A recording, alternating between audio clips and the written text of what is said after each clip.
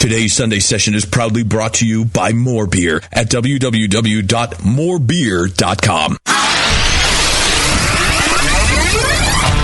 Great beer is about drinkability. Doesn't matter the style. You guys are like walking beer Wikipedia. That's the first time that you've ever accepted me as a person. Or you have a fermentation in your gut. I'm jet propelled at all times. How many guys do you think that you have the privilege to slap? Somebody who's never tasted a commercial example, and this is how you know everything about this beer? Please, you don't. I think that's bullshit. I think it's bullshit too. Wow. Are you guys going to arm wrestle? No. We're going to teabag fight instead.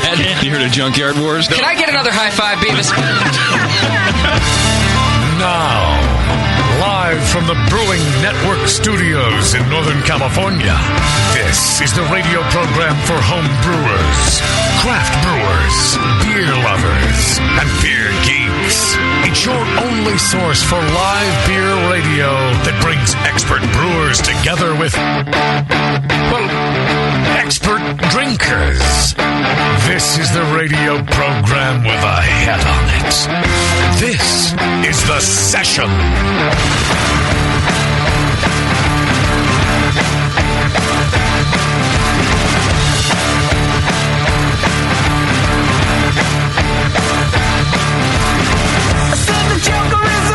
Hello, boys and girls in Beerland. What about Martinez Land? Nice to see you all. Martinez Land is a piece of Beerland now that we're here. It's a piece. A little piece of it. I had some Martians come in the other day into the studio saying that a friend of theirs who lives in another state knew about us and knew that we were in Martinez and that they didn't even know. And that they're Martians and didn't even know we were here. They didn't say Martians, of course. No, but they should have. Thought that was interesting. I told them, yeah, we have listeners everywhere, and most of them are not in the greater Martinez region. I mentioned just a small fraction. Yeah. So, anybody notice that they played our theme song during the Super Bowl yesterday? I did notice that. Yeah, it was nice of them to do. I was looking for some headphones. We didn't even have to pay $1 million for that. That's pretty good. Like some other commercial people did. So, well, we're good like that. Yeah. A lot to do today. We do have a skeleton crew here in the studio, but that's all right. We don't need much to get our drink on here on the session, you know? But a lot of sickness going around. Everybody's sick lately. Doc called in sick this morning. Nathan double-booked himself. Flabagale is sick, so Bevo couldn't make it. Susie is working your chat room for you remotely. So we do have a chat moderator there. She's just probably sitting at home without her pants on, like the rest of you. Yeah. So you can still hit the chat button right there on our homepage, and she'll help you out. Get your questions over to us. What does that say about Sam? That Bevo had to feel like she had to stay home to take care of the sick kid. Well, and it's true. In fact, if there's any time that that Sam can't come along to the studio with Bevo, she doesn't do the show. I think that Sam's not allowed to be alone with the baby for longer than 2 hours. I think I really think that's what it is. Because every time something comes up, even in our social lives, if it's longer than 2 hours, is it just a feeding thing, or is it this? You can't trust Sam to pay attention to one thing for longer than 2 hours? The court mandated it, didn't they? I think that's what it is. It's a weird thing. Oh, that's his restraining order. Yeah, she let that off. So, Skeleton Crew, we might see Sully tonight coming in as a guest host for us. That's a rumor. Yeah, so that'd be nice. He's going to come in and hang out. We haven't seen him in a while, and I thought it'd be a good time for him to do that and come hang out. So we'll see. In the meantime, we got a great show planned for you today. We're going to be talking to William Knoedelseder. He wrote a book, Bitter Brew. It's the rise and fall of Anheuser-Busch and America's King of Beer. And it's a fascinating read. Yeah. I've been listening to it. You can do that now. You can. These audio books, they're called. Well, I thought it was nice of Scott to just follow you around all day reading a book to you. That's pretty good. Yeah, he's very good at it. Yeah. He reads with a real passion, Scott does. It gets to be a little much when I try and do accents, but I try. Yeah. When he reverted to his German accents, he wasn't very good at it. In fact, he admitted to me it felt a little uncomfortable being of Jewish descent. Yeah, but 98% of it's all about American families, so it's fine. Yeah, I'll say this. I have a hard time with audiobooks, and it's usually because it's difficult to listen to the actors reading it for me. Yeah. I often, if it's the author himself or herself, even if they're somewhat difficult to listen to, I prefer it because it's their voice writing. You know, But I get very distracted by the presentation of audiobooks. You just think it's too much? Sometimes. Well, it's not in the voice you want it to be in, because your own voice is the voice like that's your what I internal read voice. in, right? Yes, right. I read in my own voice. So it can't be that voice. So I just find it difficult. I do get over it after a couple of chapters. I can finally stop focusing. But for the first couple chapters of any audiobook, I might as well not even be there. I tell you. You need a warm-up session. Go ahead. Yeah. I try to listen. Pay attention, Justin. Yeah. I try to listen to the Dexter books, those stories, and I could. The guy who's reading the story, his voice was so high pitched and irritating, I couldn't get through a chapter. Yeah. And I tried on 2 separate occasions, and then I was listening to that new Stephen King book, 11/23/21/60. You don't have to plug it. It's okay. Yeah. And I didn't know if he has one come out like every the Amazon hour. link for us. Yeah, I might. It's 8. But the guy reading the voice was trying to play like a Southern lady's accent, and it was so irritating, almost condescending. And that was the worst part. Her character was the worst part about that entire book. See, and it's it all worse. depends on who you get to read and how. I wonder if the author has control over that. And it's the worst in fiction. I mean, at least in nonfiction, it tends to be a unified voice. But in fiction, you have this one person doing multiple voices. And anyhow, this is not so much the case with Bitter Brew. It only took me about a chapter to get over the guy's voice, and then I got you. And then his presentation is actually it's pretty good. And it fits.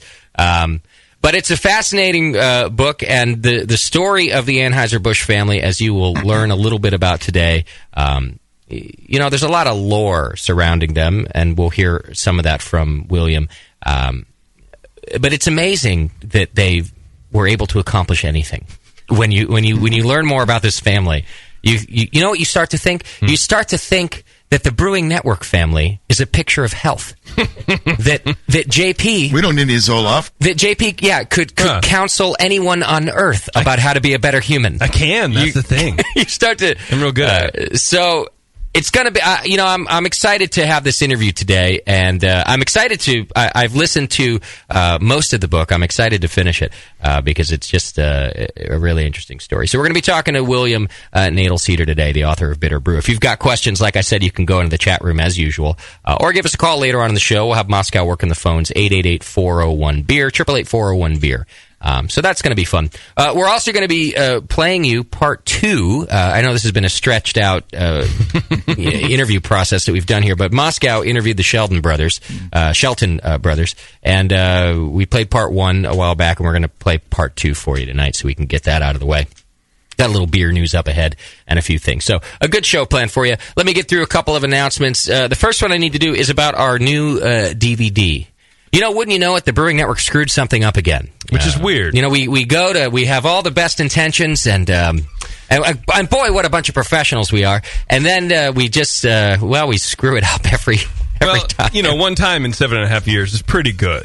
Right. I mean, don't be so down on yourself. Yeah. So we have this great new DVD. I'm really proud of the outcome. All the proofs that we watched were just fantastic, and it's a Homebrew U series that we're doing where we film brewing with a professional about a particular beer style. And our first one, as we've been talking about here on the show, is how to brew an American Pale Ale with Matt Brynildson. And if you don't want to learn to brew a pale ale from Matt Brynildson, you're a shittier brewer than I am. Yeah. It's a great place to start. Yeah.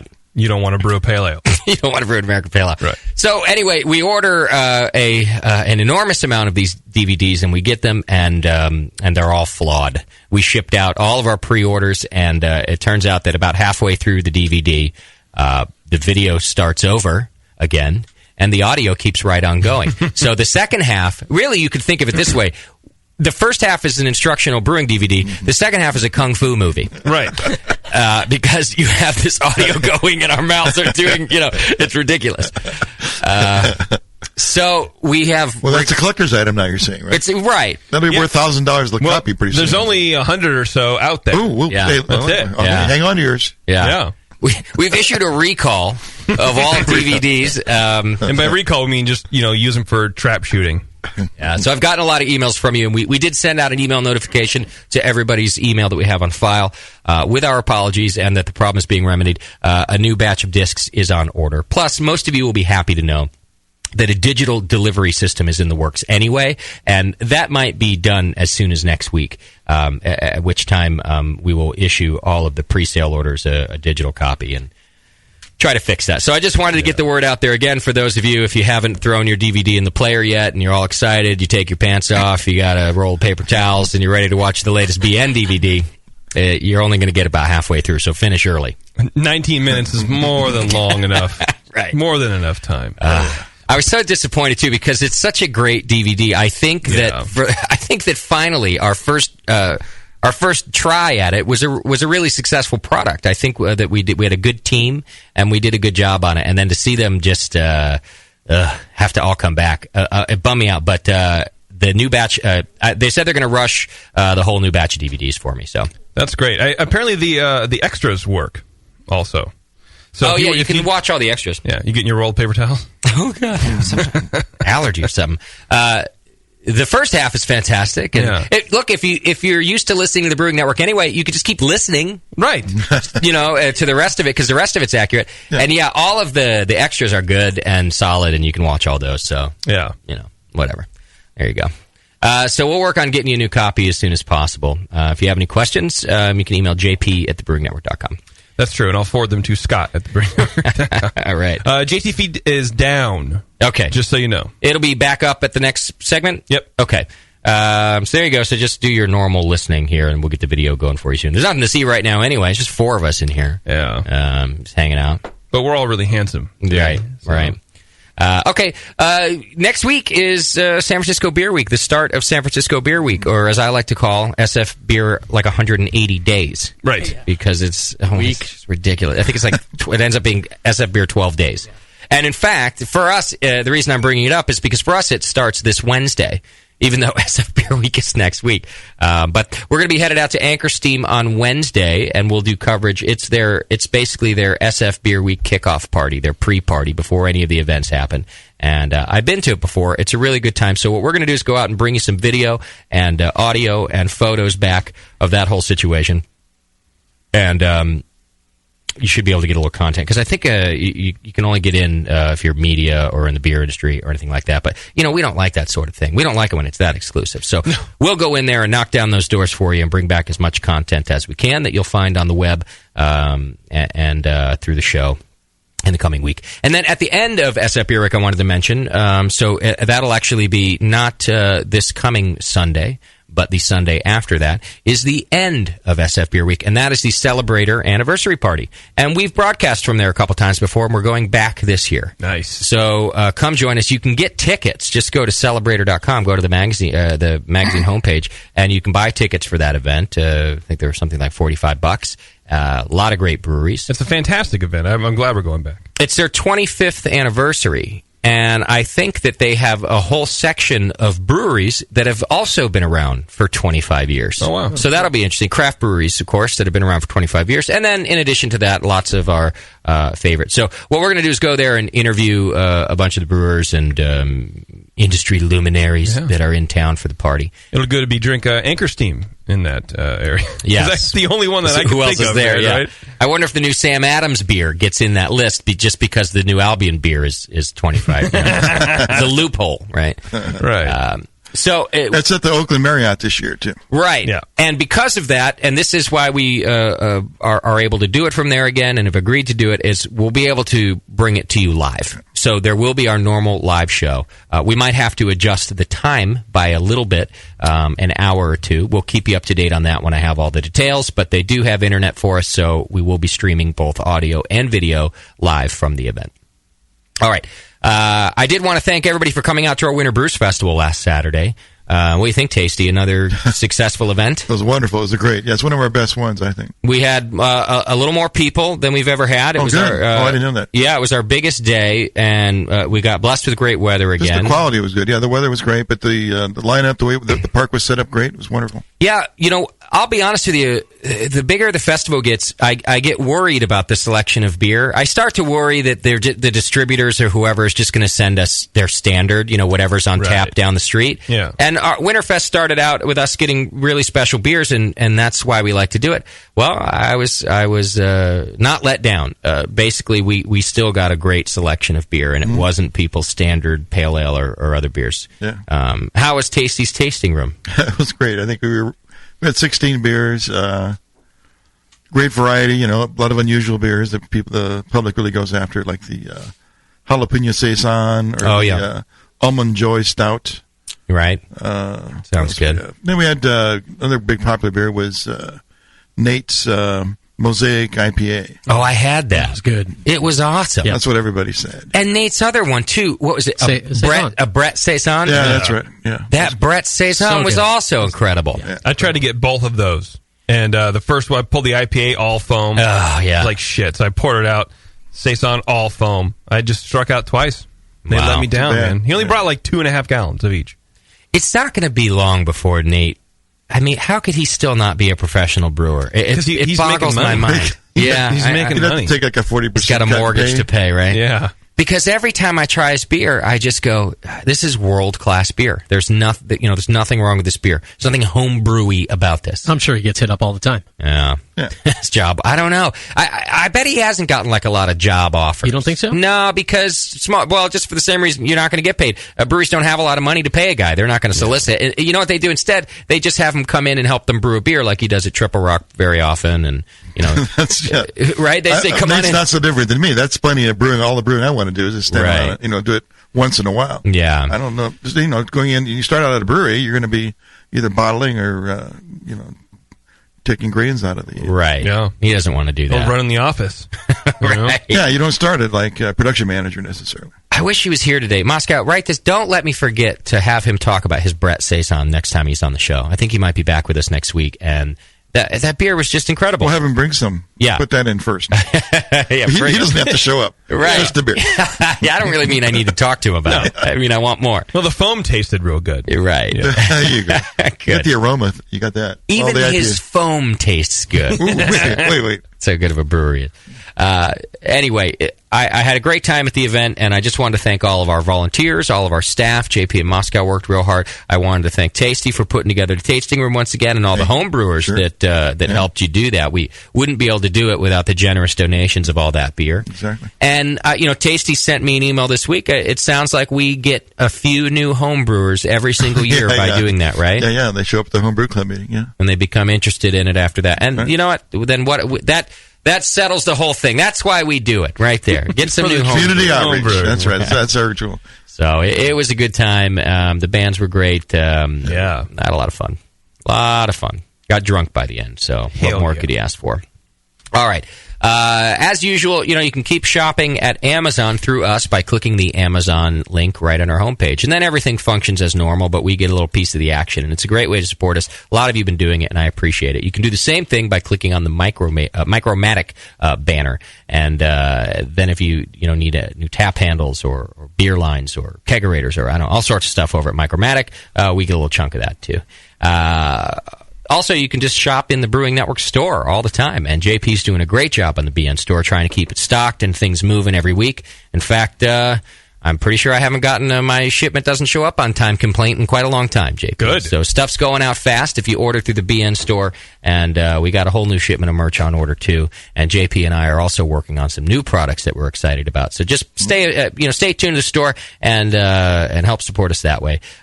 You can also become a donor in the BN Army just by hitting the donate button. If you become a recurring donor, you are automatically entered into the More Beer monthly donation giveaway, which enters you for a chance to win $100 to More Beer. And that does go out every single month. It has been for a couple years now.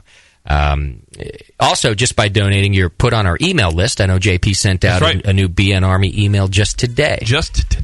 And that email features exclusive access to different events. It lets you know when tickets go on sale ahead of time for BNA 8, for example. It also lets you know when sales are coming up in the store, like JP did today. And it's because we suck at doing this, it's the only place right now that you get advance notice of our topics and guests for the month. Yeah. JP let you know who's on the show all month long. So great way to do it, and you get on that list by donating as little as $2. And if you're a past donor, don't worry, you're on the list. Can I sneak on that list without the $2? You can. Because I want to know who's going to be in the show too. yeah, put Tasty on there. Absolutely, we could do that. Thanks for the comp. All right. Watch all this, at least in the next segment, once we get it working again, on justin.tv/Brewing Network. If you're on the go and you want to listen to the Brewing Network 24 hours a day, you can download the BN Mobile app. Just search BN Mobile in either iTunes or the Android market, and it's free. You can listen to us on the run. Get all these updates and more over on Twitter. And Scott the Jew gets your show ideas. If you want to hear anything on the show, just email scott@thebrewingnetwork.com. Send your feedback to feedback@thebrewingnetwork.com. Do we have a Twitter game today? Yes. Yeah. Let me load the computer up here.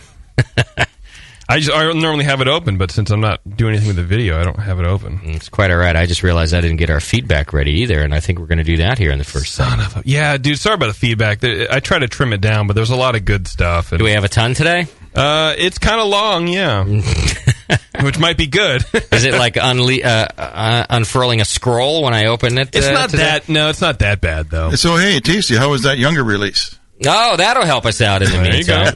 Yeah, what'd you do? You went up to Russian River for the Pliny the Younger release? Yeah, I went up there on Friday. I got there about 5. They opened up like at 11 in the morning. So was there a mob? Yeah, there was like a line around the block, they said. I heard it started at 3 in the morning. The line? People got in line at 3 in the morning. So the bar closed at 2. People went and took a piss and came back and got in line? Pretty much. Wow. Pretty much, yeah. Wow, people were nuts. So that's insane. And then, so I got there at 5, right? So there's a line like most of the block, right? So, I get in there, of course, not in that line. And then I got a, table, and from the table I was at, you could watch everybody that came in, right? Okay. And then they'd walk and of course, they had to walk by us to get to the bar, right? So they'd all walk by us, and, I just look at these people that have been waiting in line for 5 hours. Right.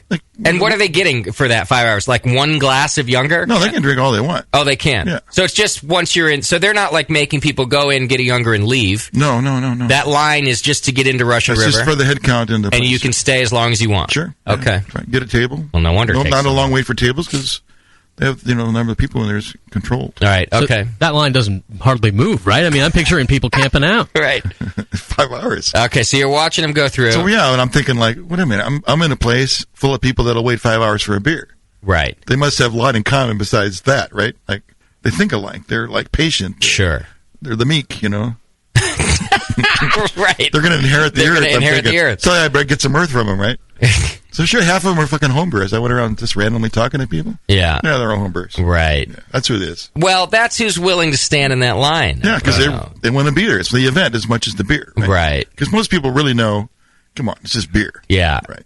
It's going on still. You don't just have to be there on opening day. Yeah. I was doing an email exchange with Natalie today, forgetting that I felt terrible. She's like, here's the answers to your questions. I have to go. It's like day 4 of Younger release, and things are fucked. I mean, those weren't her exact words, but basically stuff, just a constant barrage of people in and out for that release. I mean, it's like, I don't know. There are signed bands that release albums that don't get that sort of response. You see what I'm getting at? They sell tickets to concerts that don't sell out. They... I get it. Say it was unlimited capacity. Like, yeah, everybody that wanted to go there and get it could. Then think of how many thousands of people they would have show up. See, that's what you need to compare to the guy who releases a record. Yeah, you can stamp out records all day. Right? I don't know that. I think if everybody who could get some was able to get some, the line wouldn't be nearly as long. Right. I think. And it's also but they would get it. See, that's the point. Russian River doesn't make any more money because everybody has to wait in line to get it. Right. No, I agree with you. For the first year, the second year, everyone would get it. But after the third year, they would have. I would bet you they would have access. Well, then that's getting to the point of because then everyone has it. But everyone wants it because not everyone can get it. It's less of an event then. Right. You don't have to go home and say, "Hey, buddies, I had it, you didn't," kind of thing, right? Well, and for your band analogy, it's like people waiting in line for their favorite band to play slightly different versions of the same fucking song year after year. Right. That's all it is. It's the same thing. Well, here's an acoustic version, right? And then here's a slightly electric version, and here's when I did it with a fuzz box. It's but like, we do it. It's Humans do that. But that's either way. They're very popular. They are very popular, and it's amazing to see that happen with a beer. My dad had sent me a text this week. Hey, can you get this Pliny the Older or Youngest? And either one. Go. Yeah, I can get both. Which one? Well, I said to him, I can get the elder. The older or youngest? The older or young. As I get the elder, nobody can get you the youngest. I just was saying, it's nearly impossible. And he didn't even. I guess he was asking for a friend. He met somebody who is a listener and said, "Hey, can you have Justin get me some older or youngest?" And anyway, so I got to send him some elder in a bottle. That I could do. Well, we know a guy. Why don't we get him to send us a pony of the younger, and we'll do some hand bottling. You think so? I don't know. My dad's doing it like that'd for be the last keg of a younger friend, and yeah, exactly. I don't want to pull that string yet. Yet, not for my dad. I want to start calling it the youngest. Pliny the youngest, and the oldest. Yeah. I'll find the older and Pliny the youngest. Anyway, I gotta get the old man some Pliny the elder. Just take some labels off the elder and just tell him it's the youngest. Right. Just cross off whatever the first is and put youngest on it. Right. That's right. I think my dad's all paranoid about what I think about him because he's got a new girl. He's always got a new girlfriend. Yeah. Got a new girlfriend every 5 minutes, as far as I could tell. Sounds like Augie 4. He's got like a new wife new wife, new girlfriend, whatever. And so when he texts me, he sends me. I said, just give me the address to send it to, and he sends me. He sent it to my girlfriend's address. That's fine. I don't think twice about these things, right? This is my dad. I've known him. Yeah. I've known him for a while. I know how these things work. So 10 minutes later, a text comes back. Oh, I gave you that. I gave you her address because I'm moving. Not with her, but I'm moving. I'm moving out. I'm moving from my apartment to another apartment that's mine. And he just seems he's backing up a little bit. I'm like, Dad, I'm not. It's fine. You should have said, I thought you were cooler the other way. Yeah, okay. It's fine. I don't do care what you want, man. You're too old to What do I care? Shit. Right. Worried that I'm thinking he's just shacking up with another broad. Yeah, good for him. Yeah. That's what I think, Dad. I don't care. Yeah, move out, move with her, save rent. Save rent for a month, then move with another broad. I don't give two shits. Yeah. Another notch in your belt, Dad. Right. No. All right. So anyway, I got to send the old man some elder. All right. Well, how was the beer? Taste-o-matic? The beer was good. It's like 10.8% and very dry for 10.8. In my memory of last year's beer, it was drier than that, even though it's a little bit bigger. Okay. So really good. You thought it was better this year than? Yeah, I would say it's better than last year. I don't know. I can't remember a year before. Right. It was just really good. It wasn't like mind blowing. It wasn't orgasmic. I wouldn't stand in line more than 10 minutes. You wouldn't have to wear rubber underwear. I told Vinny that. He goes, "What do you think of the beer?" He goes, "Oh man, it's awesome, nice and dry." Blah blah blah. Right. Blowing him. And then I said, but I wouldn't stand in fucking line for 5 hours for it. Right. Yeah. But neither would he. He understands. No, he wouldn't either. Yeah. He knows what you mean. That's not an insult on the beer. Not at all. I'm sure the beer's fabulous. Yeah. But I'm not standing 5 hours for it either. No. It's ridiculous. Oh, man. All right. What are you going to do? Well, thank you for the report, Tasty. I got Nathan going down to the Double IPA Festival or whatever it is that opens SF Beer Week. He's going to give us a report from that. That'll happen on Saturday. Am I going to that? Did you want me to go to that? No, because I got Nathan to do it. Okay, good. That's right. So he's going to report on that. God. But you're going to the opening gala on Friday night. Scott's my date. Yeah. You guys, are you going to wear a suit? I would like to. Would you like to dress up, Scott? There you go, boys. I would like you to dress up. All right. I'll wear a suit if you wear something. Something similar. I will wear something. If you wear a burqa, I'll wear a suit. Who's going to bring the corsage? I think that's my responsibility. I think so, yeah. I think you're absolutely right. Tasty, you're going to the gala. Yeah, I'll be there. I'll be gay. Yeah, boy. Tasty could be your chaperone. Arms distance apart, boys. Well, we hope to see you out at some different SF Beer Weeks events. We've got another show, obviously, in 6 days on Sunday, and we'll give you an update about what events we're going to and where you might find us.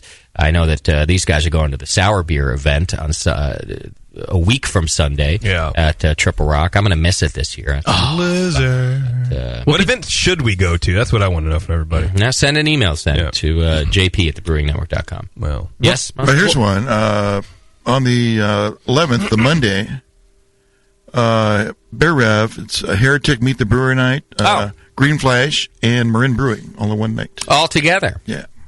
So are they sending Beardy down, or is Jamil going to go? I think it was Jamil and Beardy. Okay. I think it's Beardy and Chris Kennedy. Oh, Kennedy. Well, that's even. I mean, I'm sorry. Got it. No, I'm sorry. That's incorrect. Beardy and Chris Kennedy have to do a Whole Foods in San Francisco event. Yeah. They're being forced to do.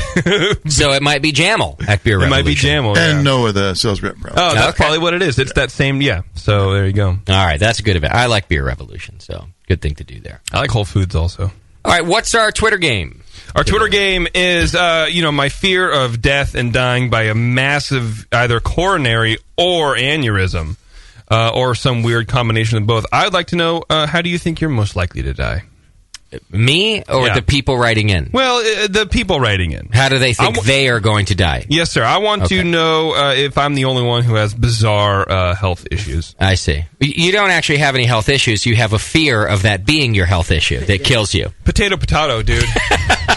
Right. All right, good. So tweet that into Brewing Network over on Twitter, your answers to how you think you're going to die. Well, then I ask you. A very... I've always thought I will die in a fiery plane crash. Really? Yeah. It's kind of grandiose, don't you think? Yeah, I know. I have high, listen, like everything else, I've got high expectations, Moscow.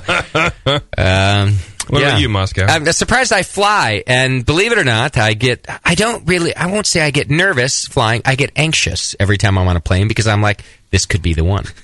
Because it's going to be one of them. But couldn't anything be the one by that logic? Every time you get in a car, not to be cliche, but it's true. Sure, but that's not how I feel. I feel that it's the airplane. I can't change that, Moscow.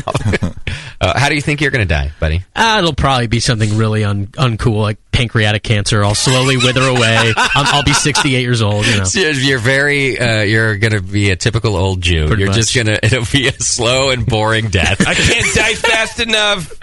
You know something? That reminds me, Sugar Valley Brewer sent in a song for Tasty this week. Oh, great. Well, he was in... He wants to know what it's like down there? I'll just tell him. He was in...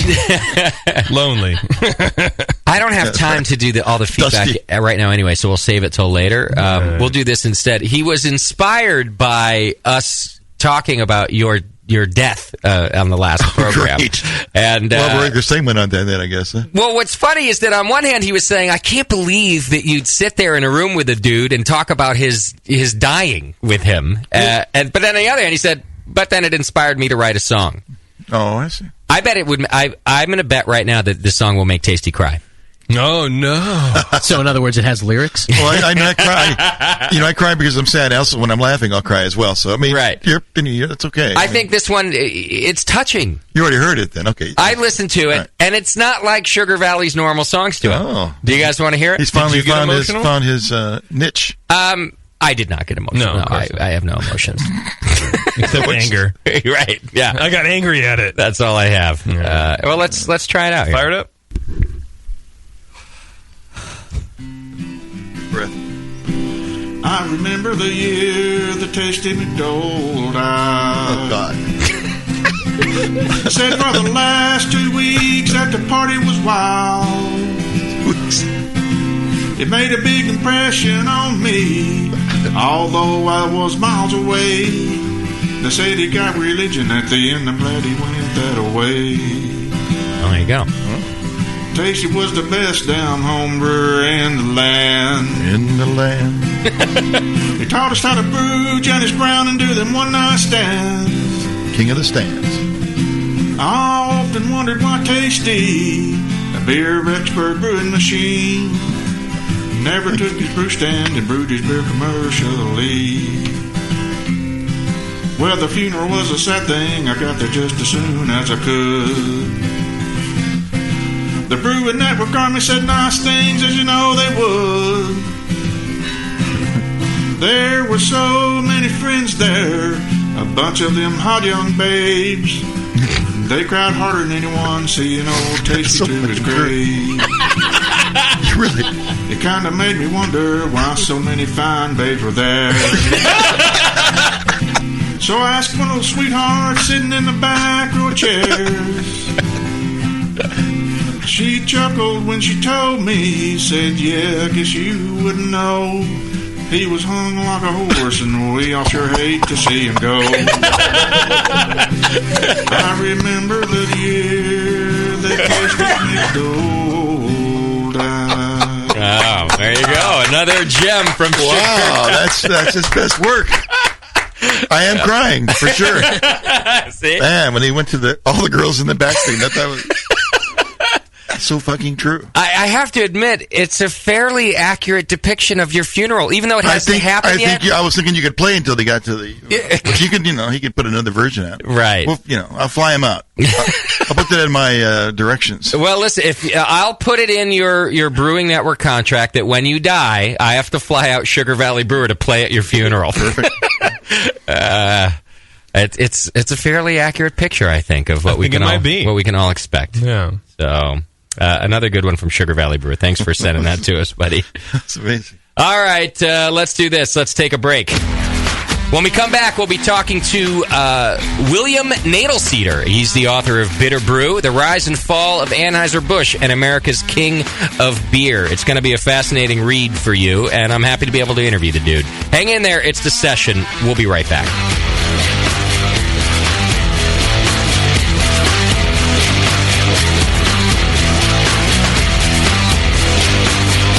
You're listening to the Brewcasters. On the Brewing Network. Since the first time the Brewing Network microphones turned on, More Beer was behind it. More Beer sponsors the programming on the BN because, like you, they love brewing. And like the Brewing Network, they love sharing their knowledge. Morebeer.com isn't just a website to place your next equipment or ingredient order.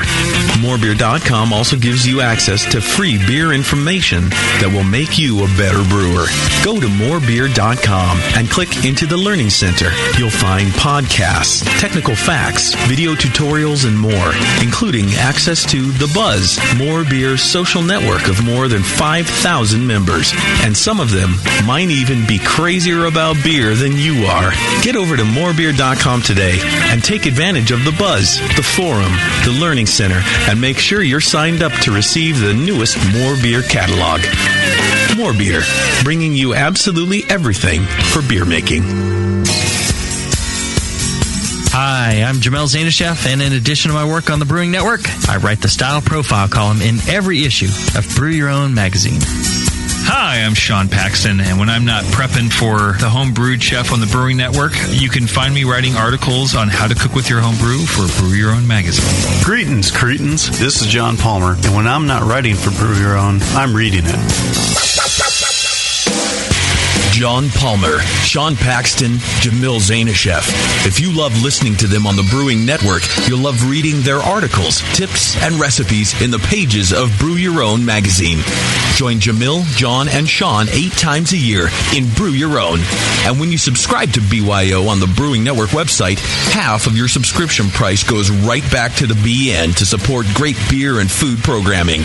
So sign up for Brew Your Own magazine through the BN website today so you can listen and read your way to better homebrew. Nico, listen, our lawyers said that we had to do this for 1 hour, and after this, we don't have to talk to each other for 3 more months to the next meeting. Kids, come on, let's get out of here. I'm supposed to have more lines, so I'm the professional. Hey, it's Sully. And I'm Nico. And we opened the 21st Amendment 9 years ago at 563 2nd Street in San Francisco, just 2 blocks from Giants Park, to make great beer and have a great time doing it. That's right, because to us, the 21st Amendment is more than just the right to make beer. It's the right to experiment, to be innovative, and just do things differently. And so now, we're putting our craft beer in cans. That's right, cans. You can find our world-famous Hell or High Watermelon Wheat Beer and Brew Free or Die IPA throughout California and Alaska. And now it's also available on draft at select accounts in the Bay Area. So next time you're at your local neighborhood pub or good beer store, be sure to ask for 21st Amendment in cans. Because everyone likes it in the can. Tasty crack cans. Tasty crack cans. A vial of White Labs yeast is the key to your best beer. When you open a vial of White Labs yeast, you're giving your beer its best chance for a perfect fermentation. In addition to their already incredible variety of yeasts, White Labs is proud to announce WLP 90, San Diego's super yeast, now available year-round. WLP90 is super clean, super fast fermenting with low esters and has a neutral flavor and aroma profile. It's alcohol tolerant and highly flocculent. For more of the latest White Labs news, click over to whitelabs.com, where you can read reviews of yeast, learn in the lab section, and join the customer club. And if you should find yourself in San Diego, White Labs has a brand new training facility for craft brewers and home brewers alike. Whitelabs.com. Discover yeast, nutrients, enzymes, and more for commercial breweries, home brewers, and homebrew stores. White Labs. It's all in the vial.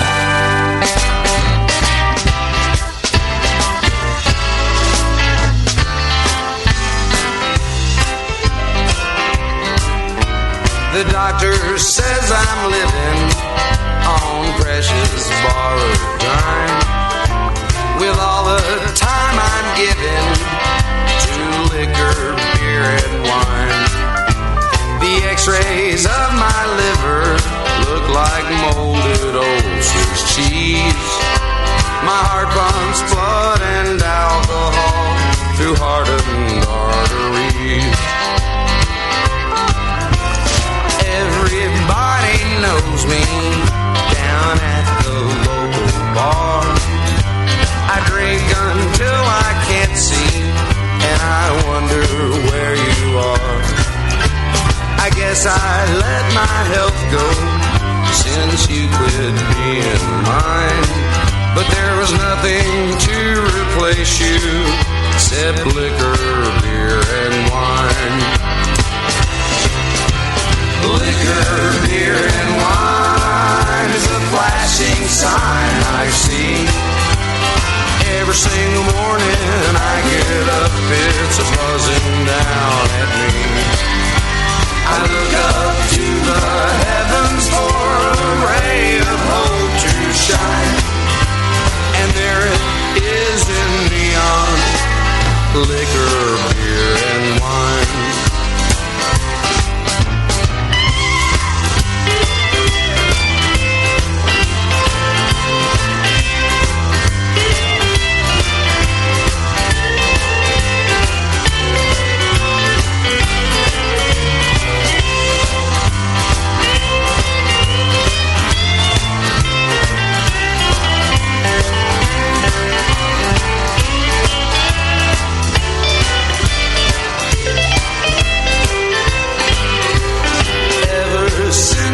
Left me, I've lived out of my car, parked between the liquor store and Uncle Bubba's bar.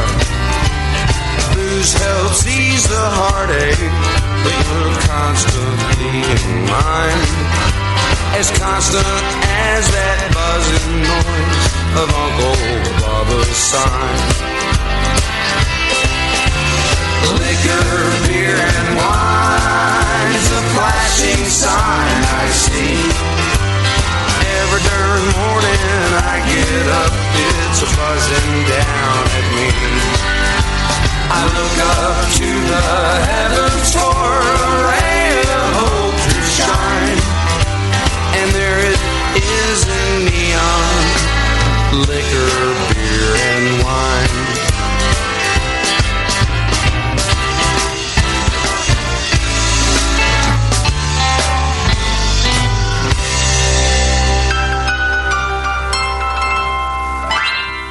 This is www.thebrewingnetwork.com. Sit down next to it, grab yourself a paper towel, and watch those yeast have sex. You're listening to the Brewing Network.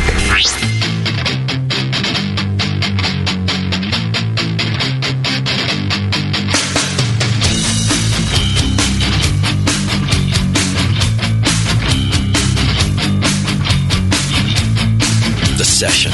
Brewing up our next batch of radio gold. Right now.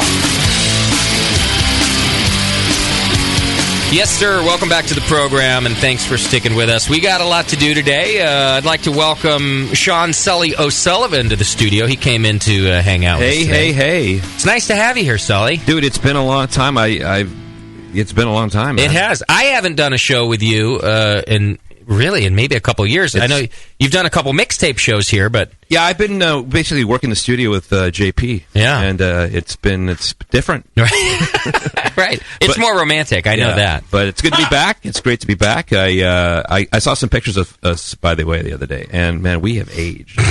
Yeah, you and I look terrible. I mean, I look at myself like, holy shit, what the hell happened to me? Where's that guy? We have aged. Well, we'll take a walk down memory lane with Sully in a little while here. He's here just a long walk. Just to hang out and help us co-host today with our guest, William Knoedelseder. He should be on the line with us. Are you there, Bill?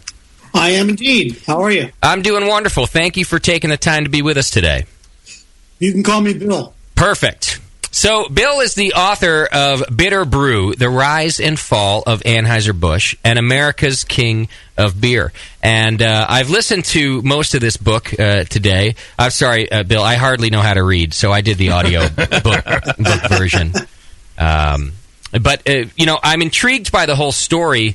Let me start by saying that there was another book that I had started to read quite some time ago, but I found it to be extremely boring. Are you talking about Under the Influence? That's what it was, Under the Influence. And it was an Anheuser-Busch story that, to me, it was telling the story, but it lacked any reason to be telling the story, is what I felt like.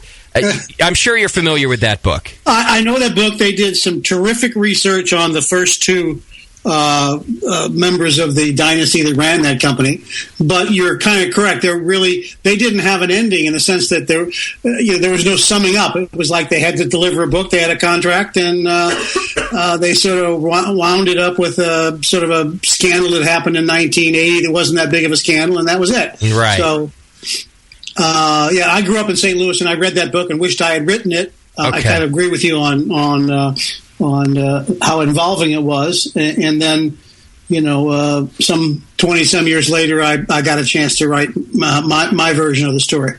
So, tell me a little bit about your background in this sense, because I know that you were a published author before this book. So, is this something that you had always wanted to write? Oh, yes. I grew up in St. Louis, and I left, after college because there weren't really any writing jobs in St. Louis, and I wanted to be a writer. And when I came out to Los Angeles and went to work for the LA Times, after, I guess it was in the early 80s, I actually tried to sell a television series, sort of a fictionalized version of the Bushes, a rich family that owns a brewery and a baseball team set in a city very much like St. Louis. And I think I called it Beer Money or something like that. And everybody sort of sniffed at it. And they just didn't think that a rich beer family in St. Louis was as sexy as a rich oil family in Dallas. Right. And so I just had to put it away. And then the two gentlemen who wrote Under the Influence wrote their book. And then, as I say, some years passed. And when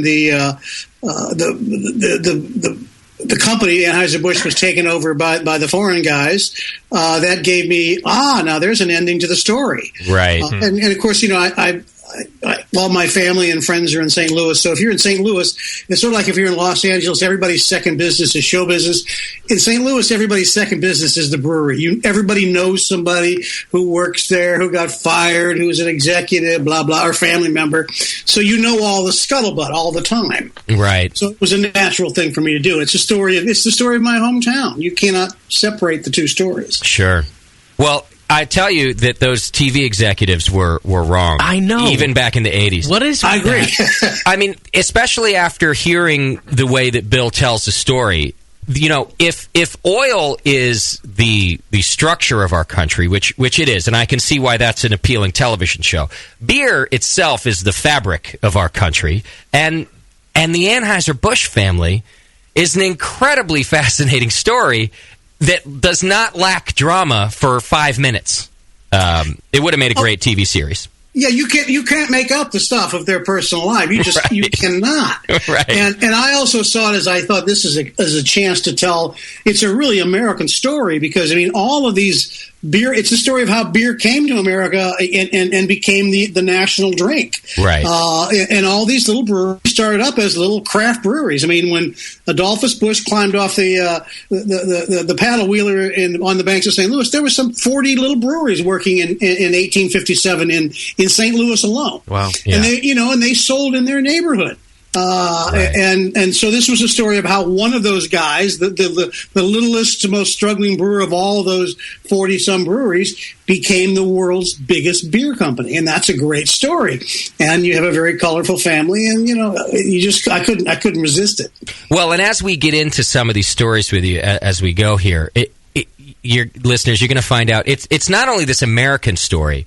Later on, as you're listening to it or reading it, it starts to feel like you're reading about the incredibly incestuous and strange monarchies of our world's history. Yeah, like you start to feel like, holy crap, these people are insane. and the things that they felt empowered to do, and the grandiose schemes that they planned, and at one point you're going, this is our American history, but it feels like my world history class. Yeah. So it's fascinating stuff. I want to get into some of that with you, of course. But let me ask you this. How did you have access to some of these stories? They seem like things that we've all suspected about the Bush family from various news reports throughout the years, but you seem to be telling some very inside stories in your book. Well, I had pretty good sources, and the first thing that happened was I was in St. Louis, touring and promoting my previous book, and someone introduced me to Adolphus Bush IV, who was the great-great-grandson of the founder, not one of the Bushes that ever ran the company, but he was the half-brother of August III, the uncle of August IV, who did run the last two, regimes. And we started talking about books, and he said he always wanted someone to write the story of his family, the real story, the true story of his family. Oh, yeah. And would I be interested? And I said, sure. And he had said, I'd always wanted to do that. And he had tried to hire someone to write the book sometime previously, some other writer, and it hadn't worked out. And I said, well, I don't write books for hire. He said, well, how would it work with you? And I said, well, you tell me everything and the book is mine. Right. And you have want no it told. editorial control. I see. And I'll write it accurately, and I'll write it fairly. And he was as good as his word. He helped me any way he could. He talked. He talked about what it was like to grow up in that family inside, living in what is Missouri's version of Hearst Castle, right? That was the start. And I had other, people. One of the people who's quoted in the book with some very key scenes was the former vice president of sales for the company, who just happens to be my brother-in-law. Wow. So he had worked there for 25 years. So Mike knew a lot of stuff, and you just start trying to weed through. Who are the people who are going to give you, bullshit, and tell you how great everybody is, or who are the people who were in a position to really see what went on, and who are willing to talk. And the interesting thing is that since the company had been sold in 2008, the one difference from when the other two guys wrote their book back in 91, I think it was, people weren't so afraid to talk. Because the Bushes were now just very rich people, but they didn't have any economic threat hanging over anybody's head. You couldn't lose your job. Okay. You couldn't, you couldn't get fired. You couldn't be prevented from working someplace else because they didn't control the company anymore. They had immunity. So I benefited from that. Absolutely. And it makes sense to me when you say that some of the family would be willing to have you tell the story without them getting any money out of it, because they don't need the money anyway. This isn't like some hooker coming forward with her expose and wanting to cash in, Right, they didn't need the money. Adolphus certainly doesn't need the money. Right. But he would probably like the money. Sure, well, these people like money. Yeah. I'm going to tell you right now. Yeah. And that's some of the thing that you get to learn. Sully, I don't want you to listen to this book because I don't want you to get any ideas with your brewery. I like the fact you said listen to it. Right. I don't forget about reading. He's going to hold it up to his ear. I want you to read this book because the extravagance, the private. I mean, I guess a lot of corporations have private jets. That's just the icing on the cake. We have one. The escorts that the distributors helped pay for. I mean, the extravagance is incredible. It's just incredible. The $20,000 a night in hookers, billed through the company. That's I hate to skip ahead, but I have to do it. Bill is what Bill's referring to, and you'll hear the full and better story in the book. Or you'll read it. But the very quick you read it. You're already giving up on reading. The thing is, I haven't listened to an audiobook in 10 years either, and all of a sudden I don't even know what reading is. It's how easy your mind is programmed. Yeah. So, yeah, exactly. Basically, well, you tell it, Bill.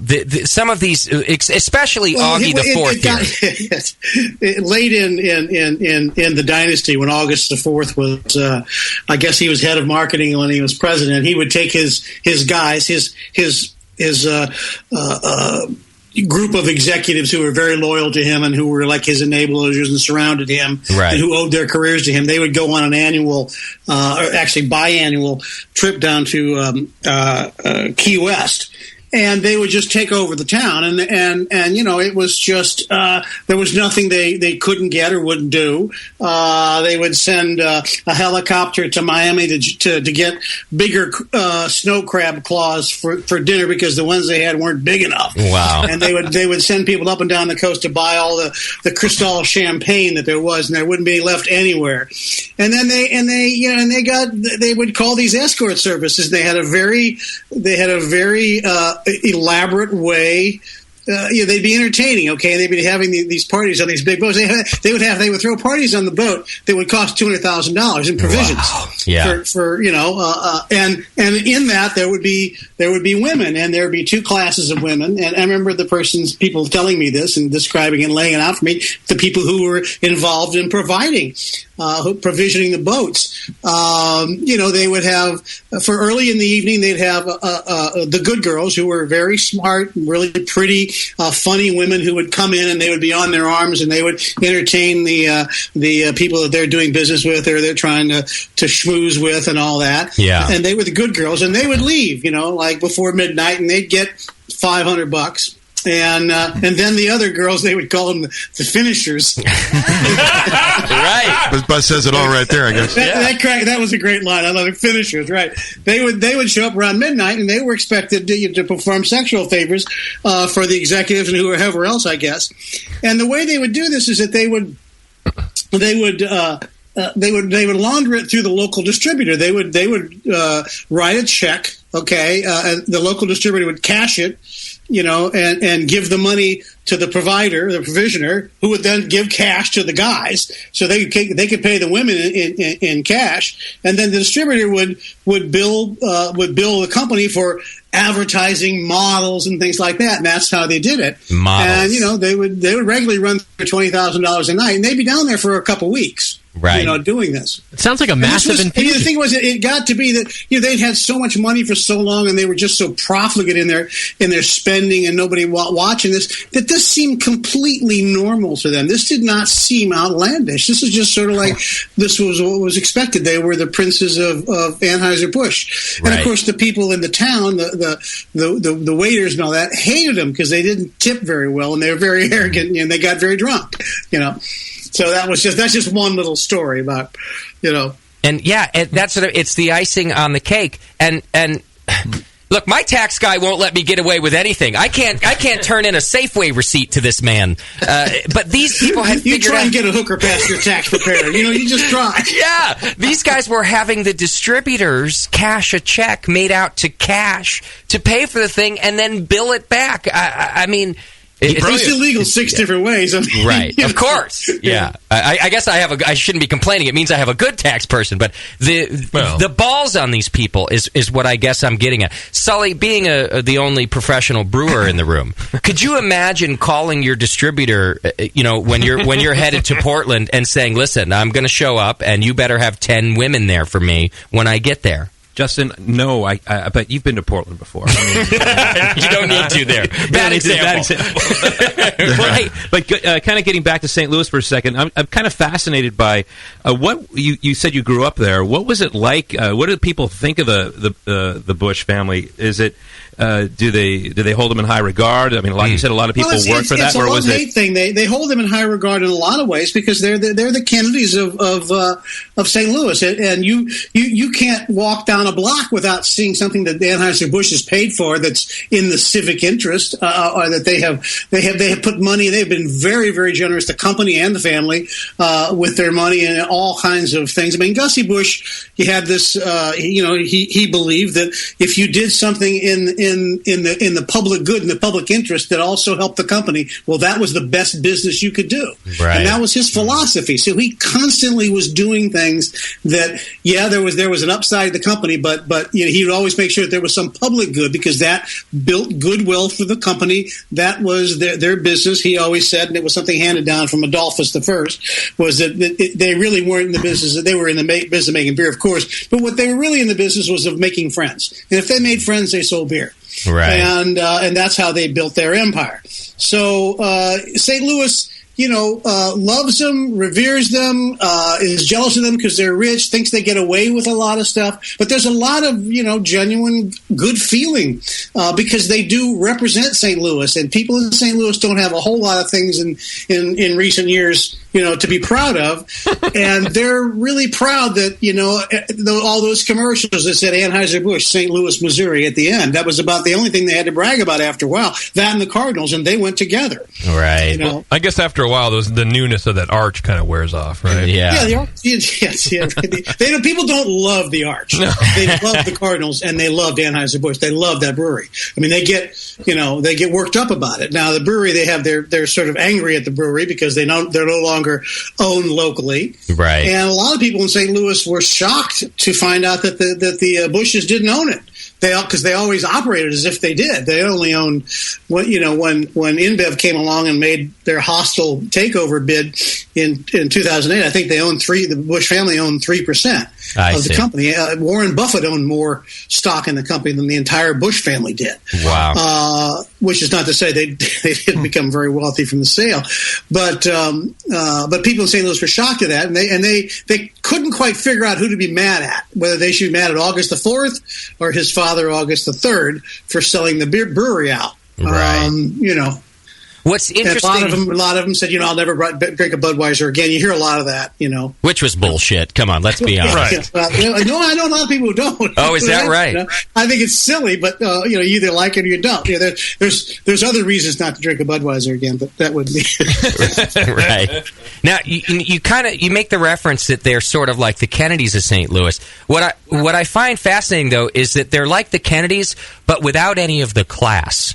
I mean, they were not known as... Gussie had some of that. I don't even know, from what I heard, that Gussie had much class. He was brass, brazen. I mean, these people were cowboys through and through. They were more peasants. They were. New money. I'll put it. They were bushy, as was the phrase that was coined for them. They did everything sort of over the top. They were ebullient. They were raucous. They were like regular folks, except they just had a lot of money. Yeah. But they were they'd carouse bars and get into fights, and they weren't They weren't refined. Nobody would ever call them refined. Right. That's sort of what I mean. It's a very large family now. I mean, it's a huge family. There are all the various cousins and all that. But the main Bush family, if you think about it, Adolphus Bush IV, he's 57 years old. Adolphus I came to this country in 1857. Adolphus Bush IV was the first member of the family to graduate from college. Right.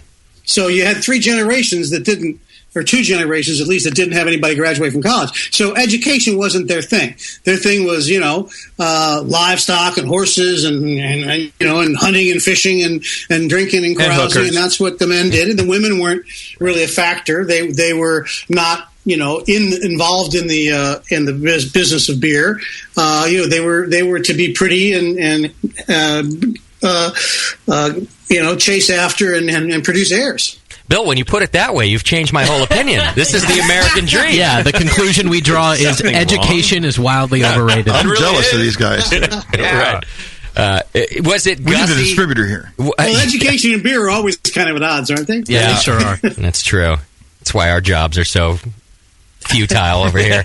Brewing Network. What do you mean? What are they doing now? Are they just kind of bumming around town, getting into fights now, and or they're not running the company anymore? Is there? I mean, what? Well, interestingly, the one of them, Billy Bush, he was an interesting character of his own. As a young man, was the one who most sort of resembled Gussie Bush in appearance, physically and sort of behavior wise. He would get into beer fights. He's still known as the guy. Oh, he's the guy who bit off the guy's ear in a fight, right? Oh yeah, that's how they identify him. And he's gone on. He's had 7 kids, and he's a very well known guy. He's done all kinds of other stuff, but he's still known as the guy who he's differentiated from his brothers, as the one who bit off the guy's ear. But Billy, he inherited along with the rest of them from Gussie when he died, I don't know, some hundreds of thousands of shares of Anheuser-Busch stock. It might have been like 600-700 shares. I don't have the number right in front of me. It's in the book. Okay. It's very detailed. But because his father never sold any of his stock in his lifetime, Billy decided he would not sell any of his stock either. Never sold a share. And Gussie died in 1975. And that stock doubled, a couple times. So when they sold Anheuser-Busch at $70 a share, Billy made a couple $100 million. Wow. And what he decided to do was, and he's genuine about this, he's really kind of a genuine guy. There's something wrong about the fact that my family was in the beer business in this city and part of the community for 150 years, and now we're not. He said, I really wasn't a part of all that. I didn't get to participate in that. But you know what? He started his own beer company. It's called the William K. Bush Beer Company, and he's the littlest guy. I mean, he's again, it's not quite a craft beer because I think they're a little bit better financed than that. They're a little bigger. I think they're shooting to be a regional beer. Okay. And they came up with kräftig beer, which is German for strength or something like that. And they make it, with the only, I think, the 4 ingredients that passed the ancient German laws, So they're starting up again, they're the littlest guy in town again, except they've got 150 years of heritage and a story behind them. So I really liked that sort of happened while I was writing the book. I'm in the middle of writing the book, and several things happened that I kept thinking it doesn't get any better than this. First of all, they find a dead girl in one of the guys in August the 4th's bed, and then Billy starts up his own beer company. So it's not such a downer of an ending. So as a writer, you kind of right, yeah, that's something to work with there. Listen, this was the family that just kept giving to you, Bill. Oh yeah, it was just amazing. Now it's sad, and we can get into the dead girl in the bed story anytime you want. But hey, listen, you can't throw a dead girl on the bed and in the room and not talk about it. A live boy, right? Not expect us to jump on her. Let's talk about that. Yeah. Well, that was the thing that August the 4th had issues. Let's put it that way, and he had substance abuse issues going back for years. And because he was the heir, and he was and things were done for him. And it's the classic story. It's the Michael Jackson. It's the John Belushi. It's the whatever. The people who everyone just enables and gives whatever they want because they're the man. And he's the guy traveling around on the corporate jet, and he shows up in town. You get him the girls, you get him the drugs. No one's going to say no to him. He's got all the money. He's got everything going. So he's never going to hit the bottom. He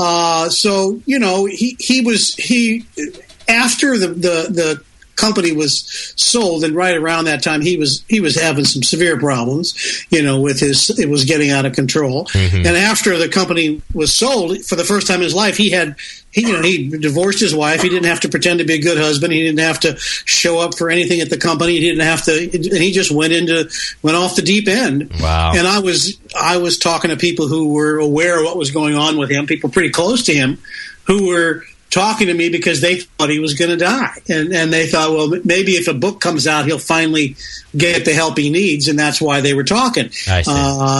They didn't want to be identified, but they wanted him to read this about himself. He'd go, oh my God, I got to do something. And I kept hearing, I can't tell him, he's not going to live to his next birthday. He's not going to make it to the end of the year. He's going to die. Right. And then as I'm writing this, I'm figuring, we'll see if he dies before I finish it. It was kind of a weird kind of, macabre sort of thing. And I expected him to die, and then I knew all about the girlfriend. I knew all about the time when he was taken off to rehab by the armed police and all that.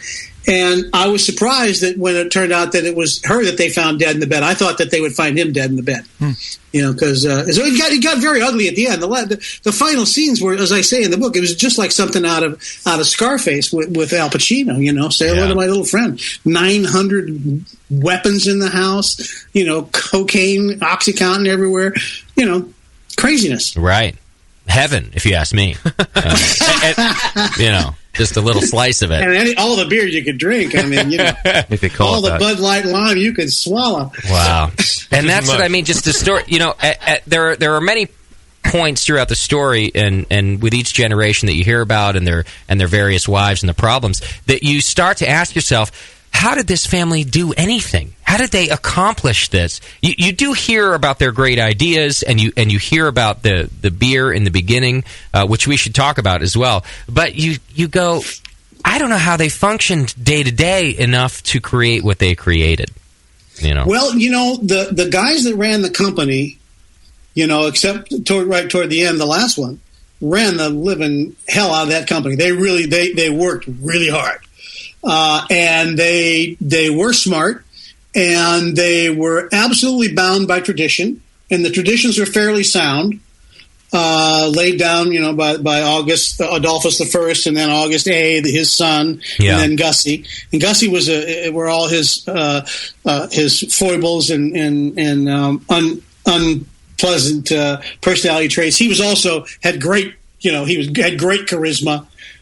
He is the guy who put beer and baseball together for America. I mean, there was the Rupert. I can't think of his first name. He owned the Yankees for a year. Rupert Beer owned the Yankees, but they never really made that a thing. They didn't take advantage of that. It was just and Gussie really did it. He recognized the ballpark in St. Louis for what it was, a giant outdoor tavern in the sun, where you could only drink Budweiser. That's what he saw. Yeah. And but he made that work. Okay. Yeah.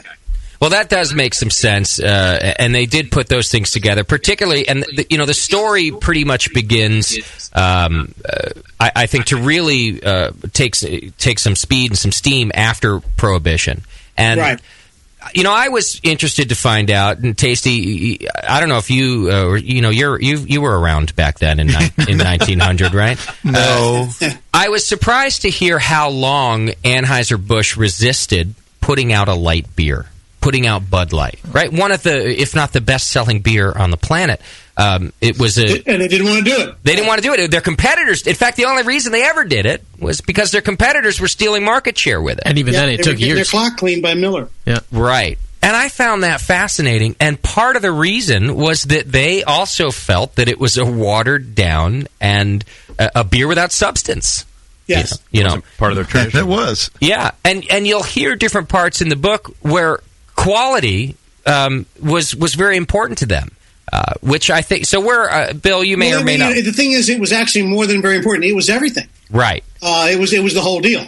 And you can like Budweiser or not. It'd be hard to argue it's the best tasting beer in the world, but there's no question it was the most successful. Yes. And it did cost more and they did spend more time brewing, and everybody tried to cheapen their beer and make and undercut them by cutting quality. And Gussie and August III fought against all the pressures inside the company from the bean counters and the financial guys. You can go with cheaper hops, you can go with malt extract, you can do all kinds of things. You can age it for less time. All the things that Schlitz did when it ruined its own beer, and they wouldn't do it. But they're doing it now. Well, I'm sure they are. You guys are doing it. Us being predominantly on the craft beer side, I'm surprised to hear some of these quality things. We talk about the brewers at Anheuser-Busch about being some of the best brewers in the world, but you learn a little more about the family. And even so, directly after Prohibition, when they're sort of putting it all back together, they really spent a lot of money on the ingredients. And in fact, the orders, and Bill, you'll have to correct my numbers if I'm wrong, but initially right after Prohibition, it was in such high demand. We're talking about like 500,000 cases of beer ordered instantaneously, and they couldn't possibly keep up with it.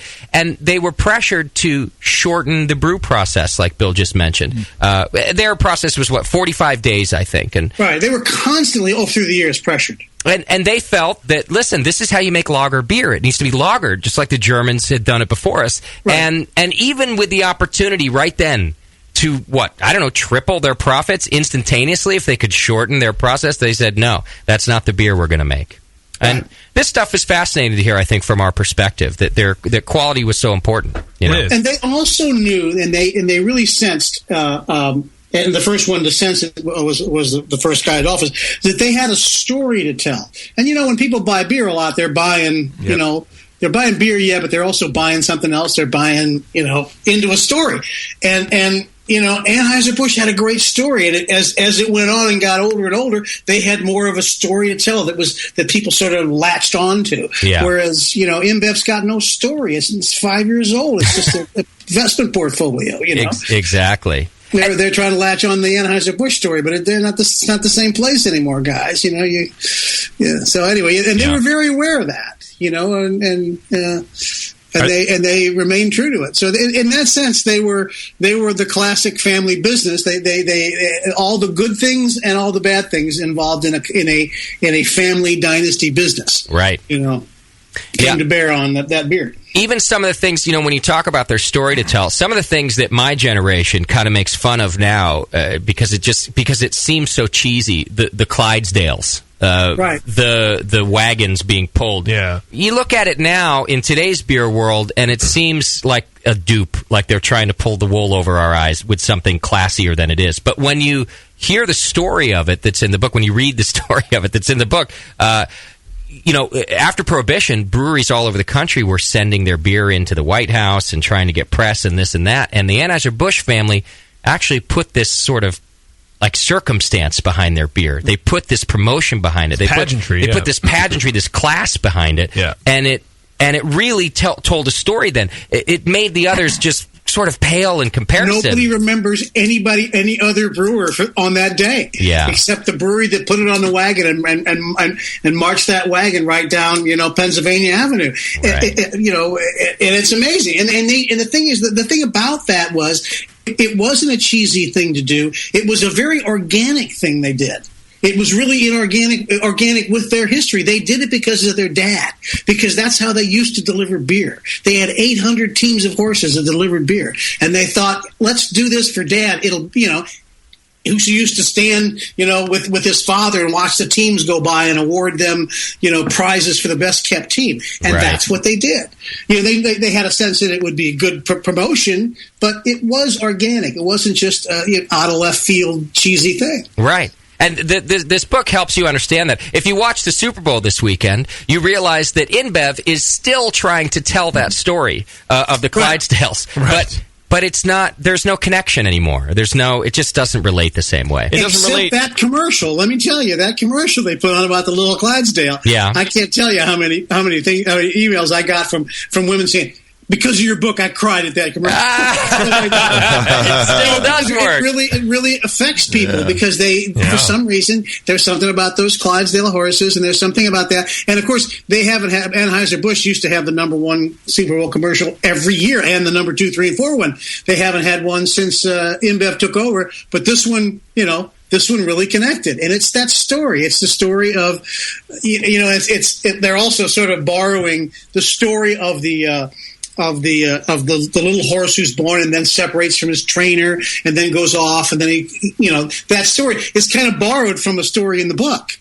Where really? August A, the second guy in line, had to sell all his animals during the Depression, and he had to sell his little elephant that he doted on. Then the elephant came through, on the circus, and he, and the elephant recognized him and came running up to him. It's the same story. Wow. They're borrowing the same story. They're just making it the horse instead of the elephant. Of course. Horses go for it.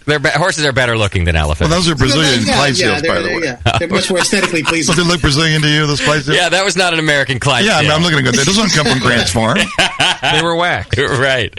Well, it's an American tradition.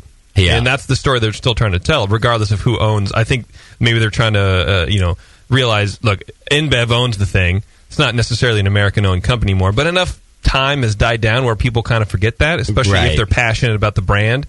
and they're telling the story and the story about you can find what you're looking for. Sure. And This they is still have the happiness. brewery in St. Louis. You know, Yeah. so Right. I think, the average person is probably not really aware of this InBev purchase. Maybe they were at the time, but It's like you faded. said, JP, the people that love Budweiser love Budweiser. Yeah. And maybe... Well, I've noticed in all the press coverage of the last the two things that are in the news lately, because I get a lot of calls on this.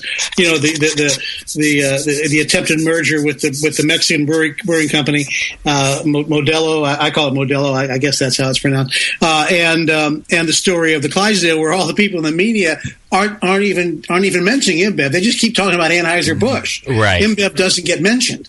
You know, Hey, I you're guess right. that's okay.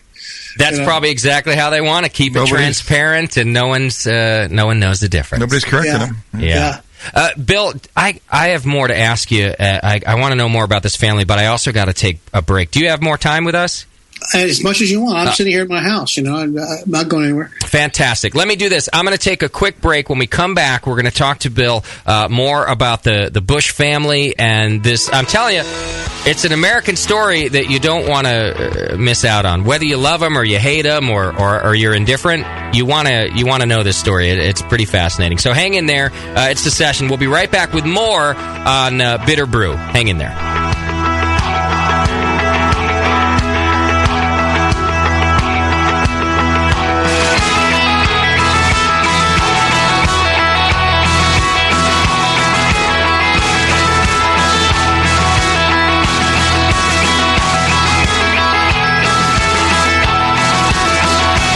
Listening to the Brewcasters. On the Brewing Network.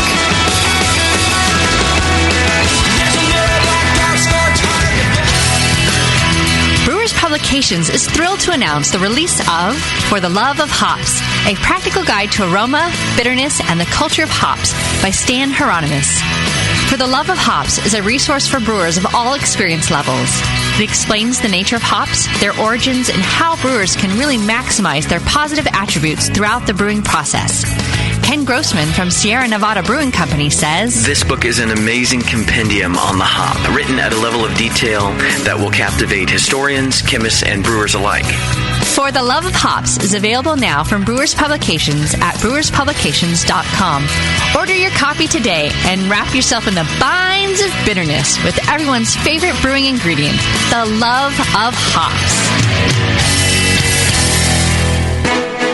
Hi, I'm Jason Harris, the proud owner here at Keystone Homebrew Supply. We're thrilled to be entering our 20th year of supplying this great industry, and to show you, the Brewing Network Army, how much we appreciate your support, we're offering you 10% off your first order on our website, KeystoneHomebrew.com. Just use coupon code BNARMY at checkout, and I'll get your order out the same day. My goal at Keystone Homebrew Supply has always been to have a complete supply of everything a brewer could want. When you place your order online or when you come into our store, it's our goal to have everything on your list and more. One aspect of KeystoneHomebrew.com that we're really excited about is the ability to fulfill customers' exact grain bills. Do you hate to wait? Keystone Homebrew Supply can get your precious yeast and hops to you within just one day if you live between Connecticut and Virginia, and within 2 days east of the Mississippi. KeystoneHomebrew.com. Coupon code BNARMY. I'm Jason Harris, and I approve this message. Hey, my brewing brothers and sisters. This is Jamel Zanishev, and I want to tell you about my favorite heretic beer, Shallow Grave Porter. I love the rich, malty character of this beer.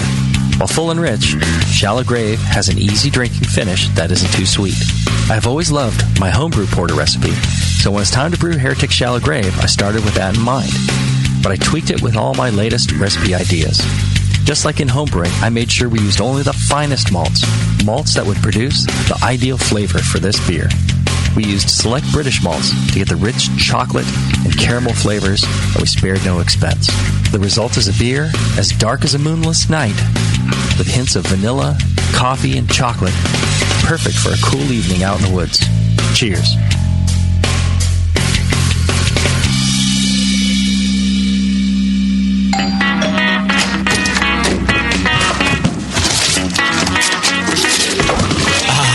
What'd you get? More brewing ingredients? Yep. You know what I love about Brewmaster's Warehouse? The $6.99 shipping? Well, yeah, but... the in-store classes for beginning brewers. Yeah, that's cool, but... the Brew Builder. Creating and saving your recipes online is awesome! No, yes, but... The cheese-making supplies. No. Oh, the wine-making supplies. The distilling equipment and liquor flavorings. All that stuff is awesome, yes, but what I really love is that the guy who runs it is totally hot. And that Brew Builder software is awesome. Oh, yeah. Brewmaster's Warehouse brings you flat-rate shipping on great equipment and ingredients to make beer, wine, cheese, and spirits at brewmasterswarehouse.com. And if you're in Georgia, stop by Brewmaster's Warehouse Monday through Saturday from 10 to 6. Visit brewmasterswarehouse.com today because it's totally hot. Oh, yeah. Here's a bite for beer lovers. Soft caramel made with real craft brew and coated in chocolate. And hop drops, hard candies made with real hop oil. Introducing Beer Candy from beercandy.com. Beer Candy's amazing caramels come in 4 mouth-watering flavors. IPA, bitter gold, wrapped in smooth white chocolate. Lager, made with a familiar beer from Boston and coated in milk chocolate. Lambic, soury Belgian goodness full of fresh raspberry and dipped in dark chocolate. And stout, roasty cocoa chocolate insanity. Hop drops are made with Fuggles or Cascade hops and are known as the candy that bites you back. Choose from sampler and full sizes of both and make your mouth jump to life. All at beercandy.com. Hop drops and beer caramels satisfy your sweet tooth as only a beer lover could with Beer Candy. Visit beercandy.com today. What's funny is brewers will say, yeah, I don't brew to style. I'm brewing my own beer. And it's like a German Pilsner, but it's black. Yeah, it's a sports beer. You know? The home of live beer radio. TheBrewingNetwork.com. Because like beer, radio shouldn't suck. You're listening to The Session.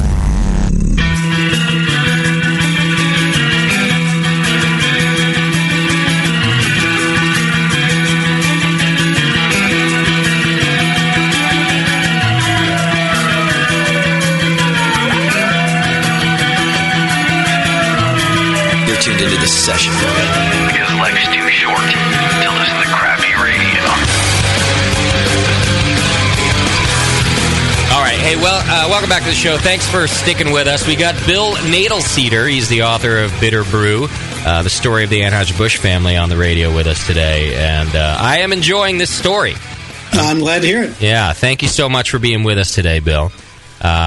I do have some questions from our chat room coming in for you, too, today. So I want to get to those in a second.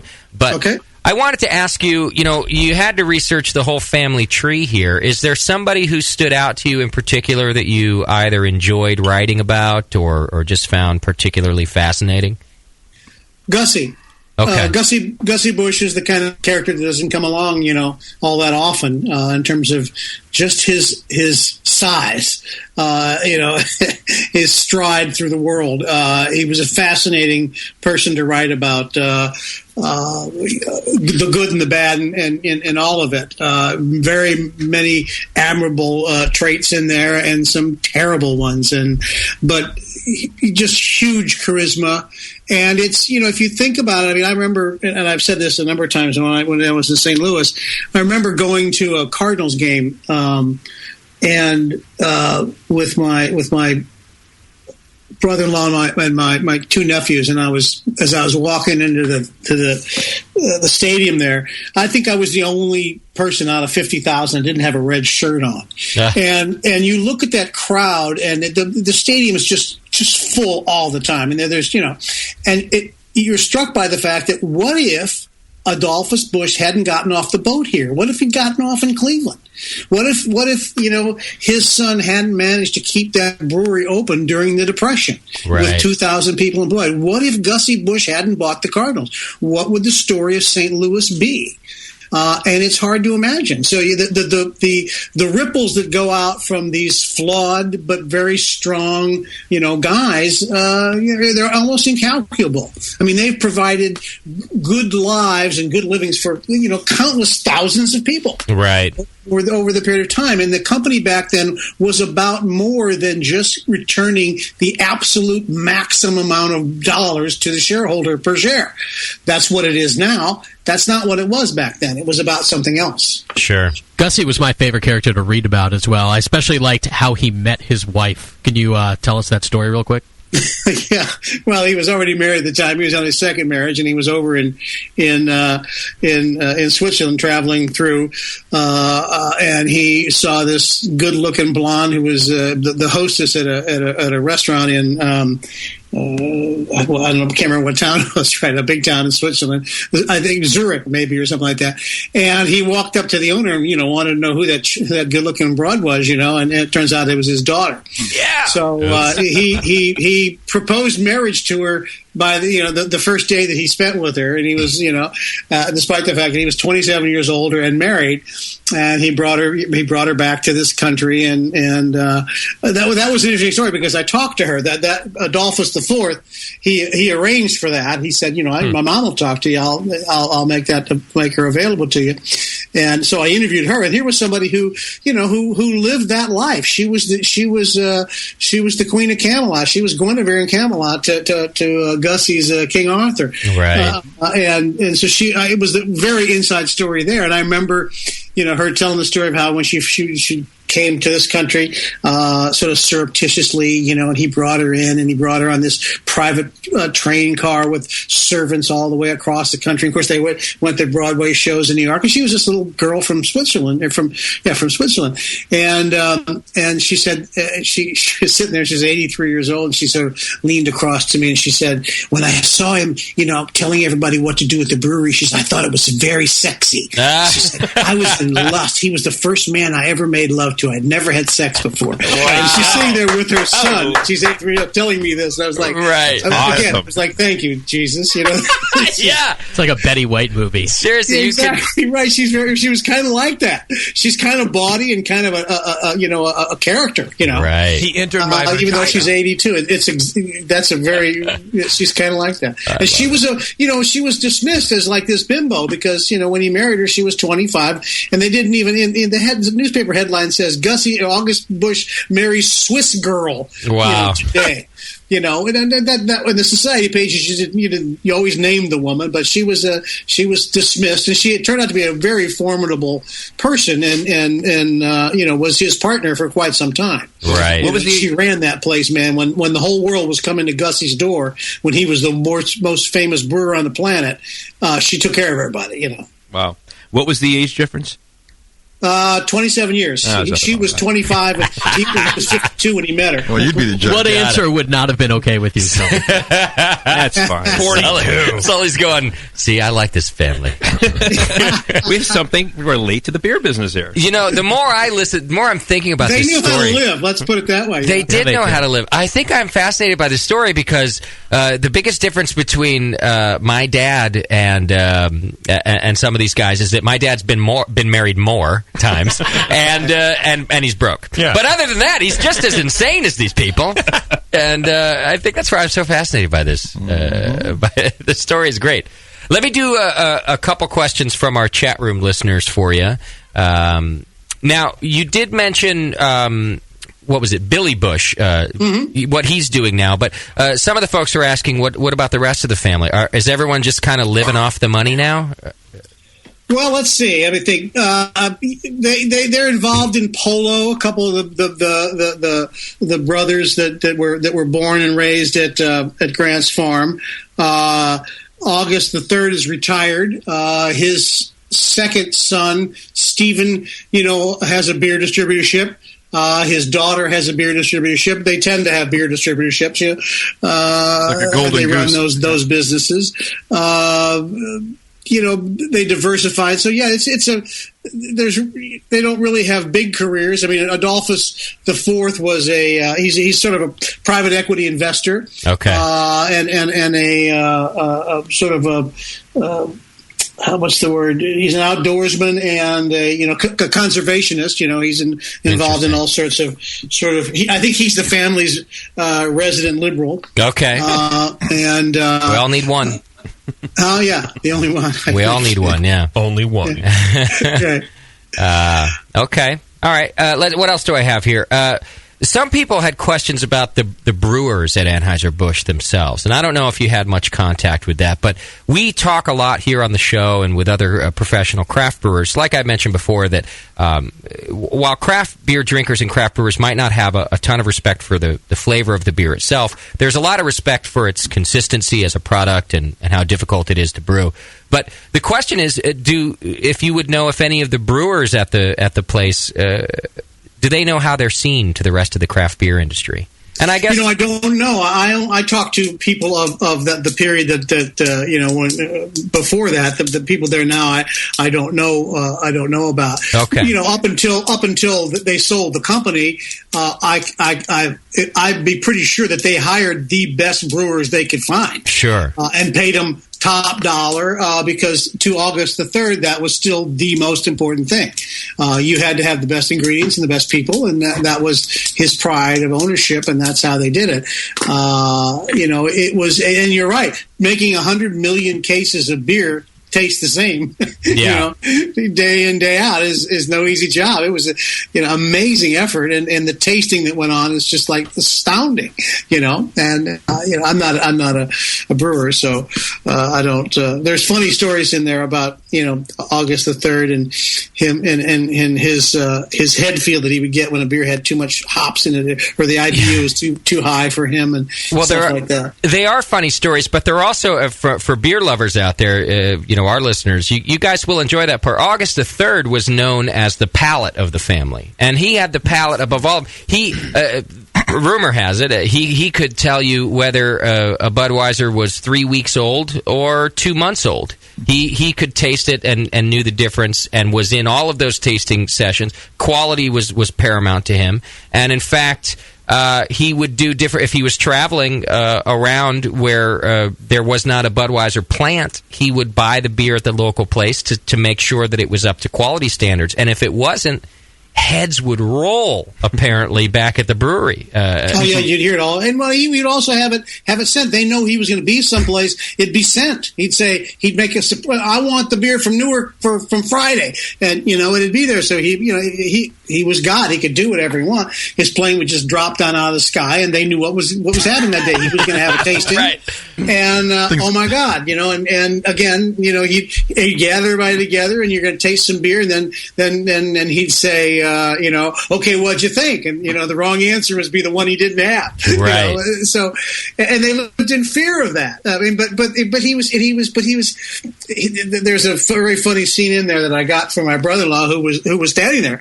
They were at the Indianapolis 500, and they were walking across the infield. They'd taken a tour of all the signage and all that stuff, and they were heading back to the helicopter. And all of a sudden, August the 3rd saw this big trash can full of empty beer bottles. He literally started going through it, and he was pulling out empty Bud and Bud Light cans, and he was writing down the date codes. Wow. Okay. Because he was writing, and he was dictating into his little thing, because he was going to go back to the office and find out if the beer that was being served at the Indy 500 was fresh. Right. Or if it was old and stale, and he was going to find out, And while he was doing this, some bum walks up to him, some biker who's drunk, and says to him, "Hey, buddy, if you need a beer that bad, I'll buy you one." That's just the head of the company.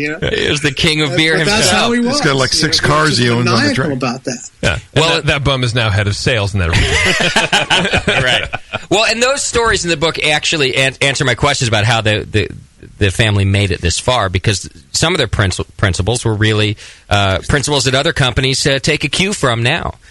Sure. And in fact, Sully, as your 21st Amendment empire grows, this is how I picture you becoming in quality control. I picture you traveling the country and spitting out any 2-1A beer that has gone past its due date. Well, it is whatever. interesting. I mean, of course, I don't have a plane yet, but right. It'll come. Thanks, right. Phil. Yeah. A glider. I've got this little meager company, but we do sell our beer across the country. And when I do go into the markets, and I will go to stores, and I will go to restaurants, and I will try it. I will look at the date code, and but I don't make a big fuss about it. You're not firing people. No, not yet. But this is a principle. I am making a joke about it, of course. But what I'm saying is that these are principles that even small companies should adopt. This is part of why their empire was so successful. Is that they really cared about that product. Yeah, you really have to. I mean, I remember we were selling our beer at a large liquor store chain in Southern California, and I happened to roll down there. My family lives down there, and I went in there and checked it out, and I saw these 3 cases that were sitting on the floor, and it was really old beer. Oh, yeah. And I couldn't call anybody and yell at them, so I just bought it and went home and threw it away. That's quality control on a small level. Exactly. I will buy all that. How often are you seeing that, Sully? Are you seeing expired beer? Is that common? What, old beer? Yeah. Yeah, you always fight with old beer. It's out there. You try to educate your distributors. You certainly don't have the power, the willpower that the Bush family did to deal with it, and sort of the cash to do it. But right. No, you're always wanting to. You want to stay on top of that. Those pull dates are really important. Yeah, absolutely. Now, Bill, we talked earlier joking about how really this would make a great TV story, and it didn't for you back in the beginning. But what about now? Is anybody picking up this book now? Well, as a matter of fact, yes. Lionsgate Entertainment bought the rights. Wow. And they are developing it as a cable television series right now. Sully, Wow. you should audition. You could be Augie the Third, I think. Oh, yeah? Yeah. Can you do that? Yes, I think. What's going on here? See, I see John Hamm as August the 4th. Oh, as the 4th, absolutely. That's a great... And John Goodman is Gussie. Oh, there you go. Perfect. Bill's already nailed it. They're both St. Louis boys, so I figured it's perfect. Oh, great. They should be listening to you, Bill. Those are both good ideas. This is a question that came through from the chat room, too, just to maybe bring it back to craft beer, too. And Tasty, you're from St. Louis. Maybe you can help us with what is the general feeling about craft beer in St. Louis? And I know today, it's changing everywhere, but nowadays, and maybe even now that AB has been bought out, is there a propensity to fight against craft beer in St. Louis because of the heritage? I don't think so. No, I don't think so. Yeah, I think it's just like any other part of the country. They're well open to great flavor, and I don't think it's younger people that are in the craft beer scene. They're basically driving the volume, right? Sure, their parents buy some, but not much. Yeah, they're open minded. They're trying new flavors. Sure, okay. Trying to find their own beer. They don't want to drink their father's beer. All right. And Bill, aside from just direct market share discussions, were there comments made about the impact craft beer has had on the company itself? No, I mean their position always was, and it's always the position of the Goliaths is that they'll wait and see, and they'll introduce their own craft beer brands, which they're doing all the time. Sure. And what'll happen if all of a sudden somebody becomes a problem or becomes very big. They'll try to buy that company, and a lot of craft beer companies. A lot of people start craft beer companies. That's the happy ending. You get to sell out and become a millionaire, and you sold out to Anheuser-Busch. I mean, that's not a happy ending. So that's kind of the way the big guys are, and that's the way businesses always operate. The big businesses, they buy up, the littler businesses, and again, the whole thing with the Mexican, with Modelo, that's always been an uneasy partnership.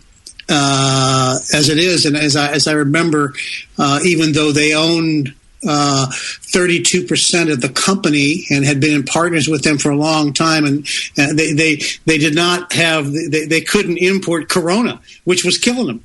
The Mexican company wouldn't let them import. They brought it in themselves. They wouldn't let Anheuser-Busch distribute it. So there was always issues there. They would have liked to, which is what they're trying to do now. Okay. If they can buy it, then they don't have to deal with. They don't have to fight against them anymore. Right. What are some of the changes that they've done to the brewery out there? Are they?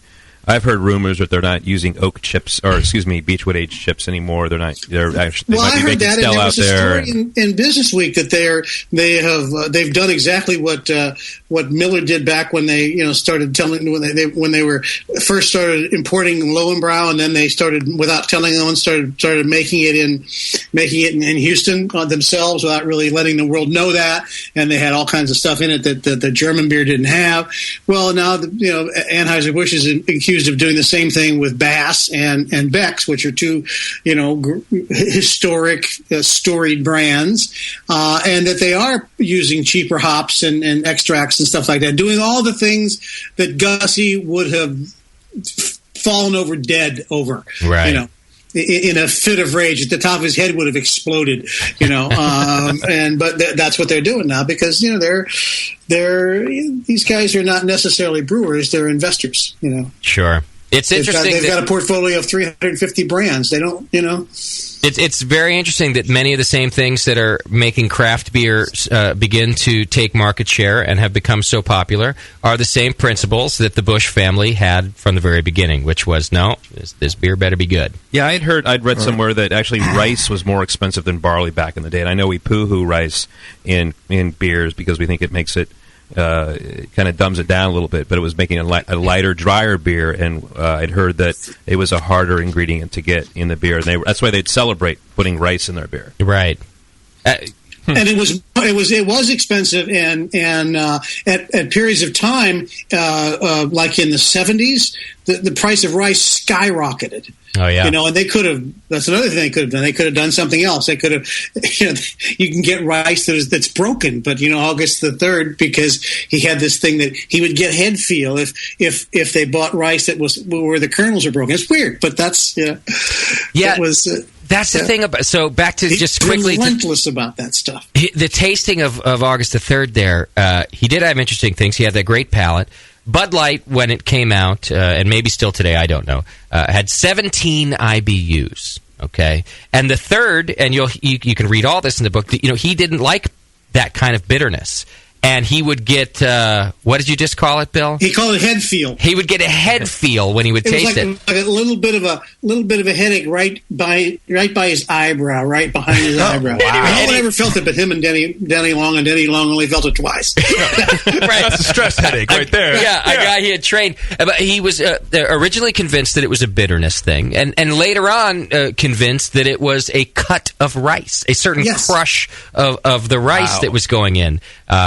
Now, regardless of whether this is true or not, to me, again, the man was passionate about flavor and ingredients. He would have been a good home brewer. He would have been a great home brewer. That was the one statement that I got from somebody who was trying to really get it to me. And when he used this phrase, he said, "Say what you will, but the man was engaged." Right. And he was always in there, engaged and committed. He didn't screw around. Yeah.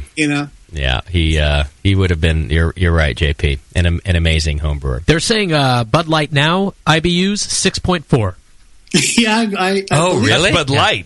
Is that what you're saying? Bud Light? I was saying that the original, according to the book, and maybe I'm wrong. I don't remember all the numbers, but when I was taking notes, I wrote that the original recipe. So maybe it's not the one they put out, but the recipe that was given to the third was a 17 IBU version. Wow. Right.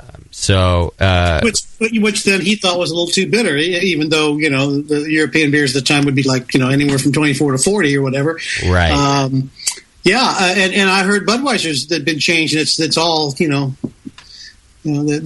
they've changed. They've made that less IBUs too. I don't have anything to back it up. I just hear it. But it's easy for us as craft beer fans right now to sit around and call them wrong about that. But the guy was right. Just by market share alone, that was the beer that people wanted. Yep. It's different now, but... Well, not really. Not really. The market share still demands a lower IBU beer. Yeah, sorry. Yeah. It's changing now. Right. Yeah, but you're right. Yeah. That's still correct. Hey, Bill... Americans are used to a lighter beer. The masses are. Right. You're right. Yeah. I mean, people who drink Bud Light, geez, okay. They're drinking it in enormous volumes. Absolutely. Must taste good to them. I have a quote from you here, Bill, from your high school yearbook. Yeah. And it says... Seems excited about that. Yeah. And it says, "I'm going to be president of Anheuser-Busch." Well, yeah,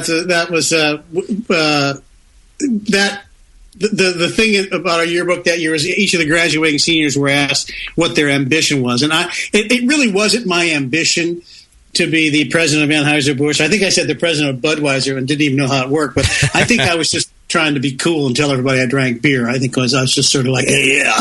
Okay. Because back then, when I was in high school in Missouri, that was as bad as you could get. There were no drugs. That's what jazz musicians in New York did.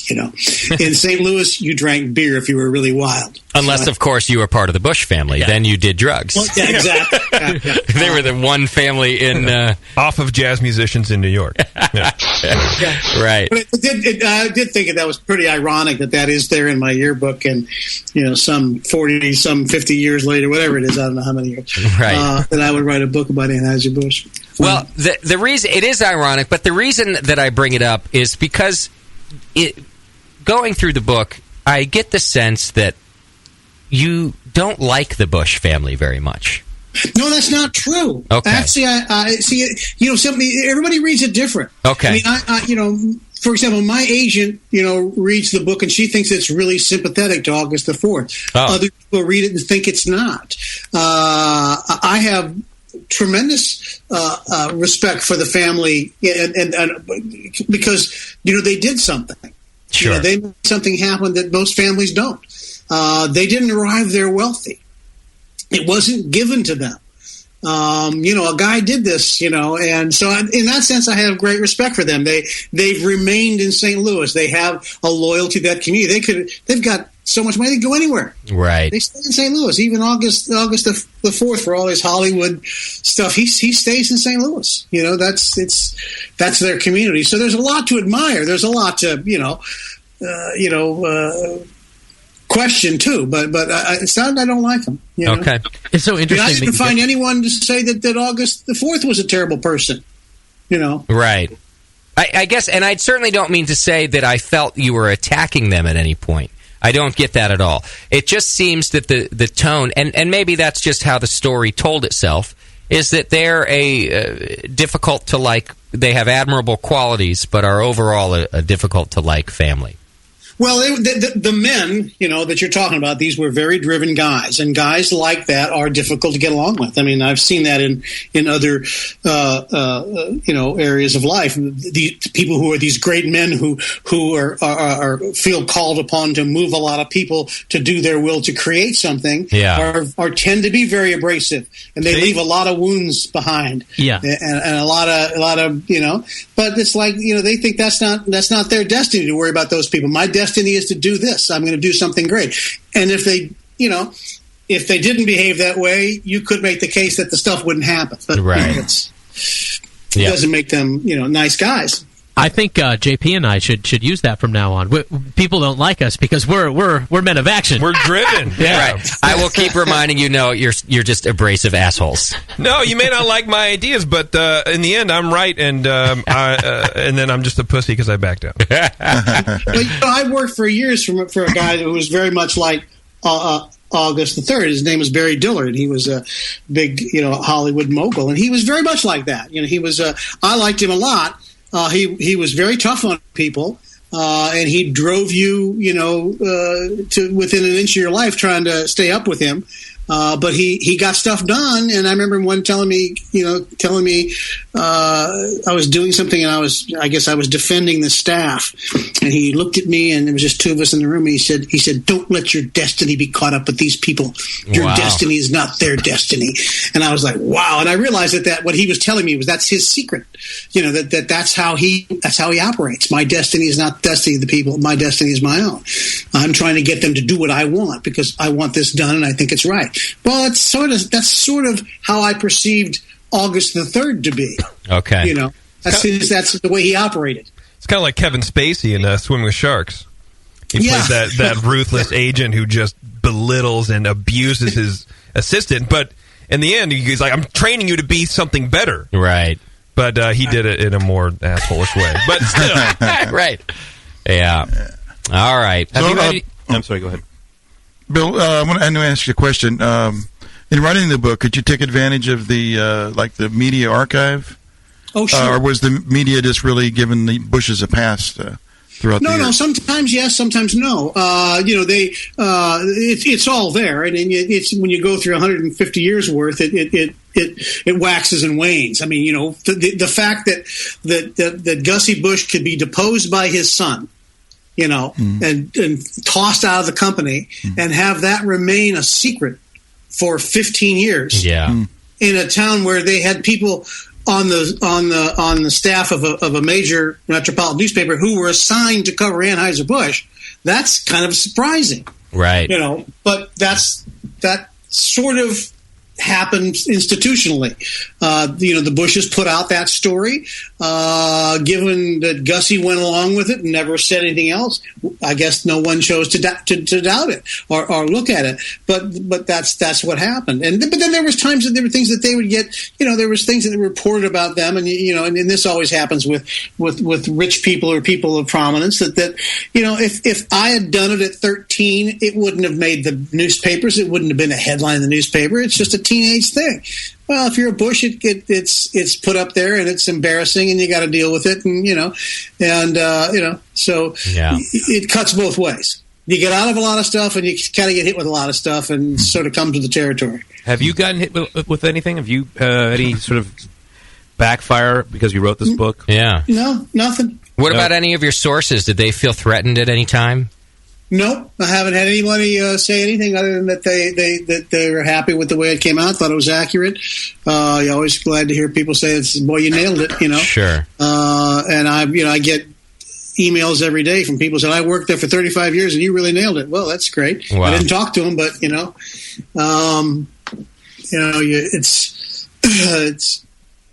I'm happy with how it turned out. It's the book I wanted to write, and I'm happy with it. Well, I think you should be happy. I'll tell you this: it's for beer nerds. You're absolutely going to love it. It's kind of like a soap opera for beer people. It is. It's exactly what it is. It's the guy on line one is a caller who wants to ask a question of Bill, if that's all right. Sure, I can do that. Yeah, it's enough. I don't want you to think that only beer nerds will enjoy it, though. It's got enough beer in there to appeal to beer people, and enough soap opera to appeal to your mom. Yeah, or me. Because I meant your mom. I'm kind of like my own mother in that sense. Okay, let's do a phone call real quick. And caller, you're on with Bill from Bitter Brew.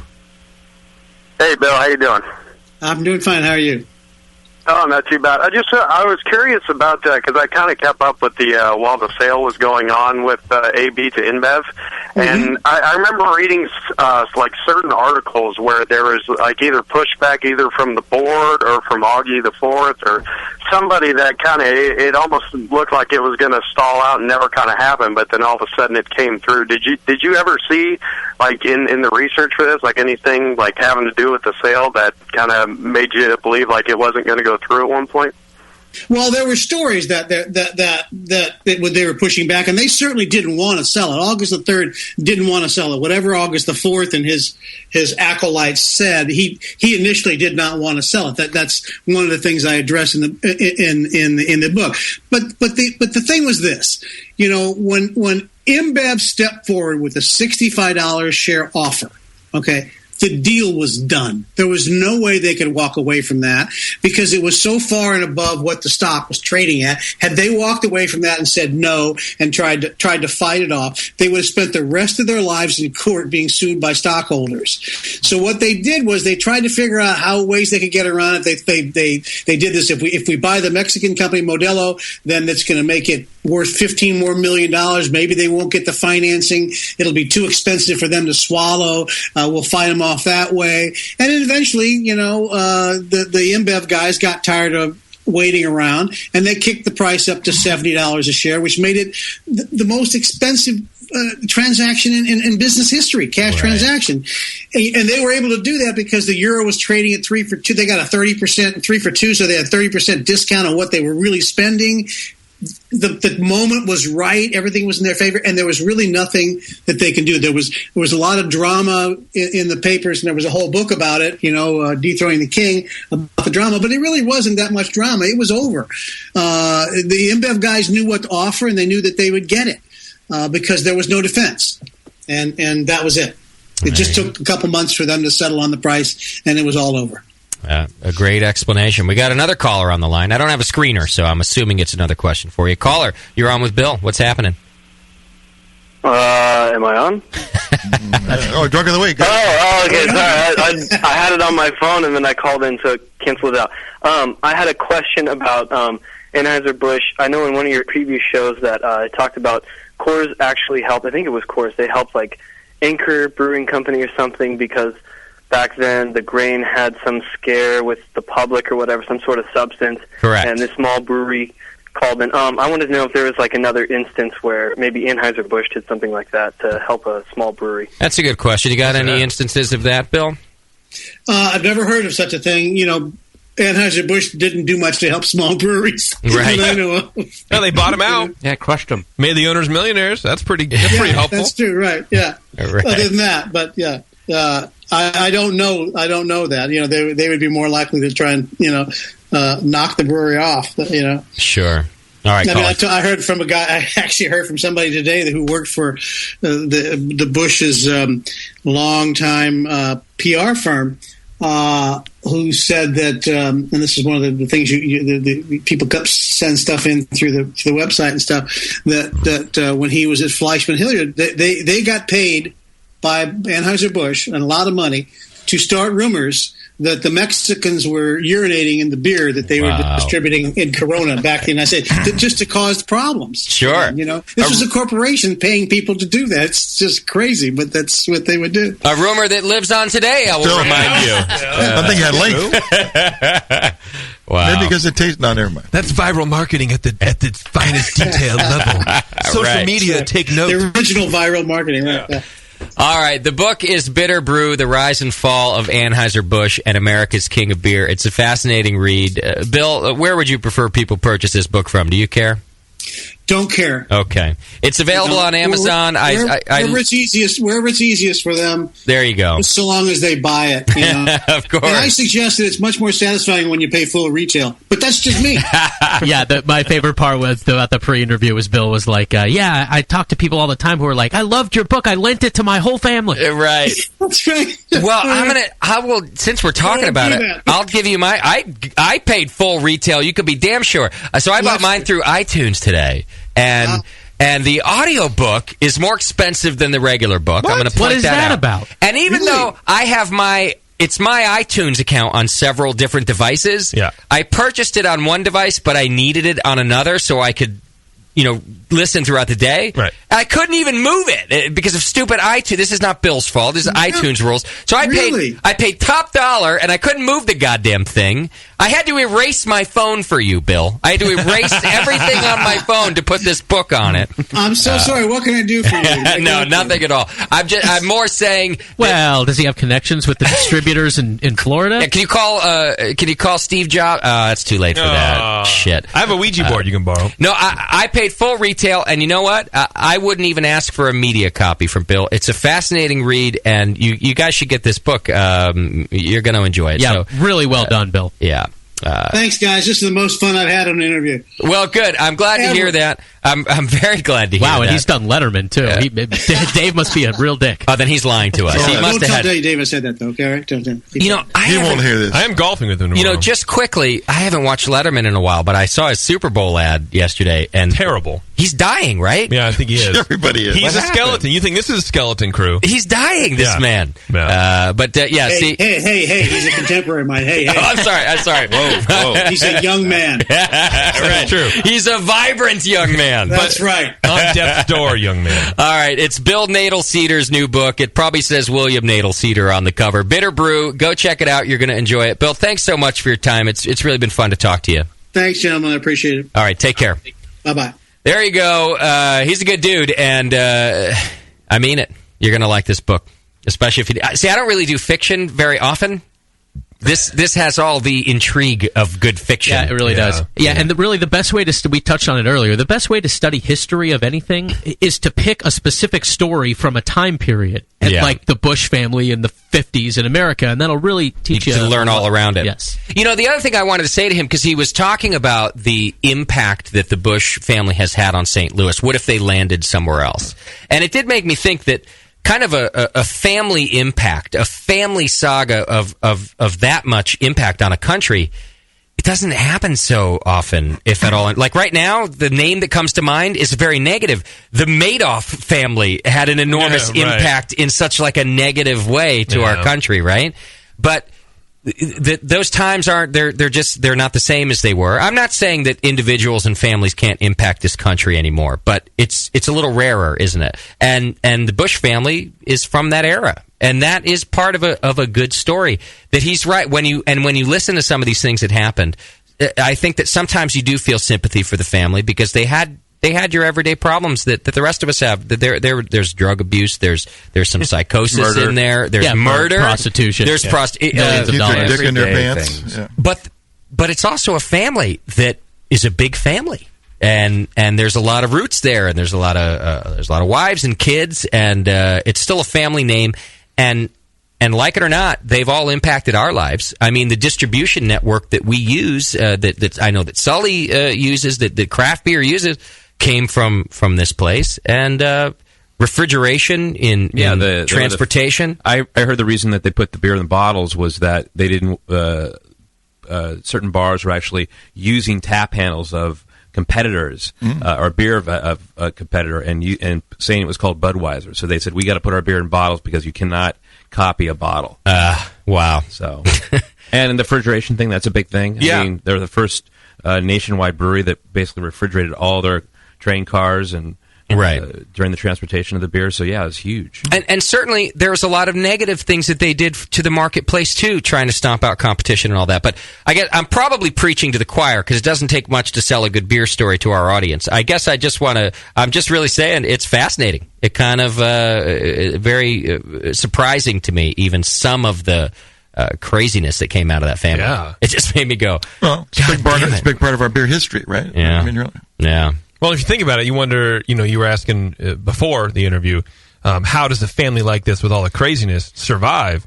Well, it survives from the older generation, then it fell apart and got sold in the younger generation. Yeah. So it doesn't really survive that. It didn't really survive it.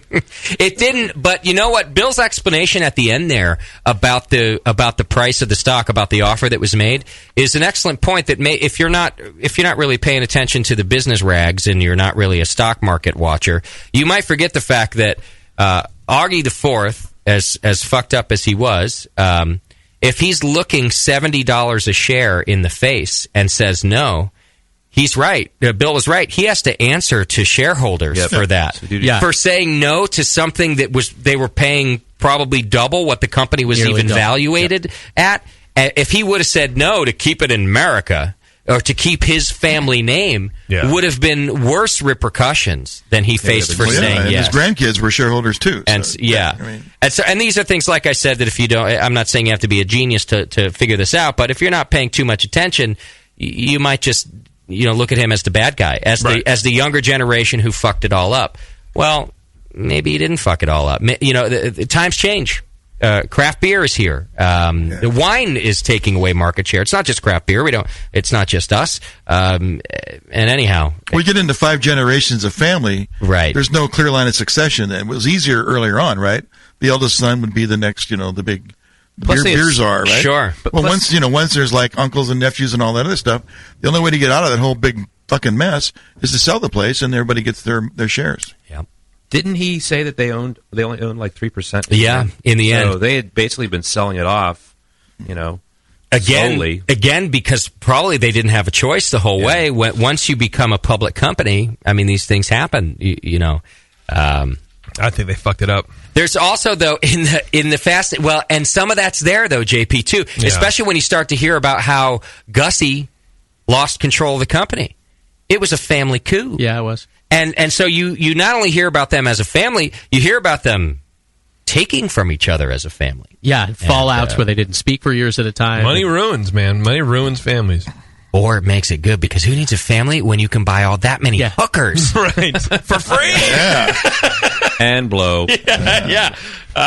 When you can blow hookers. You know who I want to be when I grew up? Augie IV. Yeah? That's who I want to be when I grow up. Yeah. This man. He brought in the finishers. He knows how to roll. Finishers. They had the good girls and the finishers. Well, but I would probably want to go with the good girls and not get any.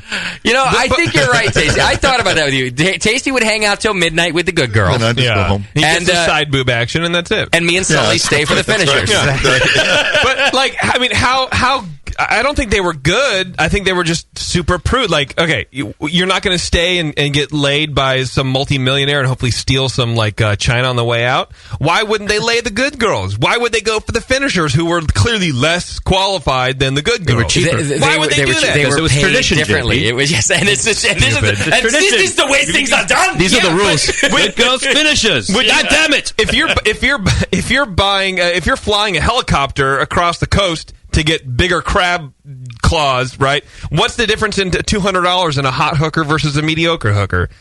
Idiots. They don't know shit. See, the younger generation. Well, we're assuming the closers weren't hot. They could have been top of the line. Finishers. Right. Finishers. Get it right. Sorry. Finishers. Yeah, get it. Exactly. Get it right. Casey's going to roll into a craft beer bar now and say, like, because, he always has the ladies around him and say, hey, where are the finishers? That's right. He's going to clap his hands and go, finisher! I guarantee that Sully and I took completely different notes from this interview than most of our listeners. We're like private jet, finishers, distributor pays for it all. Avoid the dead girl. Yeah, don't. I can't wait to interview Ian in 20 years. Sully's kid. Ian. Yeah. I was like, yeah, God, I forgot about Ian. It was a long time ago. 16 now. Ian's like 40 now, isn't he? 40-year-old man. The second he turns 21, he's taking over the company forcefully. He's dating 8-year-olds, though, isn't he? He totally is. Why is that funny? I don't know. Just checking. All right. Well, Bill's a great dude. Let's do this. We'll take a break. When we come back, we'll learn some more about Sully's life, as we like to do. Plus, we got some beer news for you. I got feedback to do. And at the break here, we're going to play your announcements. Hang in there. It's The Session. You're listening to the Brewcasters on the Brewing Network.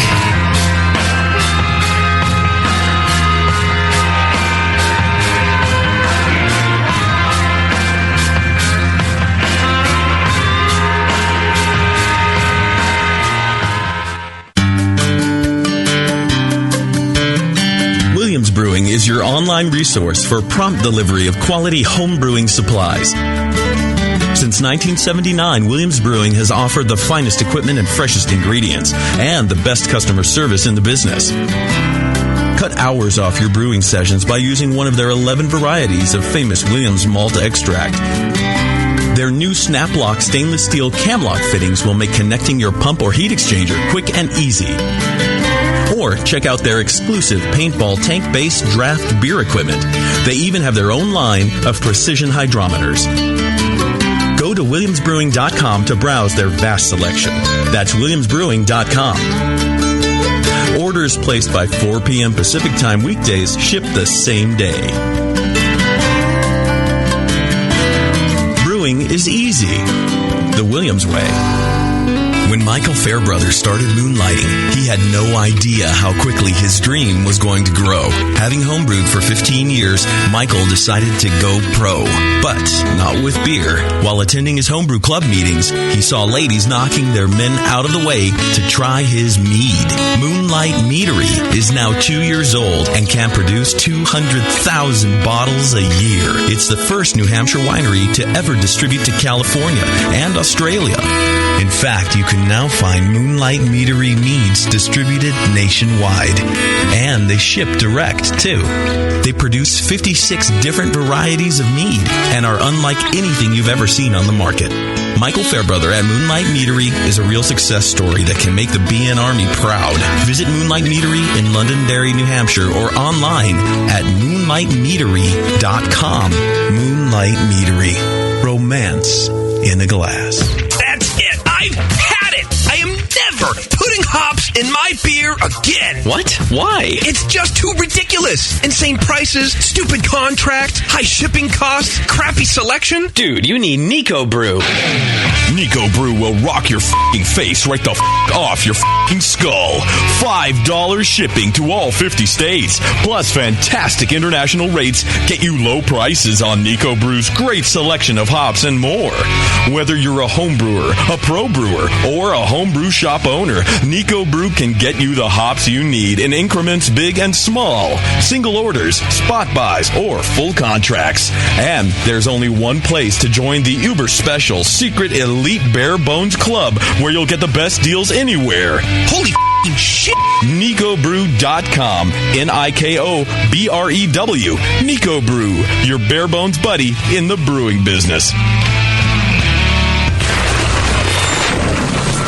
Tonight is the night. We bring the creature to life, Dr. Blickmanstein? Yes, J.P. Gore. Everything is perfect for my next fermented creation. My father, the storm is too far away.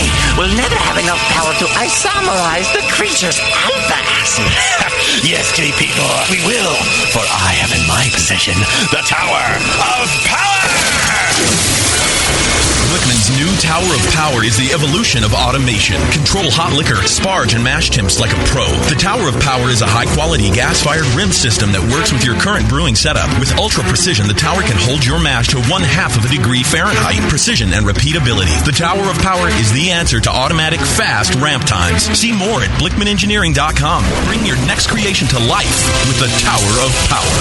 Dr. Blickmanstein, with the Tower of Power, you can probably give me an afternoon at the pub to enjoy a pint. Don't be silly, J.P. Gore. We have beer to brew.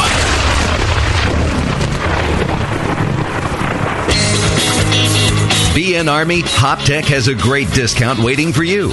Do you often find it difficult to find specific specialty ingredients for your homebrew recipes? Well, listen to this.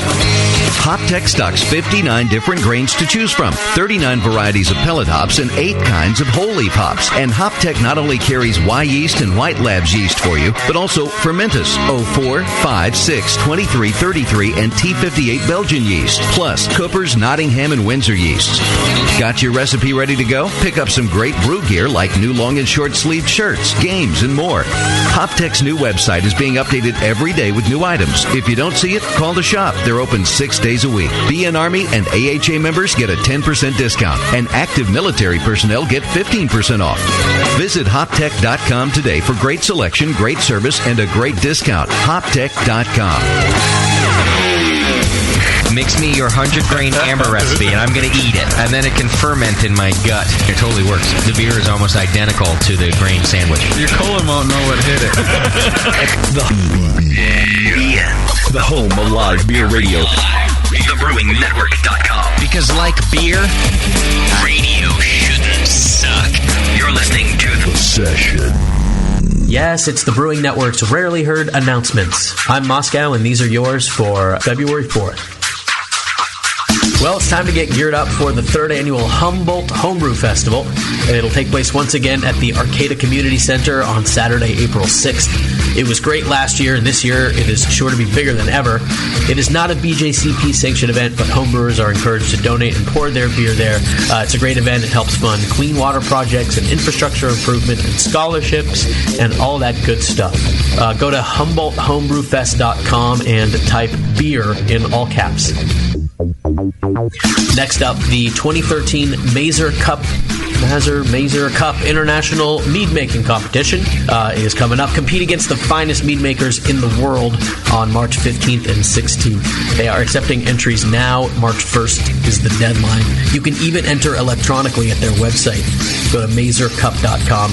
Mazer, M-A-Z-E-R cup.com. And next up, the Hudson Valley Homebrewers of New York are holding their 23rd annual homebrew competition coming up March 16th. They are looking for donations to help support the event.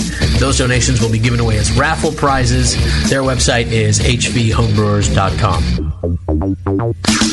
Hop Kiln Vineyards is teaming up with Bear Republic Brewery and John Ash & Company to pair their Russian River Valley estate wines with Bear Republic's fine craft beers and John Ash & Co.'s sustainable foods in a great atmosphere to kick off Wine Road's barrel tasting weekend. It's March 1st. It is at the Vintners Inn starting at 7 p.m. They have an unbelievable sounding menu. There's sure to be great beer, wine, and food. You can get tickets now at SonomaCountyBeerFoodWine.eventbrite.com. All right, that's it for this week. It is announcement season again, so be sure to send me your events, Scott@thebrewingnetwork.com for a spot in this segment. And until the next one, this is Scott the Jew saying L'chaim.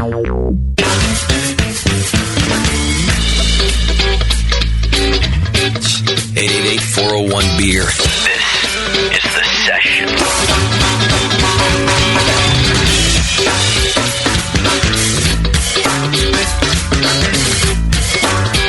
All right, welcome back to the program. Thanks for hanging out with us. Thanks very much to Bill Knoedelseder from Bitter Brew. That was just a good time for us and for me to have that interview with him. He's a good dude, and he wrote a great book, so go check it out. Got a lot of other things to do today. Sully's in the studio with us. Can you believe it? Jesus. Sully, you are a busy man now. I'm tired. Look at this. I'm 62 now. You are 62 now. You're 49 going on 62. Yes. Or something like that. Yeah, it's just been, I flew over 100,000 miles last year. You know, can I say about that, this has to do with your travel and where you've gone. I often sit back, especially moving into this new studio, I'll kind of sit back and think about where we started, you know. And I remember you coming on the show the first time in my garage. Yep. And standing in the kitchen with you afterwards, and you were excited about this brewing network, and just talking about it. You were very nice to me, but then also you were very successful as a brew pub right there in San Francisco, near Giants Park. But so much has changed in that time. It's insane. I feel like we've grown up together. We have in that sense. You're right. I mean, like, your studio is really impressive here. I mean, I was actually talking to somebody who was your gardener in your old place. And I met this guy, and he wouldn't he'd go to your house, and he never got paid. You just paid him in beer, and he would get drunk over there. I don't remember what his name was. He would get drunk and smoke weed in my backyard. Is this the Paul the landscaper guy? Yeah. So you saw this guy? I met him, and he just came out of the blue. He just started telling me the story, and I was thinking back about that. Like, I just remember that house and that garage, and your ex-wife back then. It really has come full circle. I mean, I'm driving around downtown Martinez here trying to find your office building. Right. Yeah, he's got a new ex-wife, and it times change. Right. I say, God, I am my father's son. But I also think of it from a sponsor perspective too. That you're kind of our perfect example of a sponsor that fits the Brewing Network too, because you believed in us early on, right, and put out the 21st Amendment message before your beer was even available to most of our listeners. Yeah. And then over the years, as it becomes available in a new state and a new market all the time, our listeners are there waiting for you. And I use you kind of as a model for companies who say, well, we're only regional. And I kind of go, so is 2-1A! Well, it really was that way. I mean, I remember the first show, and I first met you, and the whole situation, and I just drank the Kool-Aid that day. I mean, it was like, I was kind of like the whole canned beer thing. I mean, when I saw Oscar Blues doing this back in, I don't know when I was there, 2005. Yeah. And I saw what they were doing. It's like, holy shit, this is the future, I think. And I saw what you were doing. I was like, man, this is really awesome. This is like it's grassroots kind of brewing radio, and I want to be part of this. And I felt the energy in the room, and you gave me a great back rub that day. I did. And lower back. Lower back. And I was sold. And front. And it is true, actually. I think I've said this to you before, is that I'll go in markets that, we sell our beer, and I'll go to festivals, and your hop grenades are fucking everywhere. Yeah. And they come out of the woodwork, and they all know me. And they all want to talk to me, and they've heard about me, and they've heard about the 2-1A, and they've heard that commercial that's 3 years old now. Yeah, we got to do that. Nico and I were talking about that today. We got to come down and just redo a new one. Nico came to our festival for the first time ever. He stopped me in the park. I'm like, I didn't see him there. How did you get in, dude? I was like, listen, I have now known you and Sully for 7 years, going on 8 years, and this is your first festival. You came to Winterfest. Yeah, he lives in Walnut Creek. Now he's in Walnut Creek. At 389. That kind of stuff it's really fun for me to think about. I don't mean that I sit around patting myself in the back about it. I mean, it's a lot of fun for me to think about that you now show up at different events, and our listeners are like, dude, that's Sully. He's been on the show since 2006. They'll show up, and they'll wear their shirts. They want pictures taken. It's just awesome. I mean, I have to tell you that it is. I have to travel a lot, and it is brutal. It's busy, I'm sure. It really is brutal at times. Yeah. And but when I see your listeners come out, and I've made friends through this network of people in all these other cities. Like, It's great great. friends, and I'll sit around and they'll want to talk about beer and this and that. And I'll be like, hey, well, what's going on with the other? I'll talk about their personal life, Right. Because they're like my little family on the road, Right. So it's been great for me, honestly. You know, this is where it's going to really sound cheesy, but is this your Clydesdale moment? But I think we do a different kind of marketing. We offer a different kind of marketing for companies. It's much more personal like that. Mm-hmm. We try as best we can to not really bullshit about the companies that support us, right?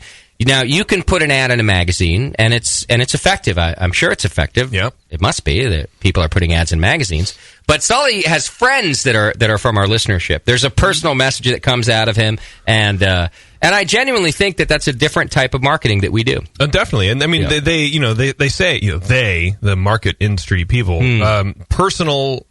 Marketing on a personal level is much more effective. Yeah. People want to know these days. There's so many options. They want to know who you're buying from.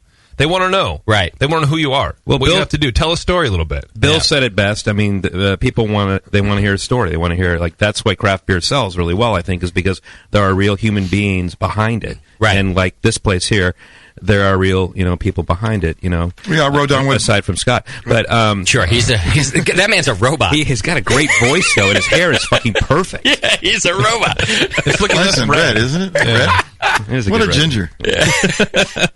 No, Bill did. He said their strategy at Anheuser-Busch was make friends, sell beer. Right. That still works, right? Yeah. That's exactly what I do. I mean, look, I spend a lot of time talking, and going around and shaking hands, and kissing babies, and sometimes they're close to my age. But so it is all about that. I love talking about it. I love doing this. I love getting excited, and people tell me their stories, and what better job to have than to just communicate and talk to people about their lives and what you're doing. And what I'm doing and what I'm doing. Well, with the downside being, and I'm honest about this.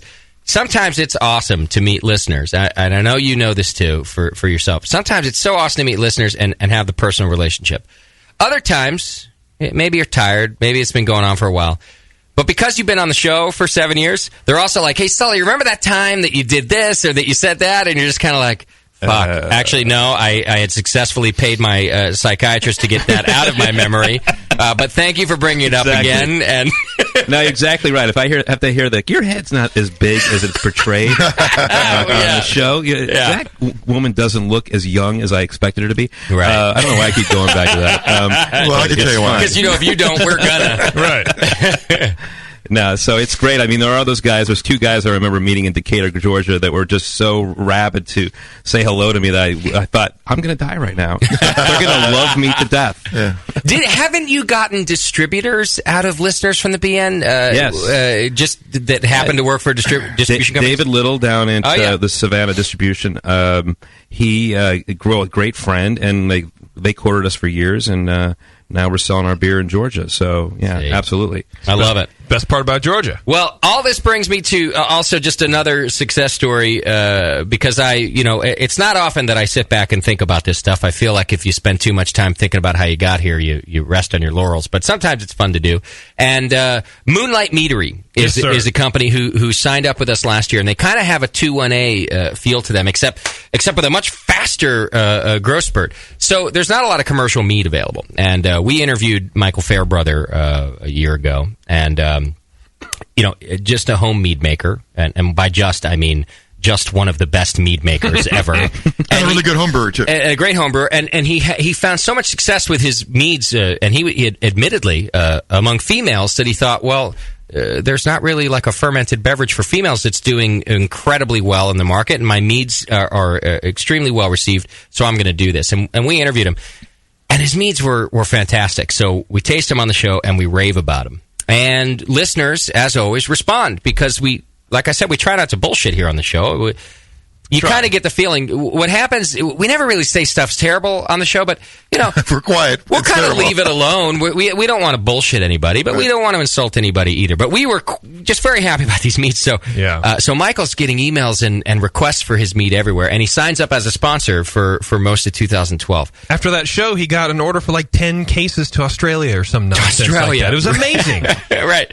So For the next, 12 months, Michael, he tweets like once a week that a listener has encouraged a purchase from a liquor store somewhere in some part of the country that he had never gotten. Either some doubling of his original purchase or like, hey, could you please get this mead in? Yeah. Because part of our interview was like, how are people going to get your stuff? And it was, well, you should probably ask your local places. You got to ask. Well, it's worked incredibly, and so Moonlight Meadery. I'm so happy to hear this because it started at his house. He did this meadery in his garage, just like my company in my garage. He's now signed up for all of 2013, and we're going to do some new stuff with him where we're actually going to get to taste and talk about his mead on kind of a regular. He's sending us more mead. Because part of the thing is wait a minute, Monster, we get some of that. Right. Yeah, you're saying it to me, not to You Moscow. seem awful happy there. Yeah. Right. I was. You remember how he said the ladies go crazy for You it? said something about a lot of beer we got around Christmas time. I haven't had any of that. Where is He that? hasn't seen anything. Hey, when you can send it to Moscow, but send me a copy of what you get, like a list. You're a washing beer all the time, Tasty. You don't, Well, I you know don't that. need the handouts. Doesn't mean I can't do. complain. Oh, I see. Well, that's probably. Well, see, he's like a socialist. Well, part of the great thing about getting mead here is that mead's not really in the conversation that often. And certainly, like with tasting profiles and things like that, all the blogs and everything else, everyone's just talking about tasting beer. So we're going to do some new segments with him. And I wanted to thank Michael Fairbrother from Moonlight, and I wanted to congratulate Moonlight on their continued growth and success. And I wanted to, just really thank them for they've signed up for all of 2013. And BN Army, you listeners, you're the ones responsible for it because you responded to him. Absolutely, and 100%. He called JP and said, "What do I got to do? Just tell me what to do to be involved for all of 2013." And that's cool stuff for us. That's you guys responding. So Moonlight. Yeah, That's awesome. Michael, Yeah. send me an email. I'll tell you where to send the meat. He already has it taken care of. Don't worry. You'll never see Tell you where a not drop to of send it until the show. Yeah, really. Big shout out to the BN Army for supporting that. I mean, they went absolutely friggin' rabid. Over this stuff, and Michael's really good on social media. He lets people know, hey, you heard about us on the BN. Now go find us in your liquor store. Right. Go ask for us. Do it. Well, this is the other part. We're not miracle workers, too. Listeners will kind of respond and go try it. And then if it's good, they're going to rave about it. Yeah. And I think the same goes for Sully's beer. They could love Sully all they want. But if they go to the store and pick up Bitter American and it's not the beer that we said it was, right? Well, Sully's not going to be calling me and saying, hey, thanks for the help. So these companies are putting out great products, and it's good to put the word out. So... Anyway, I'm excited to get our first batch of mead, which now, in the middle of that discussion, it reminded me, you're making fun of Moscow here, Tasty, for hoarding the beer. I got an email from Steve-O the Mexican or whatever his name is. Yeah. That in his batch of beer, he also sent $45. No, I don't remember. untrue. I don't remember Untrue. seeing $45. It's not true. He didn't What? send $45. Maybe he's lying He about sent the sum. $50. And $145. Yeah. Scott and I bought Mexican food the other night watching the Sharks game. So now I know where it comes from. Well, what's funny is Steve-O was really concerned about it, but he was really shy. He sent me a Facebook message, and he's like, I don't know if I should say or bring this up. This happened a couple weeks ago. Yeah. But I sent those bottles of beer for the Christmas show or whatever, and I heard you guys talk about the beer, but nobody said anything about the $45, and I don't want to call out Moscow, and maybe he stole it. I didn't bring it up because clearly, if I felt that Moscow was a thief, he wouldn't be working at the BN. But I did. There's nothing to steal here, by the way. But I did think it was funny. Well. So here's how I looked at it. Like, you have class action lawsuits. You ever get these, and you get like a check for $1.26 from some payout. So either a million people can get $1.26, right, or one guy can get an actual serious sum of money. Something you can do something with. Yeah, exactly. So I figured, what's the point? So you kept. I owe you guys $5. You owe Tasty $5. Okay. Yes. I owe you $5. I have it for you. Damn it! I need that $5. Right. It's tipping money. And while you're at it, give Sully $5. He drove all the way out here. Sure, got lost. Gotta fill that Jag. No, thank you again, Moonlight Meadery, Michael. Yeah. So we'll be talking to Michael throughout the year when we taste his mead, and I think he got us hammered last time we drank all his mead, so that'll be... Susie just messaged me. She goes, I want mead with like 18 exclamation points. Gotta show up, baby. On Talk the 10th. to Moscow. Next show, we're gonna have it. We're gonna have it by then. Oh, we will? Yeah. Okay. So that's what... Is that next week's show? Yep. We got Jester King in the studio. Yeah. So not only are we talking... We're gonna be doing good sour beers, We're gonna have some nice meads. I'm calling cabs for everyone to put on the BN What tab. day is that? Sunday or Monday show? It's a Sunday show. Well, I was going to go to Sourfest first. You That's not still gonna can. work. That event starts at 11. I know, but I can't drink sour beer all day. You can drink a couple. Especially because you're going to come here and there's going to be a shitload I'll more bring sour beer. antacids, I think. There you go. I'll Yes. bring the antacids, you guys. Please do. Yeah, the beers from Jester King are already in the fridge, and they look fan-freaking-tastic. So it's going to be a drunk show next week, it sounds like. Yeah. Plan it. I like that's one part I like about SF Beer Week is that we get brewers in from out of town. We've gotten Jamie in from Ninkasi because of it. Brewers who will kind of tell us, "Oh, I'd love to do the show," and then never come out and do the show. But if they're in town for SF Beer Week, we get them in here. So it's good to have the boys from Jester King. They've made some headlines recently too. I think I've seen that. Where are they located?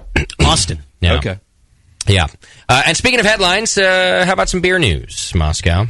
Sure. Well, I was going to start off with the Pliny release, but we covered that, so let's go to a Surly Brewing story. They have secured nearly $2 million in environmental cleanup grants that they were seeking to develop a $20 million, 60,000-square-foot destination brewery near the University of Minnesota's TCF Stadium. Stop.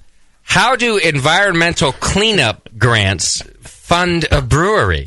Well, the site that they want to develop on was an old food processing plant, and the soil is contaminated and et cetera. So before construction can even start, the federal whatever administration is demanding cleanup, and Surly said, well, then you got to give us the money to clean up before we can do a build-out.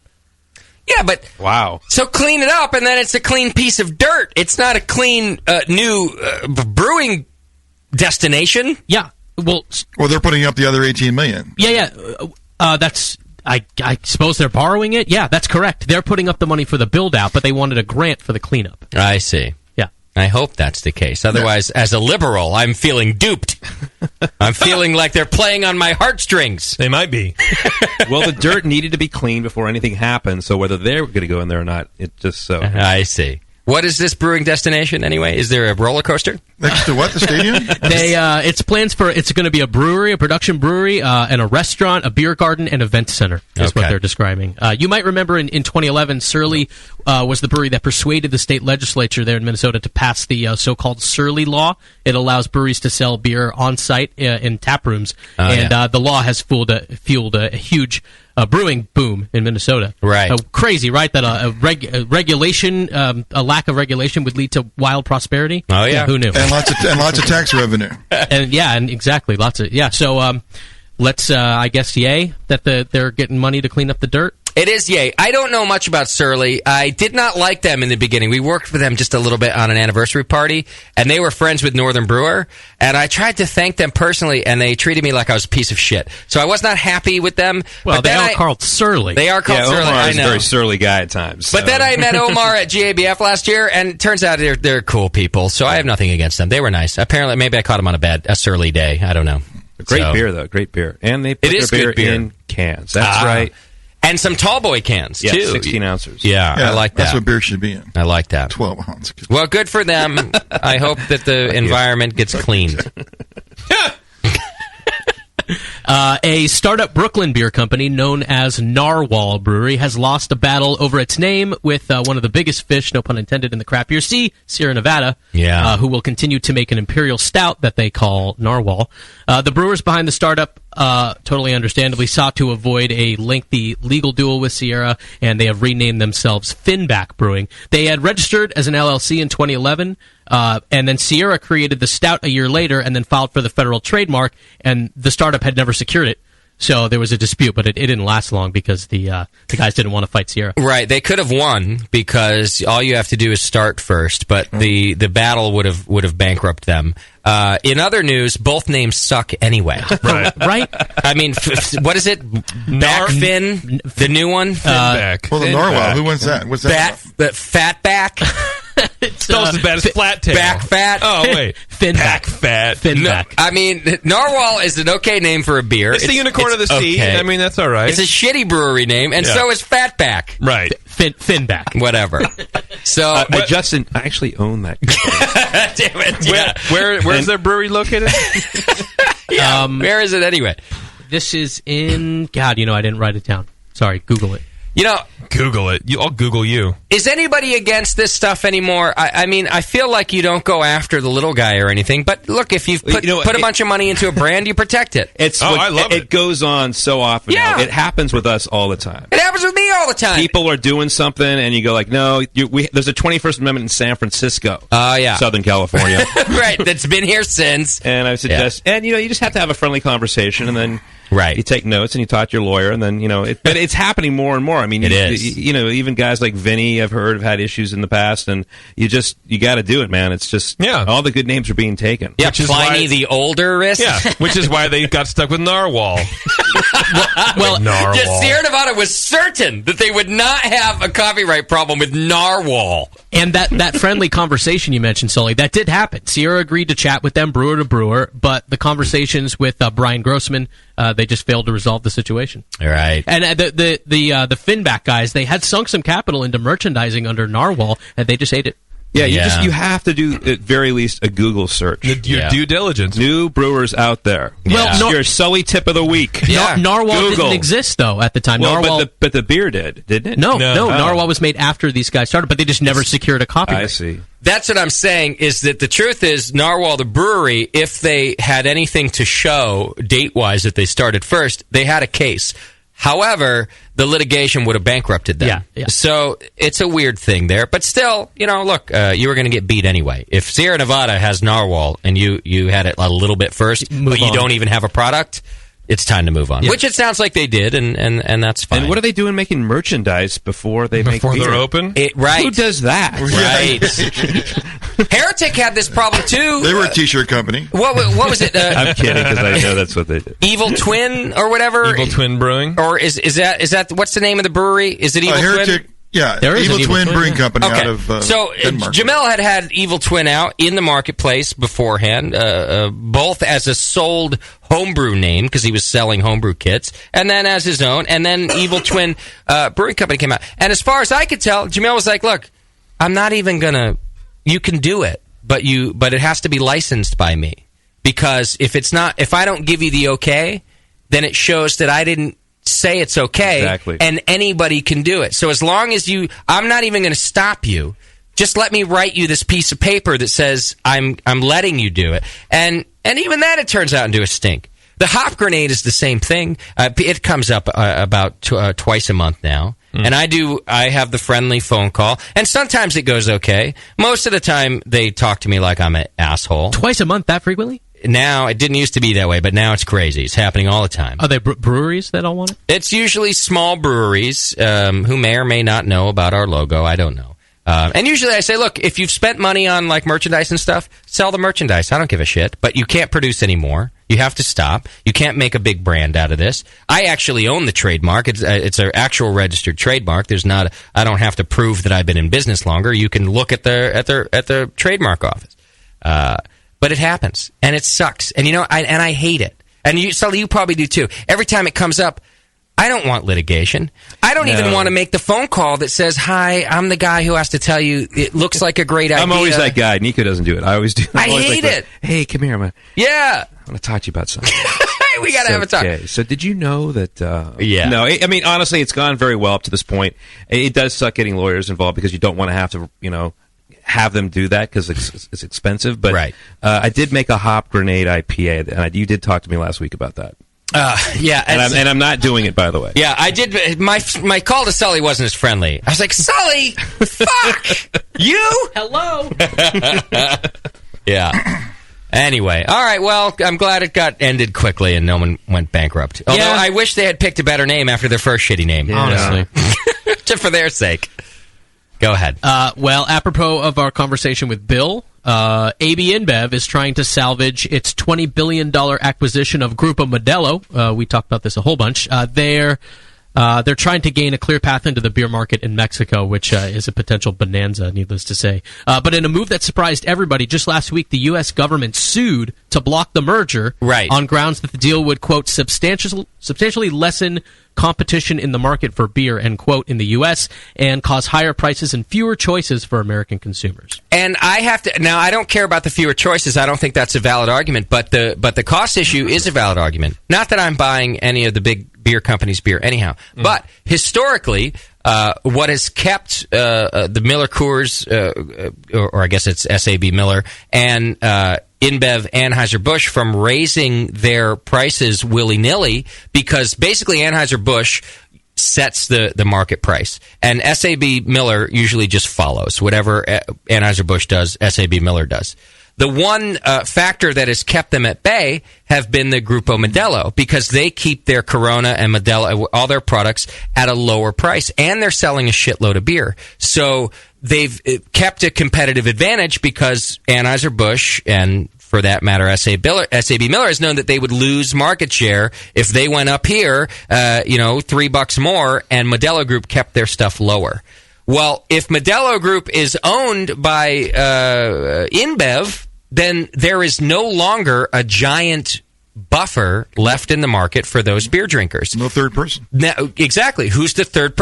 Is craft beer the third? Well, first of all, no, because it's more expensive, and two, it's a different product. It's a different market for it. But wouldn't the market still correct itself? Because first of all, they already own half of Grupo Modelo, but it's irrelevant. If they owned it all and they wanted to sell 6-packs for $12.99, would the market not correct itself? Would people not en masse switch over to, you can get light lagers that are craft beer? Well, you're right. It wouldn't skyrocket instantaneously, and yes, you can get other things, but the propensity for it to steadily rise without something, competition is part of keeping prices down. Of course. In every market. And that's why antitrust laws exist. If you eliminate competition, I'm not all for regulation either. All right, I'm not saying that every industry should have crazy regulations. I believe in a free market, but a lack of competition historically is very bad for the consumer. But it's not a lack of competition. It's a lack of competition in the category of huge global brewer. There's plenty of competition. There's a million other products on the shelf. Yeah, but it's not really the same. The same money isn't spent on advertising to make that market public, the product public. Essentially, the main competitor to InBev and SAB Miller is Grupo Modelo. In terms of pricing. Yeah. If you take that out, I'm just saying it's a slippery slope. It gets weird, and I don't like I don't like monopolies in general. I don't think anybody does. I think the U.S. government has the right to question this. When did you become so smart? I don't know. I'm just like an econ class right now. Holy shit! I think it's those books on tape. I get my news on books now. News on whatever I get it. I heard that. I was listening to that book. Yeah. Justin, Jesus Christ! Wow, I was looking at you like, and your chair's higher than everybody else's, by the way. And you look like you're the professor here. Well, it's just my high chair. He's regurgitating NPR. That's all. Right. Well, AB InBev is they are of course denying the charge that there will be fewer choices for American consumers. They argue that the U.S. market has plenty of choices when it comes to beer. Now, for them, it's essentially either litigate, negotiate, or walk away. And their initial response, as of last week, was aggressive. Basically, you're stupid, and we'll see you in court. And I will follow this story closely just because I'm curious. I could be wrong. I don't like a lack of competition. I think it gets ugly. But we just have. I agree with you. I think everyone does. But it's how do you sit that's a lack of competition? We're not interpreting a lack of competition in the same way. That's true. Viable but that's because you don't know anything. Yeah. So in other words, if it went to $13.99 a 6-pack, people would just buy it? No. In fact, I admitted it's not going to skyrocket like that. But the craft beer is not competition right now. Okay, so there's a million craft beers. It's not competition. These are the products that people want. And no, they're not going to be able to charge $13.99 right now. Okay, fine. Make it $8.99. Then people will buy it. Yeah, it's almost there. So what? That's what the market will bear. But the market should be kept lower, and there should be competition to do that. Because I think it's important for consumers to be. They don't have, Yes, I know the philosophy that the buying power of the consumer is the final word. But the truth is, that's also dictated by availability. And if nothing's available at less than $8.99, well, then people are kind of getting fucked. Especially because we all know that product is worth a lot less than that. That being said, I bought 6-packs for like $9.99 today. All the craft beer, and that's too much for me. I don't entirely disagree with you, Moscow. And in fact, I know where you're going with that, JP, too. That's actually part of my argument. I know that the market sort of regulates itself. Right. But it regulates itself in part also due to competition. Definitely. And the point of antitrust laws was to keep Standard Oil from owning every gas pump in the world so that they could charge $20 a gallon and no one could do anything. But it would skyrocket if it was a true monopoly. I understand. But at 80% of the beer sold in the United States, it's the equivalent of a Standard Oil. It's a lot of beer. Okay, one last story from, this is actually involving a story I brought up maybe just a few weeks ago. If you guys remember Strange Brew, the home brewing shop in Massachusetts, and a Colorado brewery called Strange Brewing Company had a little spat. Another trademark over lawsuit. that name. Yeah, well, interestingly, just today, firefighters had to extinguish a fire inside the Strange Brew home brewing shop. It's in Marlborough, Massachusetts. Fire chief. Was there also a horse head found in the owner's bed? Clydesdale. Yeah, it was a Clydesdale. It sure would be a shame if this place burned down. Fire Chief James Fortin said a call reporting smoke in the building came in around 1:40 p.m. The firefighters were already in the area. They extinguished the fire pretty quickly. It hadn't gotten out of control yet. The store manager said he and the employees were working inside. They smelled smoke and called the fire department. They're saying it was restricted to inside an exterior wall. So as of now, it seems like it was just electrical or whatever. There's no foul play. Right. But it does seem interesting that they were vilified as douches on the internet, and now there's a fire in the shop. Well, listeners, I will have you know, we were apt to jump on the They Are Douches bandwagon for their litigation. It did seem a little bit strange, but we took the journalistic approach and asked them to be on the program before we've said very much about it. Yes. They have not responded to any of our contact requests to come on and tell their side of the story. It doesn't make them villains, but I don't know. I still find the whole story very strange. I do too. Yeah. Well, I don't find it strange enough to burn the place down, but maybe somebody else did. I probably didn't use enough gasoline. I should have known better. Wow. All right, well, there's your beer news. Out loud voice. All right, fantastic. Good job today, Moscow. You made me sound smart, and that's difficult to do. Thanks a lot. Talk about a backhanded compliment. Yeah. You made me sound smart. I'm impressed. All right. Hey, Sully, did you just put out a Saison in a can? Yes. It's a damn good beer. I just had some over at Creek Monkey before the show. You did? I'm really enjoying it right here. You don't have one? No. Sneak Attack, I think it's called, right? Sneak Attack. It's a Saison. We brewed it with a little bit of cardamom, and it's available in 6-packs. See, you are not a dummy. That is a good beer to put out in a can. Yeah, it's my favorite beer we make right now. Is it really? Yeah. Better than Bitter American? Because that's the best beer that I have found on the market right now. Thank you. He is a Bitter American fan. He loves that stuff. No, I can never get enough of it. I just like this one. It's 6.2% alcohol. It drinks light, but it's got a little impact to it. The marketing line is that we're bringing summer to winter. Typically Saisons are released during the summer months, and when your winter beers are stronger, they're barley wines, they're big beers. So this is actually kind of what Bitter American was, which was our late winter seasonal, and now it became a full-time beer, so this is replacing that. Okay. Yeah. Are you still basically evaluating and producing all these at the pub first before you decide how to do it? And then you're the guy, we've always made fun of you for not being the guy in the brewery anymore. But you're the guy who goes out to the big brewery and makes sure the stuff gets done right. Yeah, we've had more people involved now because we've gotten bigger. Okay. But, I design all the recipes. I'm out there for the first batches when they're brewed. We're actually, tonight, Jesus Christ, Sean, I said bottle.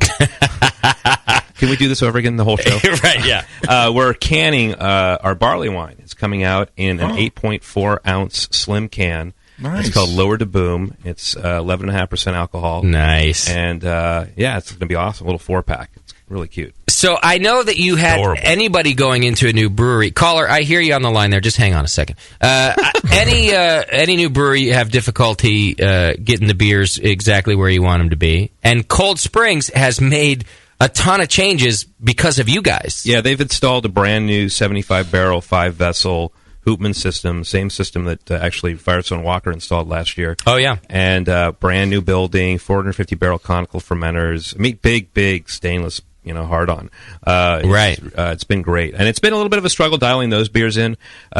Cold Spring, is an old, Midwestern lager brewery for a number of years, and we went out there, and they never dry hop before, or done any sort of weird kooky stuff that we do, like with Monk's Blood or anything like that. And so it was a huge learning process. And now that we've gone to the news side, as we call it, it's still been a little bit of a growing pain as well. So it hasn't been blowjobs and unicorns. Is it right? Is that a big part of your travel schedule? Yeah. You have to spend a bunch of time there. Back there, a lot of it though is like marketing, talking, and all that. But it's also coming up with these new collaborations. We've got a collaboration. I actually really haven't talked about it publicly. We're going to be doing a pumpkin beer collaboration with Dick Cantwell at the Legion this year. Oh, nice! And that's going to come out in October. I've never told anybody that until right now. Tasty just made a face. I love it. Pumpkin beer is amazing. Oh yeah, if done right. If done right. Are you going to back off on the nutmeg for us? Yes. Thank you. There will be light spicing because I think that denotes pumpkin beer, but we're going to have a lot of fun with it. Okay. You guys want to try this caller? I can hear him in the very background. He's What's already going on? talking to himself. How do you know? I don't have a call screener. I can see my calls coming through, and I hear everything, Sully. I know what's happening. And he's talking to himself on the other end, which makes me nervous to take this call. But let's try it, shall we? Do it. Caller, you're on the air with Sully. What's happening? Is that me? That's you, buddy. Who we talking to? Holy fucking shit, man. I told you. I'm calling it for Drunk of the Week. I've been loving the conversation so far. Okay, that's great. With yourself, or you mean us? Yeah. He must be drunk. Who are you, and where are you calling from? Should I give my full name? No, just your first name's fine. But your credit card number is just fine. I'm Richard. I'm calling from Burbank. I've tried to call in so many fucking times, it's not even funny right now. Okay. My house is going crazy at the moment. Oh, yeah? Crazy how? Like Augie Bush the Fourth crazy? Dead girl in the room? Yeah, you got a pile of coke on your table? like fucking daytime strippers and then nighttime strippers. Right. They're called closers or finishers. Finishers. Yeah, we got finishers. Right. All right. What's his name? What's his name? Jeff. His name's Jeff. There you go. All right. No, hey, you know what? I know I'm calling in for Drunk of the Week. I just got to say this. I was thinking about this earlier. Did you guys watch Brewing Wars? I know you did an interview with the lady who did it, but did you guys watch the documentary? Beer Wars? Beer Wars. Yeah, Thank you. I watched the documentary, and yes, we interviewed Annette, yeah. Yeah. You know what? I gotta. Can I say this? Can I just be honest on air? Do whatever you want, man. Yeah. I fucking hate InBev, but goddamn, they're a good company to invest in because they keep fucking over the little guys. Well, they used to be a good company to invest in. You're late to the bandwagon, though. Yeah, their stock has skyrocketed, actually. Yeah. I've been keeping track of that daily. Yeah. Well, more importantly, Rich from Burbank, we have instituted some new rules for Drunk of the Week, and you will have to pass a few tests in order to compete. Actually, AB InBev is trading at 87.67 a share. Oh. And it's down 4.61. Well, that's not too bad. Not really. They bought at 70. Didn't they hit 90 this week? Like 94 this week? I don't know. What am I, smart? Get out of here. All right. I'm sorry, my bad. Here's what we're going to do. We're going to give you a couple of tongue twisters that you're going to have to say back to me. It's going to help us evaluate your motor functions. All right? Are you ready? Guess not. You scared him off. His motor function, he can't even stay on the phone. Just passed out. I guess when I told him to get out of here, I guess he thought I was serious. Wow, you scared him. That was great. Rich is gone. Failed. Wow, what happened there? Did you... See, in the old days, we would have already put him in for Drunk of the Week. Right. But it's the cream of the crop, baby. You got to compete now. Yep. That might mean he's really drunk. He heard I have to do something and went, I'm out of here. Yeah, I'm out. You're right. I'll put him in for Drunk of the Week. Yeah, that's good enough for me. All right. Hey, real quick, if you're looking for some beer recipe software and a way to increase efficiency and fun, for that matter, on your brew day, check out the Beersmith Brewing Software. You can go to beersmith.com, get your free 21-day trial. And, this is another small company that in this industry that I'm just fascinated with, and I really like them, and I like to watch them grow, and they're growing along with us. Brad over there at Beersmith is just a nice dude, and he's put out a couple editions of the software since we started. You know, when I started the Brewing Network, actually, I did a bunch of research about are there other companies around like us? You know, Sully, like you recommended that a new brewery do. Yes. Fucking Google it, for God's sake. Exactly. And Beersmith is one of the companies that I found. Back then, they were kind of just a beer forum and trading recipes and things like that. But they've since become the premier brewing software company. And to watch that growth is pretty fascinating. Check it out, though. I've actually used them. Oh, you have used it? I have used it. I'm telling you, when you kind of go back to the other brewing software after you've checked out Beersmith, I can understand the familiarity of the older brewing software. But it sort of feels like you're using a Commodore 64. It does, actually. Like, it's very archaic. Like, even the images are sort of, you're like, I remember using the other software for the first time going, this is amazing. Yeah, there's software for this. I put a number in the machine. And then I used Beersmith, and it's a very different animal. But you don't have to take my word for it. You get a free 21-day trial just by going to beersmith.com right now. It works on both PC and Mac, and it's just a fantastic piece. Also, the guy's updating it all the time. It's his job, and you know that if you have to send threads, if you're having a difficulty, he actually answers your email and all that. Plus, there's a blog and a video interview series, and you can trade. There's like 2,000 recipes or more. There's a whole recipe site, all sorts of stuff. Go to beersmith.com and check it out, and you won't be disappointed. But if in the off chance that you are, because you're retarded, you haven't paid any money. It was a free trial. That's true. Or you can pull the trigger. They're in the store right now. Oh, that's right. We actually sell physical copies now. That's true. That's correct. Go to the Brewing Network store, and you can get your copy that way. Okay. I see the phones are blowing up. So why don't we do this? We'll take a break. I'll put Moscow on the phones because we don't have Susie in here today. So we'll put Moscow on the phone. Who's Susie? It has been a while. So when Bevo can't make it, Bevo's still alive. Okay, good. Barely. She's fatter. Is she? But alive. She had a child, right? Yeah. She had a child. Okay. She's still cute as hell. Okay, good. Don't get me wrong. Okay. So Susie fills in for her. And Susie lets the cleavage fly also and can put up with our bullshit. But Susie couldn't make it either, so she's doing the chat room remotely. A lot of technology in this new studio, Sully. Where's she, in India or something like that? Or she's in a dungeon. She's actually just right below us. We just won't let her up in the studio. So Moscow will take your phone calls. We'll do Drunk of the Week. Plus, we got a couple of other things up my sleeve, and we'll do all that when we come back. A little more with Sully, and we'll wrap things up and get out of here. Hang in there. It's The Session.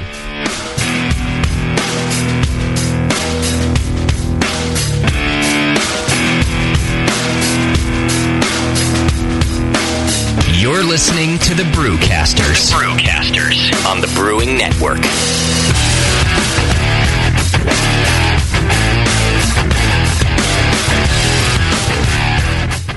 All right, BN Army, it's trivia time. What's the only homebrew shop with over 1,000 recipe kits, $4.99 shipping on orders over $100, and is also home of the Wolf Shirt? The one and only answer is Austin Homebrew Supply. For over 20 years, they've specialized in creating recipes such as the best-selling Texas Blonde Ale, Apocalypso, Hop Bomb 2.0, and Double Chocolate Stout. And they just recently unveiled their small grain kits that produce 1 gallon of beer. Visit AustinHomebrew.com to browse their extensive catalog of equipment and ingredients. They also have mini clone recipes of your favorite commercial beers. They're the exclusive retailer of BrewVent yeast fuel as well, Yeast Nutrient, and the all-new Bodybuilder. Follow Austin Homebrew Supply on Google Plus to participate in video hangouts on popular brewing topics. So visit AustinHomebrew.com today and make sure you sign up for their weekly email with news and specials. Austin Homebrew Supply, AustinHomebrew.com. When I order a beer, I want my server to know more about it than I do. I want someone who enjoys good beer and loves helping others enjoy it too. I want someone who knows how to pour a perfect pint for any beer style. I want a Cicerone. The Cicerone certification program is creating the type of people who help you enjoy great beer. Home brewers and craft beer lovers know beer is more flavorful and complex than ever, and it takes some serious knowledge to store and serve beer right. Cicerones know beer. There are 3 levels in the Cicerone program: Certified Beer Server, Certified Cicerone, and Master Cicerone. Cicerones are truly the sommeliers of beer. The best beer locations have a certified Cicerone on staff. Relaxed and unpretentious. Cicerones are tested on storing and serving beer, beer styles, flavor and tasting, the brewing process and ingredients, and pairing food with beer. Learn more about your next beer guide at cicerone.org. Certified Cicerone, because it takes top talent to present a perfect pint. Did you know the Brewing Network's very own Code Writing Fool's son, Ryan Wolf, has opened a beer mecca in Missouri? The Wolfbrow House of Beer has hundreds of beers from all over the world and is conveniently close to I-70 in St. Peters. Free tastings Saturdays 4 to 6 p.m. featuring special guests from local breweries. The best build-your-own six-pack around with every style represented. And kegged craft beer available for your kegerator too. There's always something new at the Wolfbrow House of Beer. New and hard to find beer every week. No two visits are the same, just like passing out at the Rat Pad. Hi, this is Ryan from Wolfbrow House of Beer. Mention the Brewing Network when you stop in for some cool free stuff. Mention JP for a swift kick in the ass. The Wolfbrow House of Beer. Beer with personal service from a member of the BN Army. This is Code. Visit my son's shop or I'll yank the BN website down. www.wolfbrow.com. Here's a bite for beer lovers. Soft caramel made with real craft brew and coated in chocolate. And hop drops, hard candies made with real hop oil. Introducing Beer Candy from beercandy.com. Beer Candy's amazing caramels come in 4 mouth-watering flavors. IPA, bitter gold, wrapped in smooth white chocolate. Lager, made with a familiar beer from Boston and coated in milk chocolate. Lambic, soury Belgian goodness full of fresh raspberry and dipped in dark chocolate. And Stout, roasty cocoa chocolate insanity. Hop drops are made with Fuggles or Cascade hops and are known as the candy that bites you back. Choose from sampler and full sizes of both and make your mouth jump to life. All at beercandy.com. Hop drops and beer caramels. Satisfy your sweet tooth as only a beer lover could with Beer Candy. Visit beercandy.com today.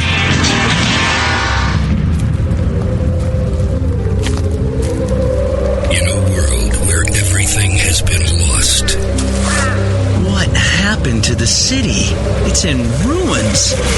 Only one man has the ancient knowledge to restore civilization. I need a drink.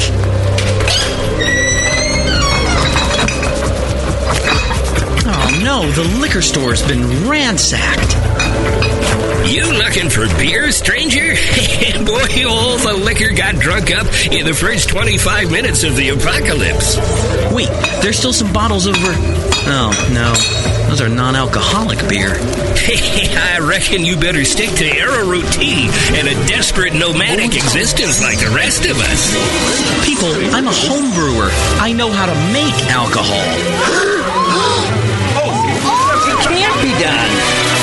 Come with me if you want the beer. Okay, I'm gonna need some big plastic buckets. He is the chosen one. The prophecies say that he's gonna get us wasted. Someone start heating water. And from the creators of Northern Brewer, the people who brought you massive selection and superior customer service, comes the Home Brewer.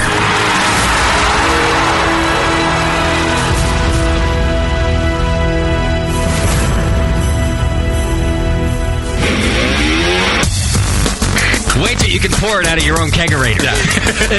I mean, your friends will look at you with awe. And it's just hot. It is? It's so super hot. The home of live beer radio. TheBrewingNetwork.com. Because like beer, radio shouldn't suck. You're listening to The Session.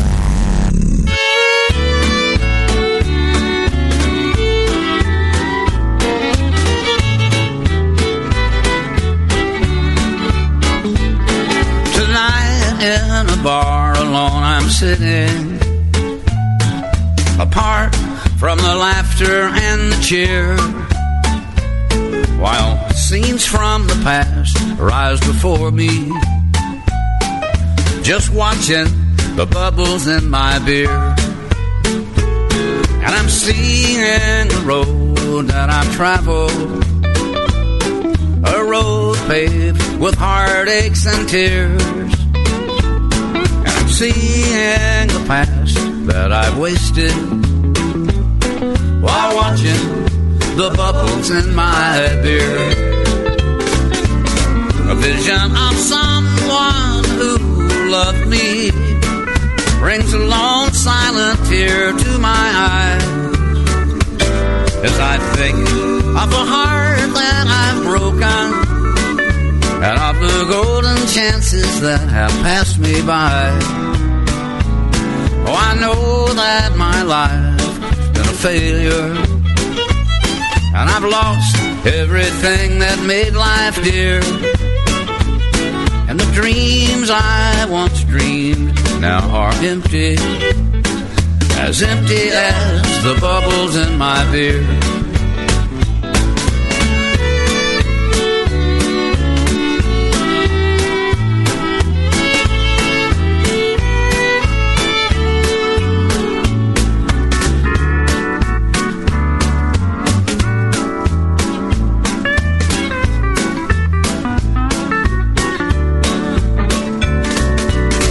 Vision of someone who loved me brings a long silent tear to my eye.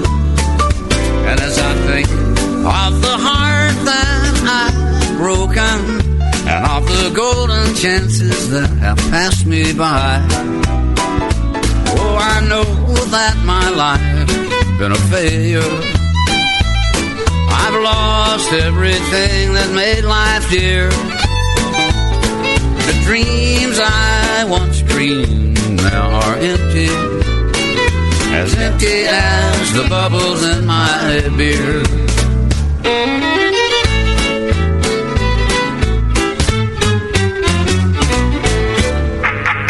You're listening to the Brewing Network. Because like beer, radio shouldn't suck.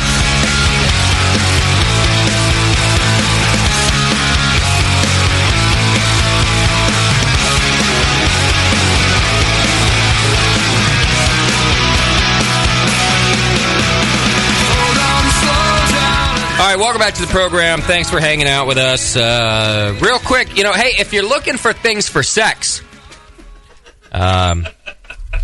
you're probably Augie Bush the Fourth. But if you're looking for fake things for sex, then you can go to adamandeve.com right now and use coupon code BNARMY, and a bunch of cool things will happen. First of all, you'll get 50% off just about any item. Just pick an item. I don't care what it is. It could be an anal plug. It doesn't matter to me. But you get 50% off just about any item. Then what'll happen is you're going to get to pick 3 free adult DVDs, and you can choose from genres such as Asian, or fetish, or chunky, or POV, or lesbian. Lesbian, thank you. Vinyl. I don't think that's a category. Sully. Well, you should write to them though. I'll give you the sites I go to. Sully is a new category. The new BN category in Adam and Eve is Sully. No, that's young and old. That's right. what that category is. Anyway, you get 3 free adult DVDs from all sorts of different things. Then you're going to get free shipping, all by using coupon code BNARMY. And then you get a free gift. So awesome, it's sensual. I think that's the tagline, right? It's I think it's so sensual. It's really awesome. I think you had it backwards. You're probably right. Thank you. But they are a sponsor of ours, and we do have fun with this ad because they've asked us to, and it's a fun ad to do. But truth be told, they sponsor us because you guys respond. So go to adamandeve.com right now and use coupon code BNARMY. Have a little fun with it. Valentine's Day is coming up. People have sex on Valentine's Day, apparently. Give them candy and give them a dildo. And there are things. Say, finish yourself off. I got to go through archives of lunch meat, bitch. Right. So go to adamandeve.com right now. Use coupon code BNARMY. BNARMY. They check up on me, by the way. They're like, hey, your code didn't get used this week, so every week. Help us out. Sully, you should take a cue from these people. They're like, hey, no one's using the code. We're going to cancel. We're going to do this. And I never hear from Sully. Sully signed up 7 years ago. I haven't heard from him since in terms of how the ad's going. He's like, is it going? Yeah, it's going. Great.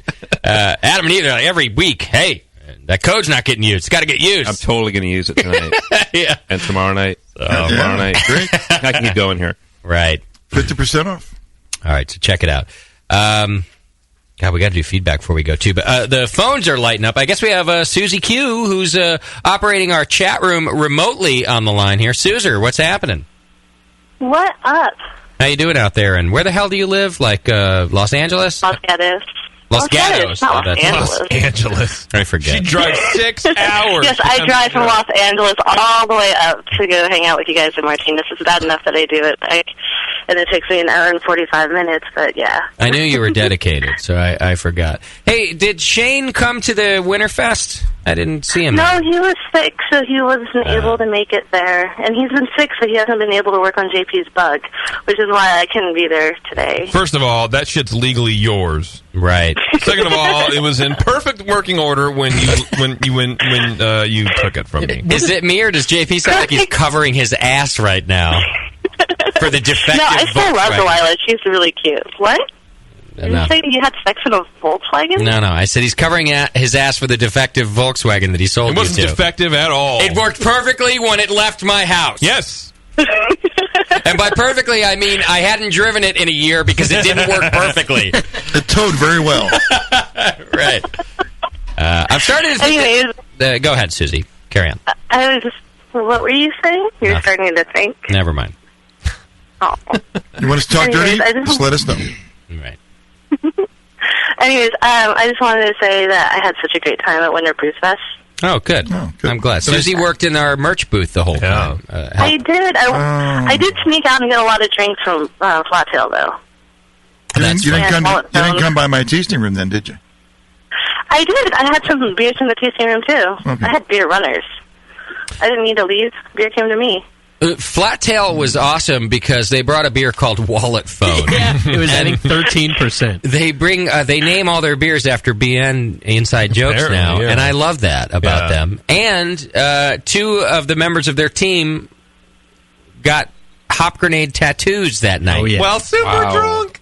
You see that, Sully? They got super drunk on the show. I'm not surprised to hear that they got tattooed this They went. They're like, "Is there a good tattoo shop in Concord?" And I was like, "Wait a minute." I was like, "Well, there's a tattoo shop that Schumann uses, if that's okay."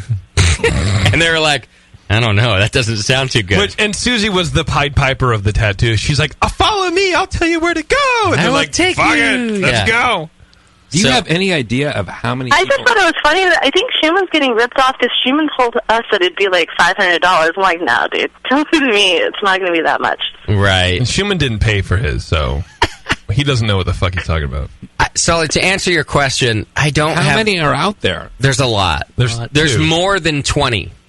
Oh, yeah. There's probably more than 50 at this point. Oh, hop grenade tattoos? Yeah. Have you ever asked anybody to send them in? Or They get sent in. We just don't really tally or keep track of it, but there's probably like 50-ish. Yeah. Wow. Or more. Yeah. It's getting crazy. God love you. I need to have them all do a little TM next to it. You know? do. You should actually ask for money for that. Yeah. Have your lawyer call him about that. It'd be great if you did send them a letter and said you have to be $10 for that tattoo. And they're like, fuck, I can't get rid of this thing, that asshole. Yeah, now I'm really the asshole. Susie comes up to me that night, all cute though, and she's like, "So, they kind of want to get a hop grenade tattoo. I'll take them to do it if you want." And I'm like, "Fuck yeah, I want. I want it. Scar those bitches." So, good job, Suzer. Oh, I was listening to the show earlier, and I was hearing about 10 chicks every time you go to Portland. I'm going to Portland tomorrow. When I get off the plane, will 10 chicks be waiting for me? You can write it off. I'm not Sully. I don't have a distributor that I can call to say, "Listen, if you want me to show up and you want my business, you have to have 10 chicks." On my business. Right, on my business. Right. But as we grow, Susie, I will keep in mind that both you and me need 10 chicks without ticks to be at our destination. Are we saying like 5 starters and 5 finishers? Yes. Or just, yeah. 5 and 5. I assume that's what you meant, Susie. You want 5 starters and 5 finishers. We always need 5 finishers. I just need one finisher. Regardless of the starters. Yeah. Nobody can show up for the start. JP, don't underachieve. I just need one starter because I'll finish before, it's fine. All right, Susie. Anything else, my dear? No. Okay. So you guys are going to have mead next week? Why, you trying to decide whether you're coming in or not? Susie, anything else? No. So, typical woman. It does sound like we're going to have mead next Sunday. You should come into the show. All right. Do it. I think I will. I'll right, try to get someone to drive me. I also hear that Susie lost a bet to Bevo and has to come in and get drunk. What? No, I lost a bet to Steve-O. Oh, Steve-O. Close enough. I forget. Same person. They both have boobs. Yeah. So I'm you have... supposed to get drunk. Okay. Well, I'm not doing it now. I'll be drunk on Sunday. Okay. All right. Thank you, Suze. Have a good night. You too. Goodbye. All right, Sue's working your chat room. So if you've got any questions, just hit the chat button on the homepage. And, Sully's in here if you want to ask about, I don't know, the average age of the person he's hanging out with nowadays. You can send that in. I do date young, don't I? Well, those are the people that are out there in your circle. I like this about you, Sully. See, Sully, sometimes you're ashamed of it when you talk to me. But I'm like, Sully, this is not a problem that It's you not have. a problem. This is not a problem. He's super ashamed of it. This is one of your positive traits. Wouldn't it be great if it wasn't true? if really Sully's dating gilfs all the time. That this is just another joke about his giant head. I got my grandma. I got the grandma I'm dating a new walker. It's all hydroelectric. It's great. It is interesting to witness. It's this super interesting combination of embarrassed and super proud. And he can't quite figure out which one he is. I'm going to put together a mashup of all the references you made tonight to dating young. Right. Well, it's just a bit. Jesus Christ. Right. All right, let's go to Casey from Folsom, California. Casey, what's happening? Hello? Oh, Nicole. Hey, buddy, what's going on? You're in trouble, Sully. Did someone just say my name? Are you Casey? How did you know my name? Call screener? Casey, are you calling in for Drunk of the Week? Yes. Wow. How drunk are you? I've had it's tough to know my resume because I started brewing at 2. All right, it's all right. I didn't ask for your resume. I asked how drunk are you? Very. All right, we're gonna test you right now. Here's what you're gonna have to do. You're going to have to say this. You have to repeat the sentence that I say. It's a bit of a tongue twister. Now, JP, I have discovered that, both in the planning of this bit and in looking it over at the break to make it happen. Talk to me about it. That this late in the show, it's also a difficult task for me. I can do it. It's fine to do. But I want to try it. Okay. I'm having fun, but I'm not yelling at you. Oh, okay, all right. You're gun shy. I don't know. Well, I can do it. I swear to God, I'll get it right. What does that say about you and your managerial practices? That I'm the asshole, as always. That he's a driven man and he gets things done. Thank you, Sully. Fuck off, Sully. Well, I'm loving that grammar rate from Herodic now. Open up both the questions and the words and phrases anyway, JP, just in case I can't do it. Yeah, okay. All right. Here's what we're going to do, Casey. We're going to start easy. All right, I'm going to give you an easy one, and just let's see if you can do it. Here it is. Sheena leads, Sheila needs. Sheila leads, Sheila needs. Okay. One fail. What? It also could be the audio quality. Well, I'll try a longer one.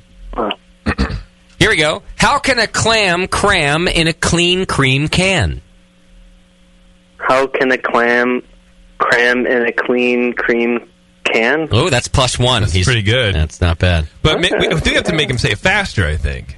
Well, anyone can do a tongue twister if they do it slow enough. We knew we were going to have some troubles with these games. Yeah. The problem is they're not reading them. They have to not only say the tongue twister, but I also didn't have shut up. But memorize it from my. That's true. You see what I mean? Yeah. So, that's why I sort of allow the slowness because they're also doing it from memory and they're slow.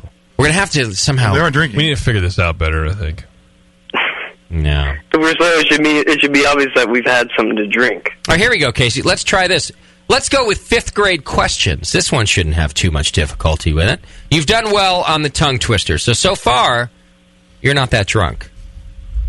Are you smarter than a 5th grader? What is the lowest prime number, Casey? I don't fucking know. I have no idea. All right. Well, I'm not going to give you the answer then. No. That way we can save it for the next drunk. No one will know. Who was the first person to step foot on the moon? Lance Armstrong? Lance, yeah. I don't know. He pedaled all the way up there. That's right. That's a point for drunk. Yeah, it is. That's right. Yeah. Good job. It was Neil, by the way, but... Oh, God damn it, Neil Armstrong. It's okay. One did steroids, the other one rode a bike. The other one punched someone in the face. Basically the same thing, right? Yeah. What planet is closest to the sun?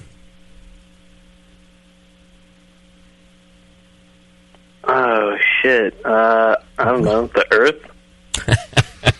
That's enough. Casey's drunk, ladies and gentlemen. Ladies and gentlemen. Or he's real stupid. He could be a straight fourth grader, you know? Here, we have to, you know what we have to do, JP? We have to commit to giving our listeners the benefit of the doubt that they're smart. And take all of their, and I'm not, I'm doing this in real time. I'm thinking about this as we go. Yeah. And decide that if they don't get it right, it's because they're drunk, and that if they weren't, they would have known that Earth is the not the closest. Thank you. Yes. All right. Wait. What is the closest one? I'll tell you. It's. We're gonna save it for our next drunk of the week, but it's not Earth. Okay. Okay. Well, Justin. Yes. Yeah. This is Casey Kaminsky. Oh yeah, Colin Kaminsky's bitch. No. I'm his long lost son. He banged that Asian hooker like 20 years ago, and she named you Casey. Not actually related to our friend Colin Kaminsky. This is Casey Kaminsky. He works at a homebrew shop up in Folsom, and calling in for Drunk of the Week. Well done. You're representing your company. Thank you. Hopefully he's not too upset about this. Why that you outed him? Like, we're going to work tomorrow. You'll be fine. There's plenty of customers that listen, though, that will be hearing this. Hey, and they'll love you for it. Don't worry. It's endearing to be Drunk of the Week. Yeah, endearing. All right. Thank you, Casey. Thank you. There he is. Casey Kaminsky calling in for Drunk of the Week. Let's go to... it's Rich from Burbank. Hey. Dick, what's happening? Hey. Hey. Oh, shit. What's up? Oh, well, who was 2 then? Got a winner. It was confusing. He just called now. I thought he was on 4. If this is him, yeah, go. Rich, is this you? Yeah, it's me. It's Richard from Burbank, California. Hey, Rich, who's the broad we hear in the background? What's up? Who's the chick that we hear in the background? She sounds pretty young, like one of Sully's broads. Jesus Christ. Yeah, there's a couple. You want to talk to him? Hell yeah. Bring it. Hey. Stupid. I mean. Get at it. They're drunk. Get That's at stupid. it. What do you have to say? Here we go. 1, 2, 3. Fucking hit the broads. Here we go. Oh, there's 2 of them. All right. There's 2 of them. Yeah. Yes, there's 2 of them. There's 2. Can you make him One hug? of them is Richard's girlfriend. Can you make him hug? Sorry. So one of you is Rich's girlfriend? Is that what we got? Yes, hello. Hi, what's your name? My name is Mackenzie. I'm Mackenzie. So, Hi. Are you Rich's girlfriend, Mackenzie? I am. Is the other one the finisher? Close. Yes, that's what her boyfriend calls her. Give me the finisher, baby. All right. Mackenzie, are you Yeah. are you over the age of 18? Yes, I'm 22. Oh. How old is Rich? 47? No, he is 22 as well. Oh, that's not that cool then. How come nobody calls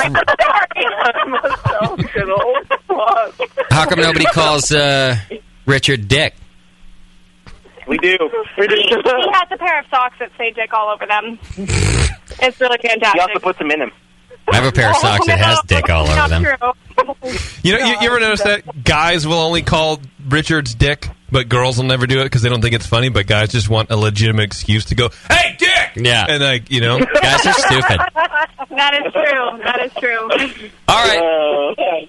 I will allow. Here's what we're going to do, Rich. I've got a quiz for you. The ladies are allowed to help you in your endeavor. Okay, we're gonna let you have a team. How many boobs can you fit in one hand? Go. Here's what we'll start with. It's a question already been asked. What planet is closest to the sun?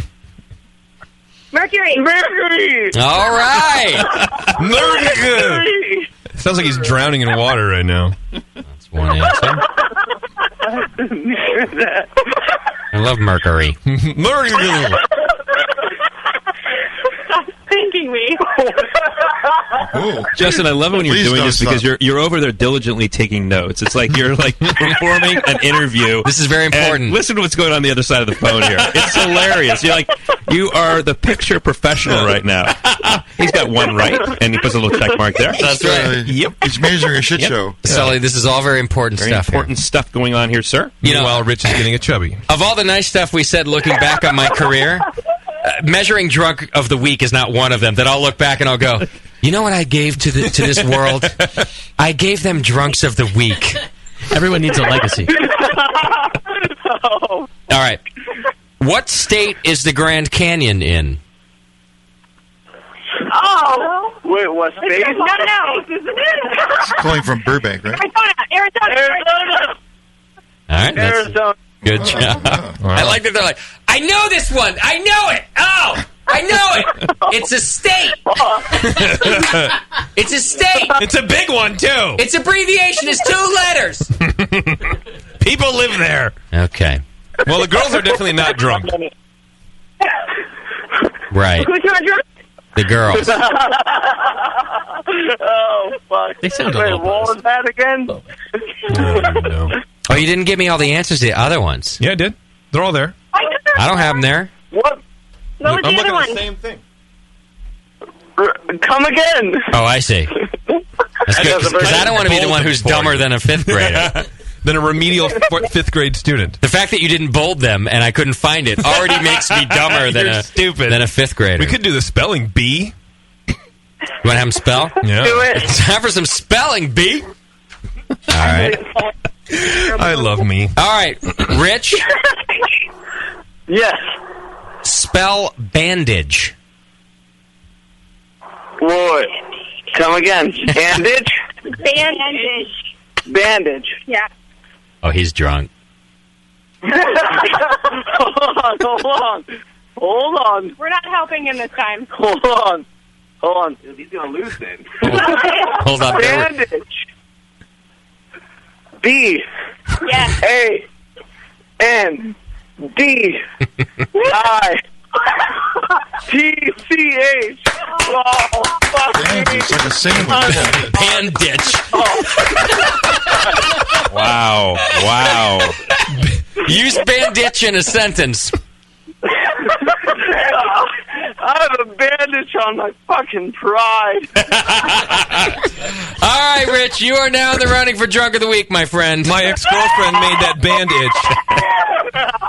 Thank you for the call. Can I tell you that we've called in like 6 times and we've never been able to make it on, and we are so proud. I think that deserves boob shots, but that's just we are proud of you. All right. Pull them out.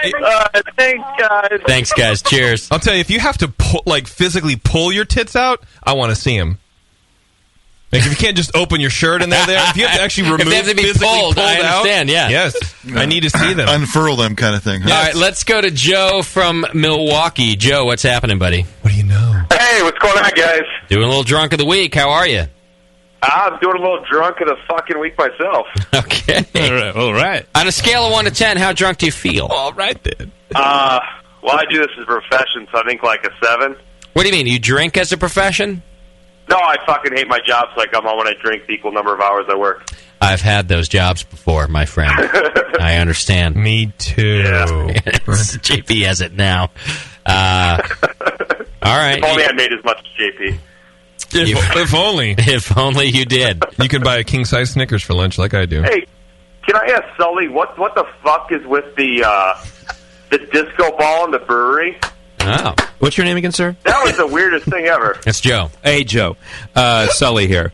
I'm glad you asked me that question because I get that asked a lot. You're referring to, of course, the mirror ball in the brewery at 21st Amendment, 563 2nd Street, just 2 blocks from Giants Park. I remembered in San Francisco. Okay. It's not. First of all, it's not a disco ball. It's a brew ball. So it's just about putting the energy into the beer, my friend. Oh. And you know what? The beer needs it. It does. Some people put headphones on the fermenter. We put the mirror ball in the room where the beer is made, and we call it magic. That's respectable.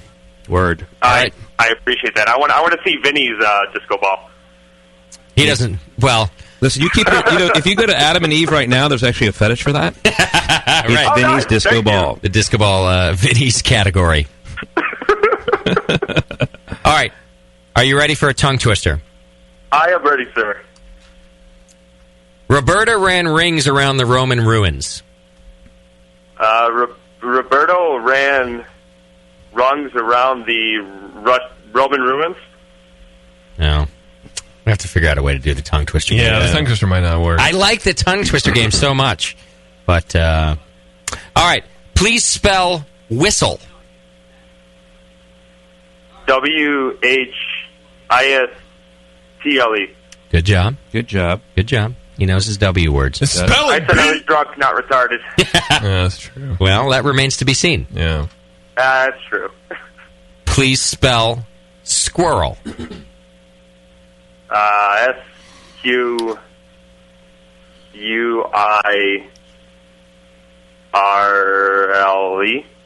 Like I said, it remains to be seen. Fuck you. I believe it's pronounced squirrel. Whatever. All right. It's always easy to make Scott laugh, you know? Just drop a Phil Hendry line and you're all over it. So keep in mind the science stuff, it's taken from a 4th grade test. And it's not even 5th grade, it's 4th grade. And should I be reading it in multiple choice form? Yeah. Well, if you want, that's up to you. Okay. Host's choice. All right, here we go. 5th graders are taught this. What is mass? Is it how much volume is in something? How much space something takes up? Or how much matter is in something? How much matter? Oh, he got that right. Yeah. That was a huge guess, though. I was between matter and volume, and I said fucking what was the last one? A pencil in a glass of water looks broken. What makes it look broken? Is it reflection, absorption, or refraction? Refraction. I'm going with the last one again. He's got that one right, too. I don't think he's drunk enough, folks. I don't think he's drunk enough either. He's angry, but he's not drunk. All right. You want me drunk enough? I will pound a bottle of Hop Slam right now if you want. I'll take it. Send me a bottle. I'm not going to say no. Hang on one sec. Let me open it and pour it in a glass, and I will pound it. The problem with the games, though, is they know that we're looking for wrong answers. So Right. people are going to be like, W, I'm so hammered, and then they'll go back to drinking a bottle of Gatorade. So what you're saying is... I've been listening to you guys for years and years and years. I'm not that fucking retarded. I can drink a lot and still answer questions. I could crash my car into a million things. So what you're saying is we're not smart enough to outsmart our drunks, JP. Pretty much. I think I'm saying that, yeah. I think I'm saying that. This is a sad state of affairs at the Brewing Network. We need to bring an outside agency in to give this test. You guys need a consultant. Yes, you guys we need do. Bain to come in and redo Drunk of the Week. All right, chug your beer. I'm going to give you some points for it. All right, let me open. That'll help. All right, let me pour. Is it in a can? It's a Hop Slam from Bell's. See, if it was in a can, you could have done it right. You could have pulled it, stabbed it, shotgunned and you would it. have won right now. That's right. You know, didn't, if so you Sully actually distributed in Wisconsin, I'd be more than happy to drink his beer, but what the fuck, man? Distributors are easy out here. He's getting there. I'm just across the river, sir. Aren't his beers made in Minnesota? It's right next door. There's a different dynasty in Wisconsin. Just Not drive very across the bad. St. Croix River. You can just pick it up right there. There you go. I see enough Budweiser. Come on, man. Swim across it. All right. I'm If you're, on ice right now. if you're a real fan. Exactly. Here he goes. Shut up. I'm drinking. All right, drink. Let's hear it. Rat pad. Yeah. All right, we're good. So that was foam coming out at the end. It was a little warm. Coming out of what? Little warm. It's like burp drinking. Because burp chugging. He's burping and chugging at the same time. Well, I took it off the counter. It's been sitting there for probably about 45 minutes and warmed out of the beer cooler a little bit too much, a little faster than I thought. I was trying to open it up, and instead it was warm. All right, Joe, you're in the running for Drunk of the Week now. All right, I hope so. Thank you. Thanks, brother. Cheers.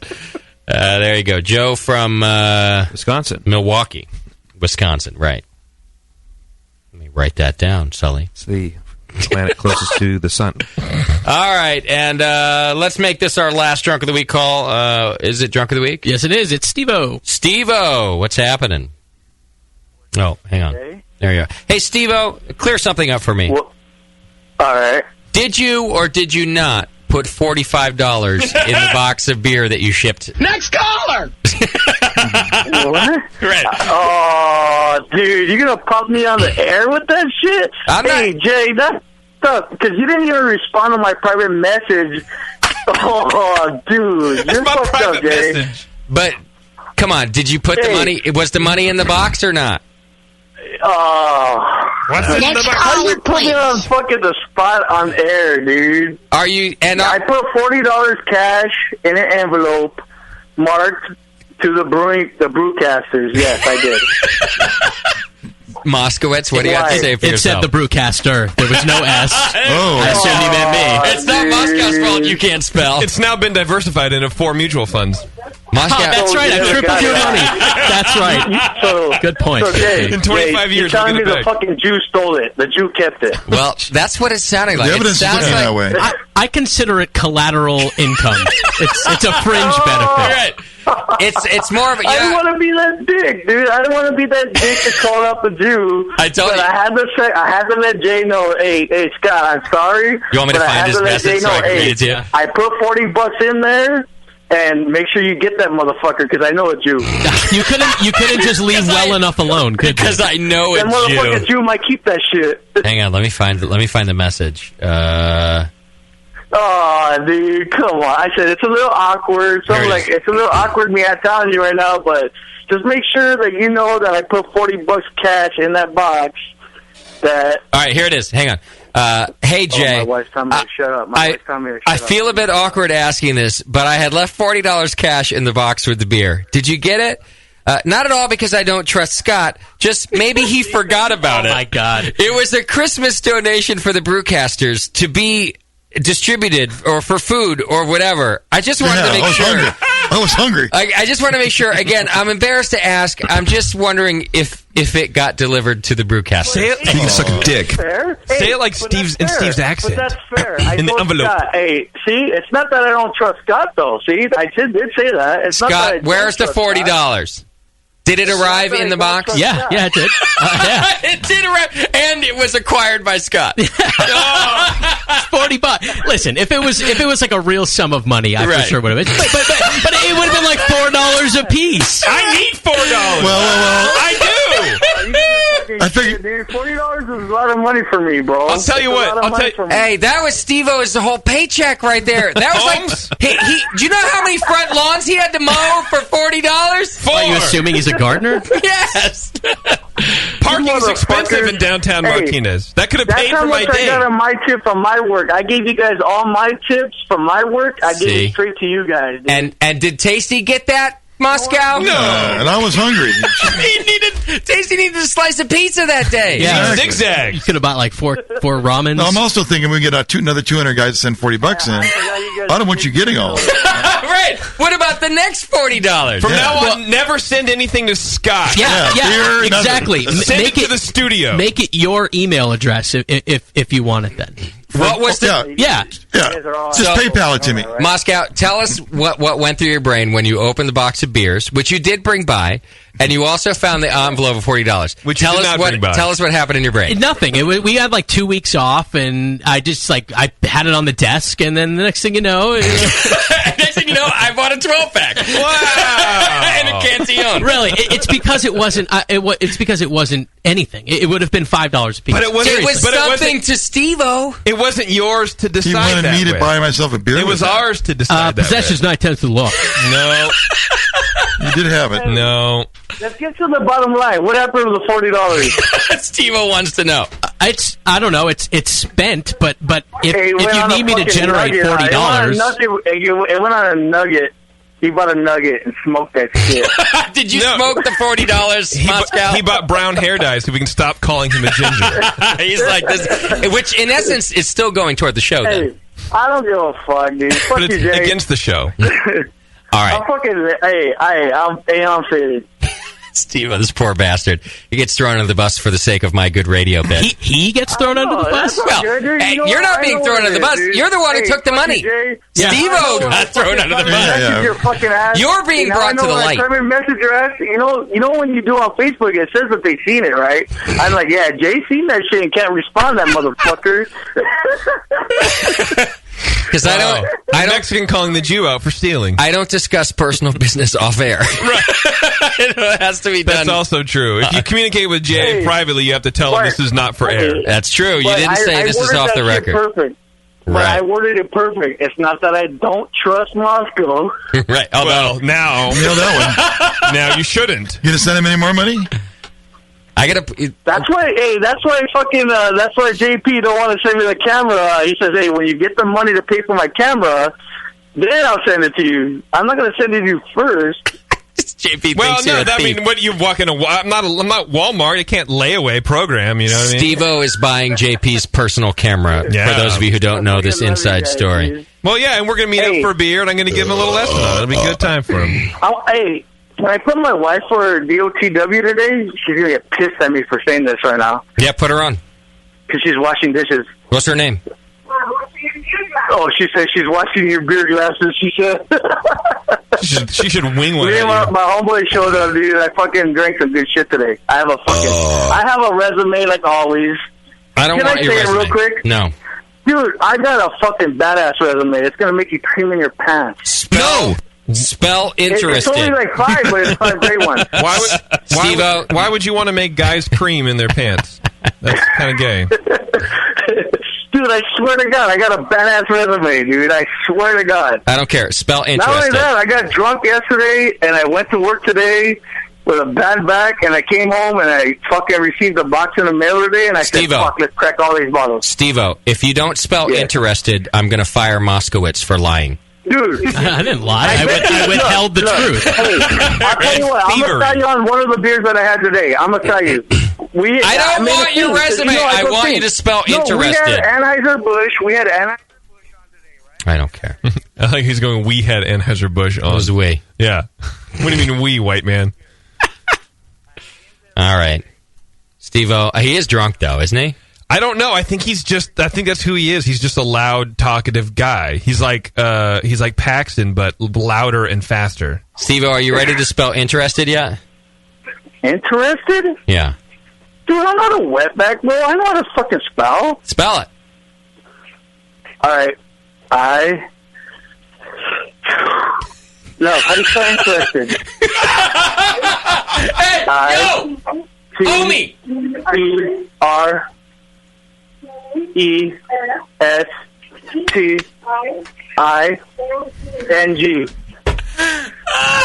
Well, I'm not a wetback. I know how to spell. Yo, how do you spell?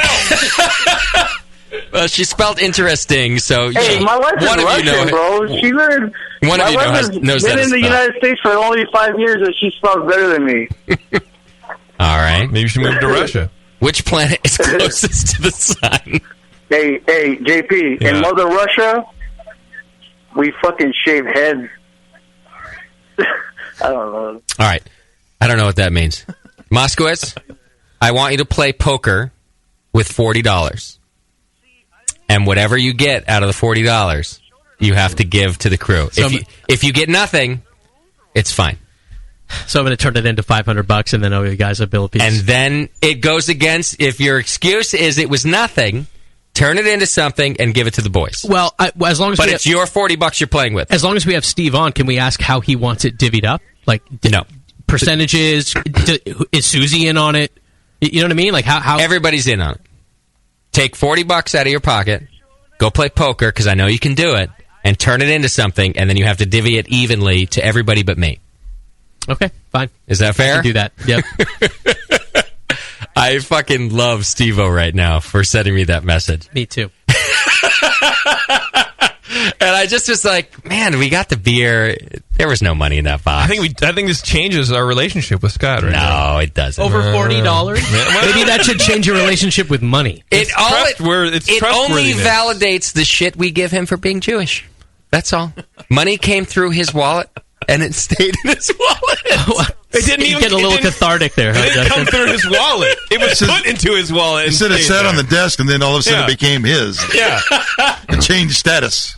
Moscow, I have faith in you and your poker skills. I know you're going to turn that $40 into something for these guys. I very well could. Thank you. And then again, you just may go ahead and do it and not tell us.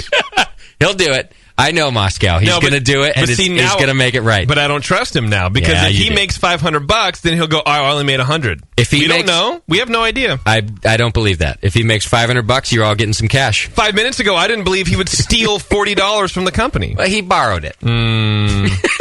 He intercepted it. All right. It was, you know how when you order off of the infomercial, it's only $12.99 plus shipping and handling? The infomercial. It was handling. I know what happened. It was handling. Oh, well, shit. Telling you what, beer I didn't get to drink? It was handling. I mean, he kept it cold for you. And then you enjoyed it. We brought it here. It was handling. What beer was it? I don't even remember. I have all the faith in the world that when Moscow turns that into $500, because he's a good poker player, used to make a living at it, didn't you? Yep. You're all going to get a little payoff. See, it's going to work out for the better. Yeah. All right. Everyone's That'll be going to good. get some cash. That'll be good. All right, Steve-O. Am I part of this payoff?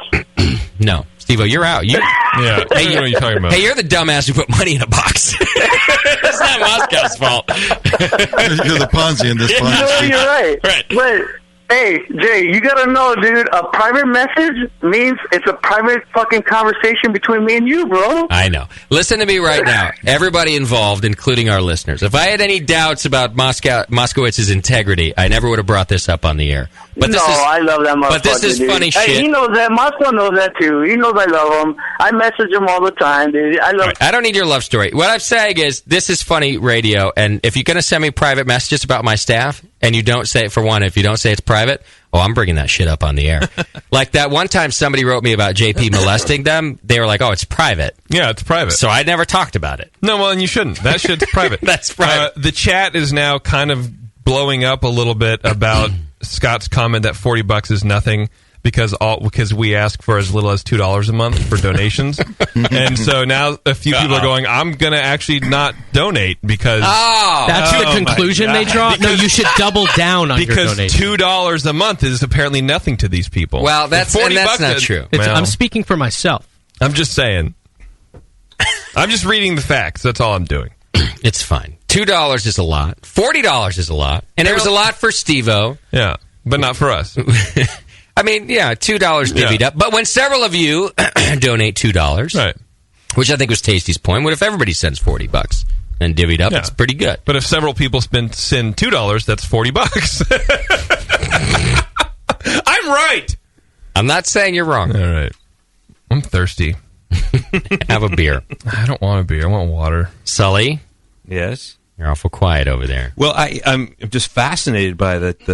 You guys are just throwing each other on the bus. I think it's amazing. How do you think we've made it this far? We're like the Bush family right now. Scott's over there like he's in the corner, like he's sitting on his hands. Like, does he have a job tomorrow? He's got a job. The integrity of this man is fantastic. You know, $40 here and there, it slips underneath the beer bottle. I don't know. I need to start getting shipments then. Man. I sat on that email from Steve-O for a while. I was like, I don't know. Well, and then he called, so that's perfect. It was there right in front of my face. All right. Well, that was fun, huh, guys? That was great. Had a great time. All right, let's vote on our drunks of the week. We have in front of us Rich from Burbank, who had the gaggle of girls behind him. Yeah, he did. Mackenzie and other folks. They got some questions right and some questions wrong, even with all the help involved. For example, I think they couldn't spell squirrel. Squirrel, yeah. Was that them? That was them, right? Right? Yeah. Yes. Then we had Casey from Folsom. He was drunk. I have a couple. You know what's funny, Sully, is you're making fun of me making marks here. I don't even know what the marks mean. I'm looking over your shoulder there. Yeah, I'm looking at the marks, and I'm like, wait a minute. Does that plus mean that they were drunk or that they were not drunk? I'd like to look at your scoring system. Look at this. It's yeah, what is that? It's like... It's the stupidest. It's the stupidest. Minus, plus. It just feels good to make a mark. It is.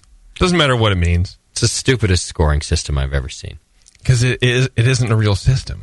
It's a combination. I'm like, I'm just doodling. Ancient I'm just drawing writings. penises every time somebody answers a question or doesn't answer a That's question. my kind of scoring system. You're like Jon Stewart, at the beginning of the story, who just kind of scribbles around like this. Yeah. Daily Show. He's drawing penises too. Casey from Folsom apparently has 3 penises. That's what I know from my scoring system. Don't tell Mackenzie. She'll be right over there after Rick. Joe from Milwaukee, Wisconsin. I think Joe was the drunkest, right? Joe was pretty drunk. I don't remember Joe. Rich. It's between Rich and Joe for me. And then finally we had Steve-O in there, and Steve-O's drunk. Steve-O's always drunk. Oh, Joe was the guy who didn't sound drunk, but he chugged a hop slam, supposedly? That's correct. Yes. Yeah. That's correct. He answered questions correctly. And, yeah. Okay. Although, he's the one who spelled squirrel wrong. Because he was like, I'm not retarded, I could spell. And then he spelled squirrel wrong. So for me, it's between Rich and Joe. Does anybody disagree? Absolutely. Okay. Then we'll just raise our hands on those. Rich from Burbank with all the broads and the drunkenness. Oh, that's 4 votes. Joe from Milwaukee, Wisconsin. Yeah, what's the point? 1 vote. All right, Rich, you're our drunk of the week. All right. Well done. He was having a good time. Yeah, he was having fun. Yeah. I didn't do feedback, but I feel like we don't have to. It's 10 o'clock already. Yeah. We could just save it for next week. All right. We'll do an enormously long feedback next week. Yeah. Which means reading the feedback we have plus the feedback we're going to get. Feedback was going to be brought to you by the 21st Amendment today, though. Hey, we got to do feedback. Yeah. How about we just do this? Feedback's brought to you next week by the 21st Amendment at 563 2nd Street, just a couple blocks from World Champion Giants Park. And I'll do it again next week, too. You should. So you still got your sponsored segment there. I did, let's see, did I do my naughty bits? Yeah, I did Adam and Eve. I did Beer Smith. I think we're good. All right. We can thank our newest sponsor again. Moonlight, that's right. Sticking with us for all of 2013 and beyond. And we thank them for that. I think it goes to 2014. What does MEAD need? What is that? It's good stuff. That's what that is. So here's what we're going to do. I promised you the second half of the Sheldon interview. So we'll close out the show, and then I'll just play it at the end of the program. It'll be on the archive here. You can all listen to part 2 of Sheldon Brothers. That works, right? Yeah. Sully, thanks for coming back to the studio. You guys, it's great to be here. I got to be back sooner than 2 years, though. And I know. I promise you I'll be more awake next time. I want you to come back more often. You know that you're invited anytime. You say that every time I see you. It's like this long thing, and I don't believe you half the time. I know. That's the problem. You don't take me up on it. But I always enjoy having you here in the studio. No, it's great to be here, honestly. It's fun for me. It makes me feel comfortable again having you. It's like having your bad uncle here. Yeah, and I love my bad uncle. His name is Guido, by the way, and I liked him. Apparently he liked you. Uncle Guido. He had MS, okay? Yeah? It wasn't really stroking. He just had the jitters. He was holding it. That's all. He was just, please come back soon. So. I will. Not just for the JP mixtape show. That's a great show, by the way. It's a fantastic show. We have a great time. Your Facebook page gets posted on more than the Brewing Network page from fans. The JP and Sully mixtape show. It's a lot of activity over there. Well, it could be a regular thing if you want it to be. I'm fine with it being that, as long as I don't have to pay for it. It's a piece of shit. Oh. It's a fantastic show. Oh. We have Ask Dr. Sully, the world famous segment where you ask your life questions, and Dr. Oh, I've never heard that. You've never heard that? We actually, somebody had a kid on our show or something like that, right? It was some guy who called up and he said, my ex-wife is coming over right now. Should I bang her? And Dr. Sully said yes. And then he called us back a year later. Yeah. And had he banged her? And they had a child. They got back together. Saved the marriage. You're kidding me. Consummated the relationship and had the child. Maybe this show does need to be a regular. It's amazing, Dustin. Amazing. I'm getting out of this beer business thing, and I'm going to be like a advisor. You're the new Dr. Drew. Exactly. Dr. Sully. We didn't know. I didn't know. We have insurance here. I mean, right. Like errors and omissions or something like that. And by the way, are we sure that baby wasn't just entrapment by the wife? Yeah. Like she's like, it wasn't his. She pulled the goalie that night, and they named it Sean. What? You're kidding me? And No, yeah, because you can tell me anything. I know. You're like, really? Yeah, it's a Christmas shot. Yeah, you tell me like for example, you can tell me I didn't mean to take the $40. It just was on my desk. You tell me anything. No, they did not name it Sean. Are you all right, Moscow? Are we going to be okay? Yeah, whatever.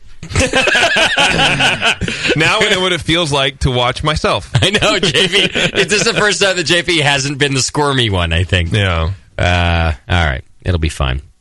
Yeah, whatever. Okay. I want to thank once again our wonderful guest tonight, Bill. I always have to look up how to say his name, Knoedelseder, who just did a great job on the book Bitter Brew. Check it out, and it was nice of him to spend some time with us today. I had a lot of fun interviewing him. It's always fun for me when people who have been interviewed by far better interviewers than us come on and say they've had the most fun ever. Yeah. And Nat Barron, Beer Wars, told us she had more fun than any interview she's ever done. In fact, everybody who's ever come in here has said that, I think, is the truth.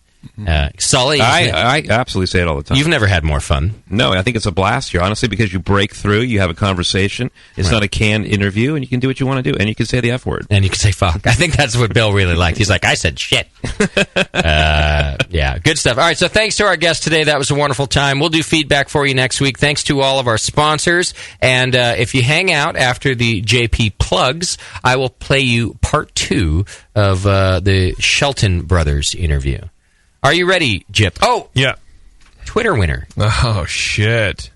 Oh, did you compile anything? I did. Of course I did. Are you kidding me? I have, 8. Okay. So pretty good. Okay.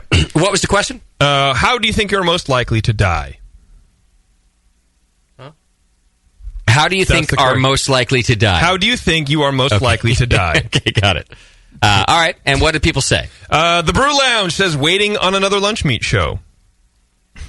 Yeah, it does take a while. There you go. Effing Beer says a fiery auto accident caused by tears brought on from the McDowell funeral song. That was a sad song, wasn't it? Yeah. It's a real tearjerker. Yeah. The Craft Beer Collective says classic stroke, which made me feel better about potentially having a stroke later on in life because you just call it the classic stroke and it kind of makes everything better.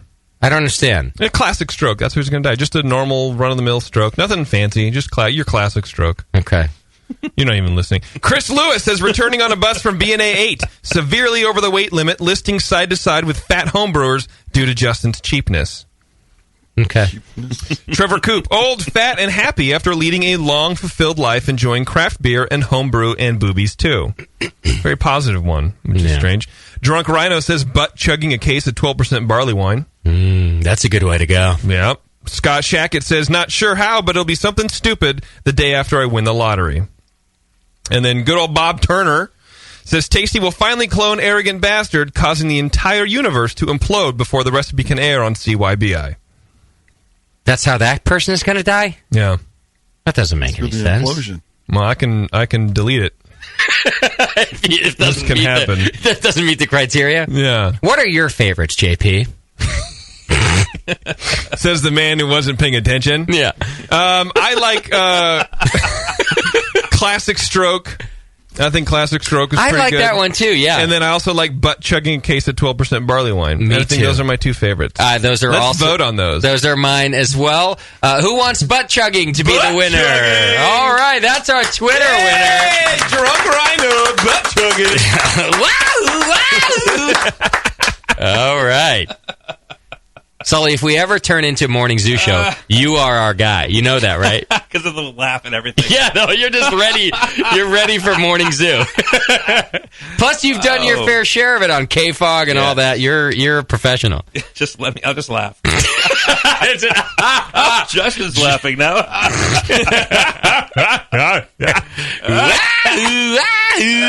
Classic stroke. All right. Is that it, JP? That's it. Let's get out of here. Thank you to our show sponsor, More Beer. You can get absolutely everything you need to make great beer at home by going to morebeer.com. JP's on Twitter. Follow him at Major Jip for the hottest Disneyland tips. Scott the Jew is on Twitter. Follow him at Moscow Paints, but don't send him any money. Wow. For some good beer info and homebrew insight, follow Nate Smith at Nathan Homebrew and Mike Dedication to Personal Success Award winner McDowell at Tasty McD. The Bean will be at the Celebrator News 25th anniversary party, and you can be too.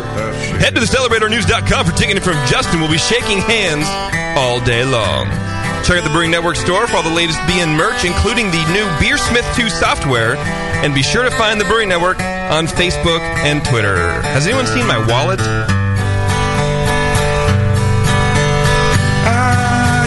Yeah. JP's an asshole. Justin's a nice guy and winning the race. JP does great as his charity case. Now it's Short and Stout with Scott the Jew. Indeed it is. And in this episode of Short and Stout, I bring you part 2 of my conversation with Dan Shelton of the Shelton Brothers. The conversation definitely got a little more heady in the second half. We got to discussing the incident in New York involving increased taxes on local brewers that was perceived to be Dan's fault. Shelton Brothers was widely pilloried on the internet over the whole thing. And if you're only familiar with the story via comments sections on various internet blogs, this conversation might shed a little light onto a subject that you think you know, but you don't. I really couldn't believe a lot of the comments that were vilifying Shelton Brothers when I did some research on this topic before I spoke to him. But I guess I shouldn't expect anything different from people who are all emotion and no thought. Anyway, you listen to the conversation, check out the commentary on the internet, and draw your own conclusions. So what are some of the, I know you said you didn't want to name favorites, but I saw the list on your site, and you do import a ton of other brands. What are some of your favorites? Boy, it ebbs and flows. I always have a favorite at the moment, and if I told you my favorite right now, or I told you what my favorite was a few years ago, I guess it wouldn't bother anybody, because I'll have a new one tomorrow, and at times almost everybody we deal with has made me go, all right, I love this. This is good. And so I will say that at various times I have been absolutely in love with Franconian lagers, and Franconia is that area. It's a part of Bavaria that the sort of beer center of that area is Bamberg, where they're famous for their smoked beers. Spezial Rauch beer, for example, we import. I was just actually doing a tasting of that last night here in Philadelphia, and I told people that it's after Cantillon, or maybe up there with Cantillon. It's one of my 2 most favorite breweries. It absolutely, it has this history. It goes back to 1536. It's an incredible place where they do their own malting, and they actually smoke the malt as part of the kilning process, which is a necessary part of brewing, which is the way smoked beer always existed in the past. At one point, all beer in the world pretty much was smoked because you had to kiln the malt before you could use it, and you could only kiln it with open fire. So eventually, of course, they had learned new technologies, and they were able to kiln without getting that smoke into their malt. And most people prefer to have malt that doesn't have a smoky flavor attached to it. Spezial was one of those places, just like Cantillon. Eventually people learned how to make beer that wasn't sour. All beer was sour at one point, obviously, around the world. Even in Germany, famous for their lagers, they were drinking sour beer. And when they finally learned how to not have sour beer, there were just these people who said, wait, for me, beer is sour. Or other people said, to me, beer is smoky. And so these little pockets just stayed there because these curmudgeons would really want to keep their sour or their smoky, sometimes both, actually. We've got a German brewery now coming on a couple of years who are making a smoky sour beer, which is a bit much, but it's more like what you would have gotten back in those, maybe in the 1500s or so. So both of those breweries represent these little pockets of preserved history, and the beer is great in both cases. I just love it. And the feeling, the beer culture in both places, it's just everywhere. The Ungespuntetes beer from Mars, also in Bamberg, was just my absolute favorite for a while, and it might still be, except that I keep flitting about now. Are you at liberty to speak to me about the New York Supreme Court ruling? Absolutely. Okay, can you tell me what happened? Just in a nutshell. Sure. It started with the decision by the New York State Liquor Authority to not approve some Christmas beer labels because they had Santa Claus and elves and stuff on them. That was back in 2005.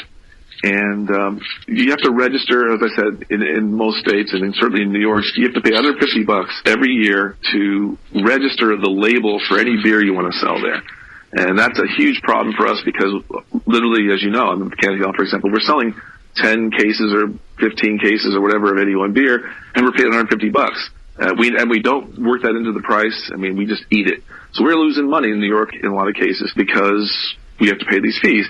But I was lumping that. I was learning to live with that. But when they decided they just didn't approve our labels, and everybody assumes that when you put your label registrations in, they will be approved eventually, and people will start selling the beer in the state. In this case, people started to sell the beer in the state, and time went by, and no approval came. We just figured that they're often late, whatever. It turned out that they had heard about that Connecticut had tried to ban some of these same labels. Because? Because the theory is that they appeal to children. And we made jokes all about that, like the 5-year-old going in to a liquor store and saying, "Look at that Santa Claus beer, I really want that," and buying a bottle and walking out. I mean, obviously, this is not a concern. and the people that you worry about who are underage are 16, 17, and they don't give a crap about Santa Claus. I mean, it was a ridiculous thing. It's just that there was basic sense, I think, almost a religious aspect to it, where they just felt offended that Christmas somehow was being attached to beer in this way. And so what they did was they didn't approve our labels, then went out in the market looking for those. By the way, this is no longer a short... the nutshell exploded 20 sentences ago. It's okay. That happens with me. I'm sorry, but I'm glad that I still find this interesting, and maybe someone else will too.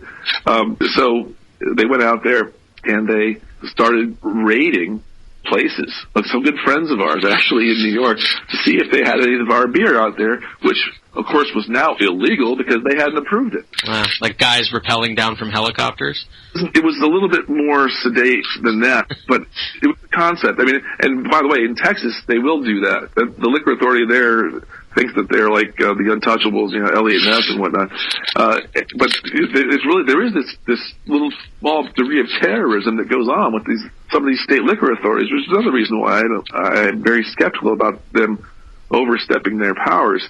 But anyway, so they went in and really gave some of our friends a hard time, all because, they had not approved these labels, which we all assumed they would. So for various reasons, the beer was quickly gotten out of the state, and that was that for 2005. But then in 2006, we were watching this. We put the labels in for approval, and they didn't, once again, we waited. We didn't send beer, and they didn't approve them.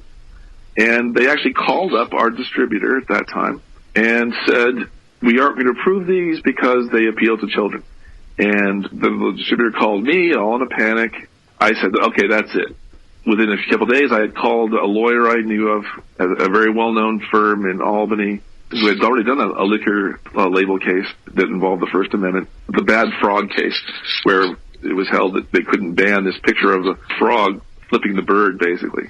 And they said, "I can't believe they're doing this. We already kicked their butts once on this. New York State is really going to go after this again." And so they were all over it. We kind of got them to work for pretty much what we call pro bono. And I pointed out that the registration scheme was totally unfair to people like us from outside the state, because obviously we had to register so many labels, it cost us so much. But in-state small breweries didn't have to even register labels at all. They said, "Well, there you go. That's totally against the Constitution. It's against the so-called Interstate Commerce Clause. You can't discriminate against other products from out of state." And then they pointed out to me that the tax scheme was similarly unfair, that people out of state were paying these large excise taxes to support the New York government, but the in-state people weren't required to pay these taxes at all. So it was all a pretty easy case. And we just filed it thinking, okay, now we're going to finally get all these laws changed, that we're going to get rid of the taxes for everybody. We're going to get rid of the registration fees for everybody. There won't be any registration fees anymore. And when people see how the SLA, the State Liquor Authority, behaves, maybe we'll even get people to take up the idea again, which is not the first time, that maybe the SLA isn't doing anything useful and just wasting government money. And I have all these grandiose visions of it, and that was 6 years ago. And the state just dug in and has been wasting time, doing all kinds of procedural stuff to, make a case drag on, try to wear us down, and all this. But finally, they just said, all right, look, we know that it's unconstitutional. We know we can't do this stuff. We will agree to stop discriminating, and we signed an agreement. And it went into effect much faster than I thought. But pursuant to the agreement, the court declared, as it had to, it was obvious, that this tax scheme and this labor registration scheme was unconstitutional. The state, at that point, could have just eliminated registration fees for everybody and knocked out the tax for everybody until they got a new scheme together. But they decided just to make everybody pay the tax and make everybody pay the registration fees. And that's when I got an email from Garrett Oliver at Brooklyn Brewery saying that we were the Antichrist and that we were so selfish and we were ruining things for them and they wouldn't get their bonuses now because they had to pay all this money. And I wrote back and I told them I told them exactly very calmly why that's not what was really going to happen. That the law was just going to change very soon anyway and that it would all turn out just fine. But they decided for some reason to single me out, or to single us out and go after us with this ridiculous campaign. Basically, they tried to get people to boycott our beers, and there was a newspaper article in the New York Post, which is not reputable anyway, but saying that it was going to cost drinkers in New York an extra $1 a pint for a New York beer now because of us, because now they had to pay this tax that we were already paying ourselves. And they didn't do the math right. It was actually more like maybe 10 cents a pint would go up. But they published, I told them that, but they published the headline of $1 a pint anyway. So I was getting, I won't say death threats exactly, but getting emails from people whose intellectual profile seemed to fit as that of the average New York Post reader. Something like, for example, you scum, your beers suck anyway, why don't you just go out of business? It was clear that they didn't know who we were, and then they never bought any of our beers. And I never really worried about it because I think that our clients, our consumers, are smarter people. They have to be. And we've always tried to gear what we do towards smarter people. And that's one of the reasons I don't really go in for sound bites that much, because I think that they're capable of understanding somewhat more complex discussions about beer and about law or anything else, So we've tried to proceed on a calm basis to make this, much shorter than what I just laid on you, but we've tried to explain in the statement what really is going on here and how the sky is not falling and all that, but it didn't stop. And the real disappointment for me is Brooklyn Brewery and a few others that they know what's really happening here. But they chose, for some reason, to try and punish us for really just being the messenger, the people that said, look, this is wrong, We didn't decree this up. The state of New York did, about how they were going to deal with it. We just pointed out quite correctly, and the court obviously backed us up, and so did the state attorney general, and we all agreed this was wrong. But they decided to punish us for doing this in the first place, as if we are assholes for filing a lawsuit that we easily won on an issue that was so clearly one that's right. And by the way, last night I was at this beer tasting we did with a bunch of bar owners from New York and elsewhere, and some brewers were there. And we had received a call from someone at Merchant Vin who brings in Lindemans. I've never been very kind in my comments about Lindemans compared to Cantillon and stuff like that. The guy called me up and congratulated us about this case and said, it was great that we were doing it. And all these brewers last night and all these bar owners are saying that. I got people in New York saying, brewers in New York say that we did the right thing. And the support everywhere is good, except that you've got this unfortunate little, I would say irrational kind of response from some New York brewers who are only thinking about their bonuses or the money that they've got right now in their bank account and not looking at the big picture at all, and also not considering that for years, they've been screwing. We've had to pay this stuff, and every other brewer outside of New York has had to pay all these taxes and all these fees, and they've never seemed to worry about that as long as they didn't pay and they didn't care about us. It seems. Do you anticipate things getting better as time passes and they have a chance to sort of get over the emotional side of it? Do you anticipate relations improving? It's already. Look, Garrett wrote what I thought were very stupid things. I had a long correspondence with Garrett in the email. We talk about personal things a lot, and I would never divulge things he says to me, and I would expect he's the same. I considered him a friend, or I used to. I thought that it was, since this is a public issue, and they were forcing me to come out and make statements about it by calling me out and calling for a boycott and all this stuff, I thought, well, then they should have to stand up for themselves too. So I told people, in vague terms, what Garrett had written to me about why they were mad at me. And now, as far as I can tell, Garrett will now be mad at me for the rest of my life. But I haven't seen any signs of a boycott. I don't think anybody cares at this point. So aside from my friendship with Garrett, I expect no consequences at all from this in the long term. There's just a handful of people who react from a very, I think, selfish, but certainly a visceral level. It's emotion. Yeah, it's emotion as opposed to thought. That's exactly what it is. I shouldn't resist that term. That's exactly what it is. And so what? You know what? This happens so much. We get people, like I said, we've been attacked for bringing in Cantillon, for God's sakes, because it's so expensive and it's so hard to find. And that's our fault. We've had people accuse us of hoarding Cantillon. We've had people accuse us of marking it up. Like I said, huge amounts. And they've even reported that Jean Cantillon, who's a friend, to say the least, is just waiting for our contract with Cantillon to expire, which actually that's supposed to happen in May this year, according to these reports. We don't have a contract with Cantillon anymore.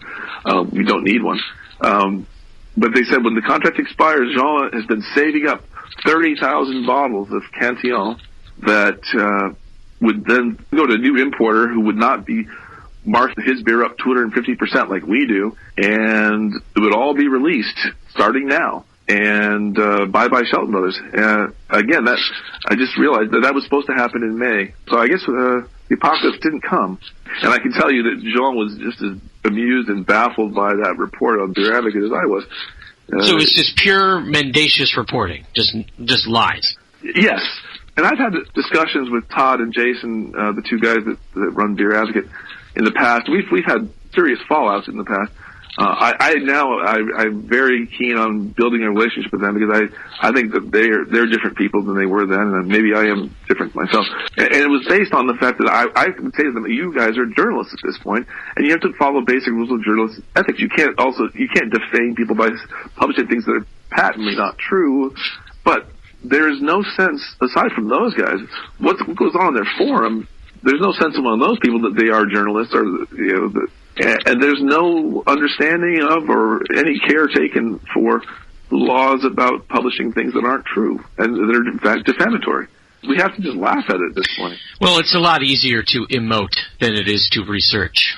You've got it. I mean, and really, I don't want to say that we're all getting dumber here, but it's something to kind of wonder. I mean, the discourse is definitely not on a high level. We had people responding to the news of this lawsuit in New York, people saying, that's not unconstitutional, as if it's all, like the Chief Justice of the Supreme Court of Joe Schmo thinks it's not unconstitutional and we should care about that. I mean, since when is, this all about what any guy on the street thinks? I do want to give you a chance to tell me what your radio show's about and how people can find it. It's supposed to be about beer, but it ranges far and wide, and it touches on things like we've just been talking about. It touches on politics, touches on all kinds of cultural things. We were just actually riffing off of Hogan's Heroes the other day when we were talking about. We were also speculating whether people of a younger generation, probably including you, even know what Hogan's Heroes is. And tell me you do know, and I'd be really gratified. I do, but I'm a little more culturally aware than most. Oh, and you're the kind of guy we want to talk to, and the kind of person who's not affected by some of this crazy stuff that gets out there. And that's great. You know what I always wondered just about Hogan's Heroes is how the pitch meeting went when they were in the boardroom at the network, and they're like, all right, we got an idea for a show. It's about World War II POW camp. It's a comedy. I'm laughing already. Yeah, right. Like, how did that work? Yeah, green light. Go run with it. Well, keep in mind, and they don't make shows like this so much anymore. Maybe they do. I don't watch television much anyway. But, I mean, they used to have these ridiculous premises like Gilligan's Island, and do they still do shows like I don't think they do, really. They don't have so much of this kind of, like, ridiculous premise, like people get marooned on a desert island for some reason. Yeah, or your next-door neighbor is a witch. Yeah, it's true. Everything has to be real now and real-life issues. No outlandish premises. We love My Favorite Martian. Did you ever hear that one?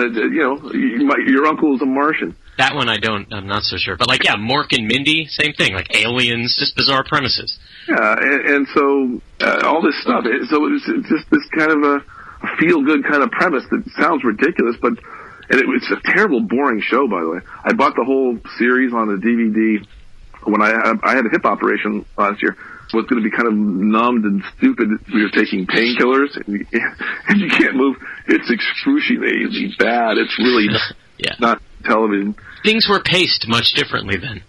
Yeah, and those of us who are really older kind of miss that pace. Now everybody's got phones where you can send text messages, and you can call somebody from New Zealand while you're walking down the street there in Japan, and it's great. Everything happens so fast. But yeah, this is one of the reasons we're so in love with radio here at the Brewing Network, is because we love the long form. You just get so much more in depth with people than almost any other format allows. Well, we really, really like doing the radio. I mean, it's hard constantly drinking a little bit too much, say, and then getting off track too much, and then realizing that we just slurred the last couple sentences worth of speech. Oh, my wife's telling me that we have to leave the hotel room. All right, well, so you're gonna let me plug the show. Please. We call it the High and Mighty Beer Show, just to clue people in. That's the name of my brother's brewery. He's making really good low alcohol but really, really tasty beer in Massachusetts. It's called the High and Mighty Brewery. We use that term because at one point on Beer Advocate, somebody wrote that they were, quote, sick of this High and Mighty Shelton Brothers bullshit. The station is WHMP in Northampton, and their website is WHNP.com. All right, that's it for this episode of Short and Stout. Special thanks to Dan Shelton and the Shelton Brothers. You can go to SheltonBrothers.com and check out their arsenal of imports and Dan's radio show and etc. Thanks for listening. Until next time, this is Scott the Jew saying, L'chaim. You go to the box, 2 minutes by yourself, and you feel shame, and then you get free.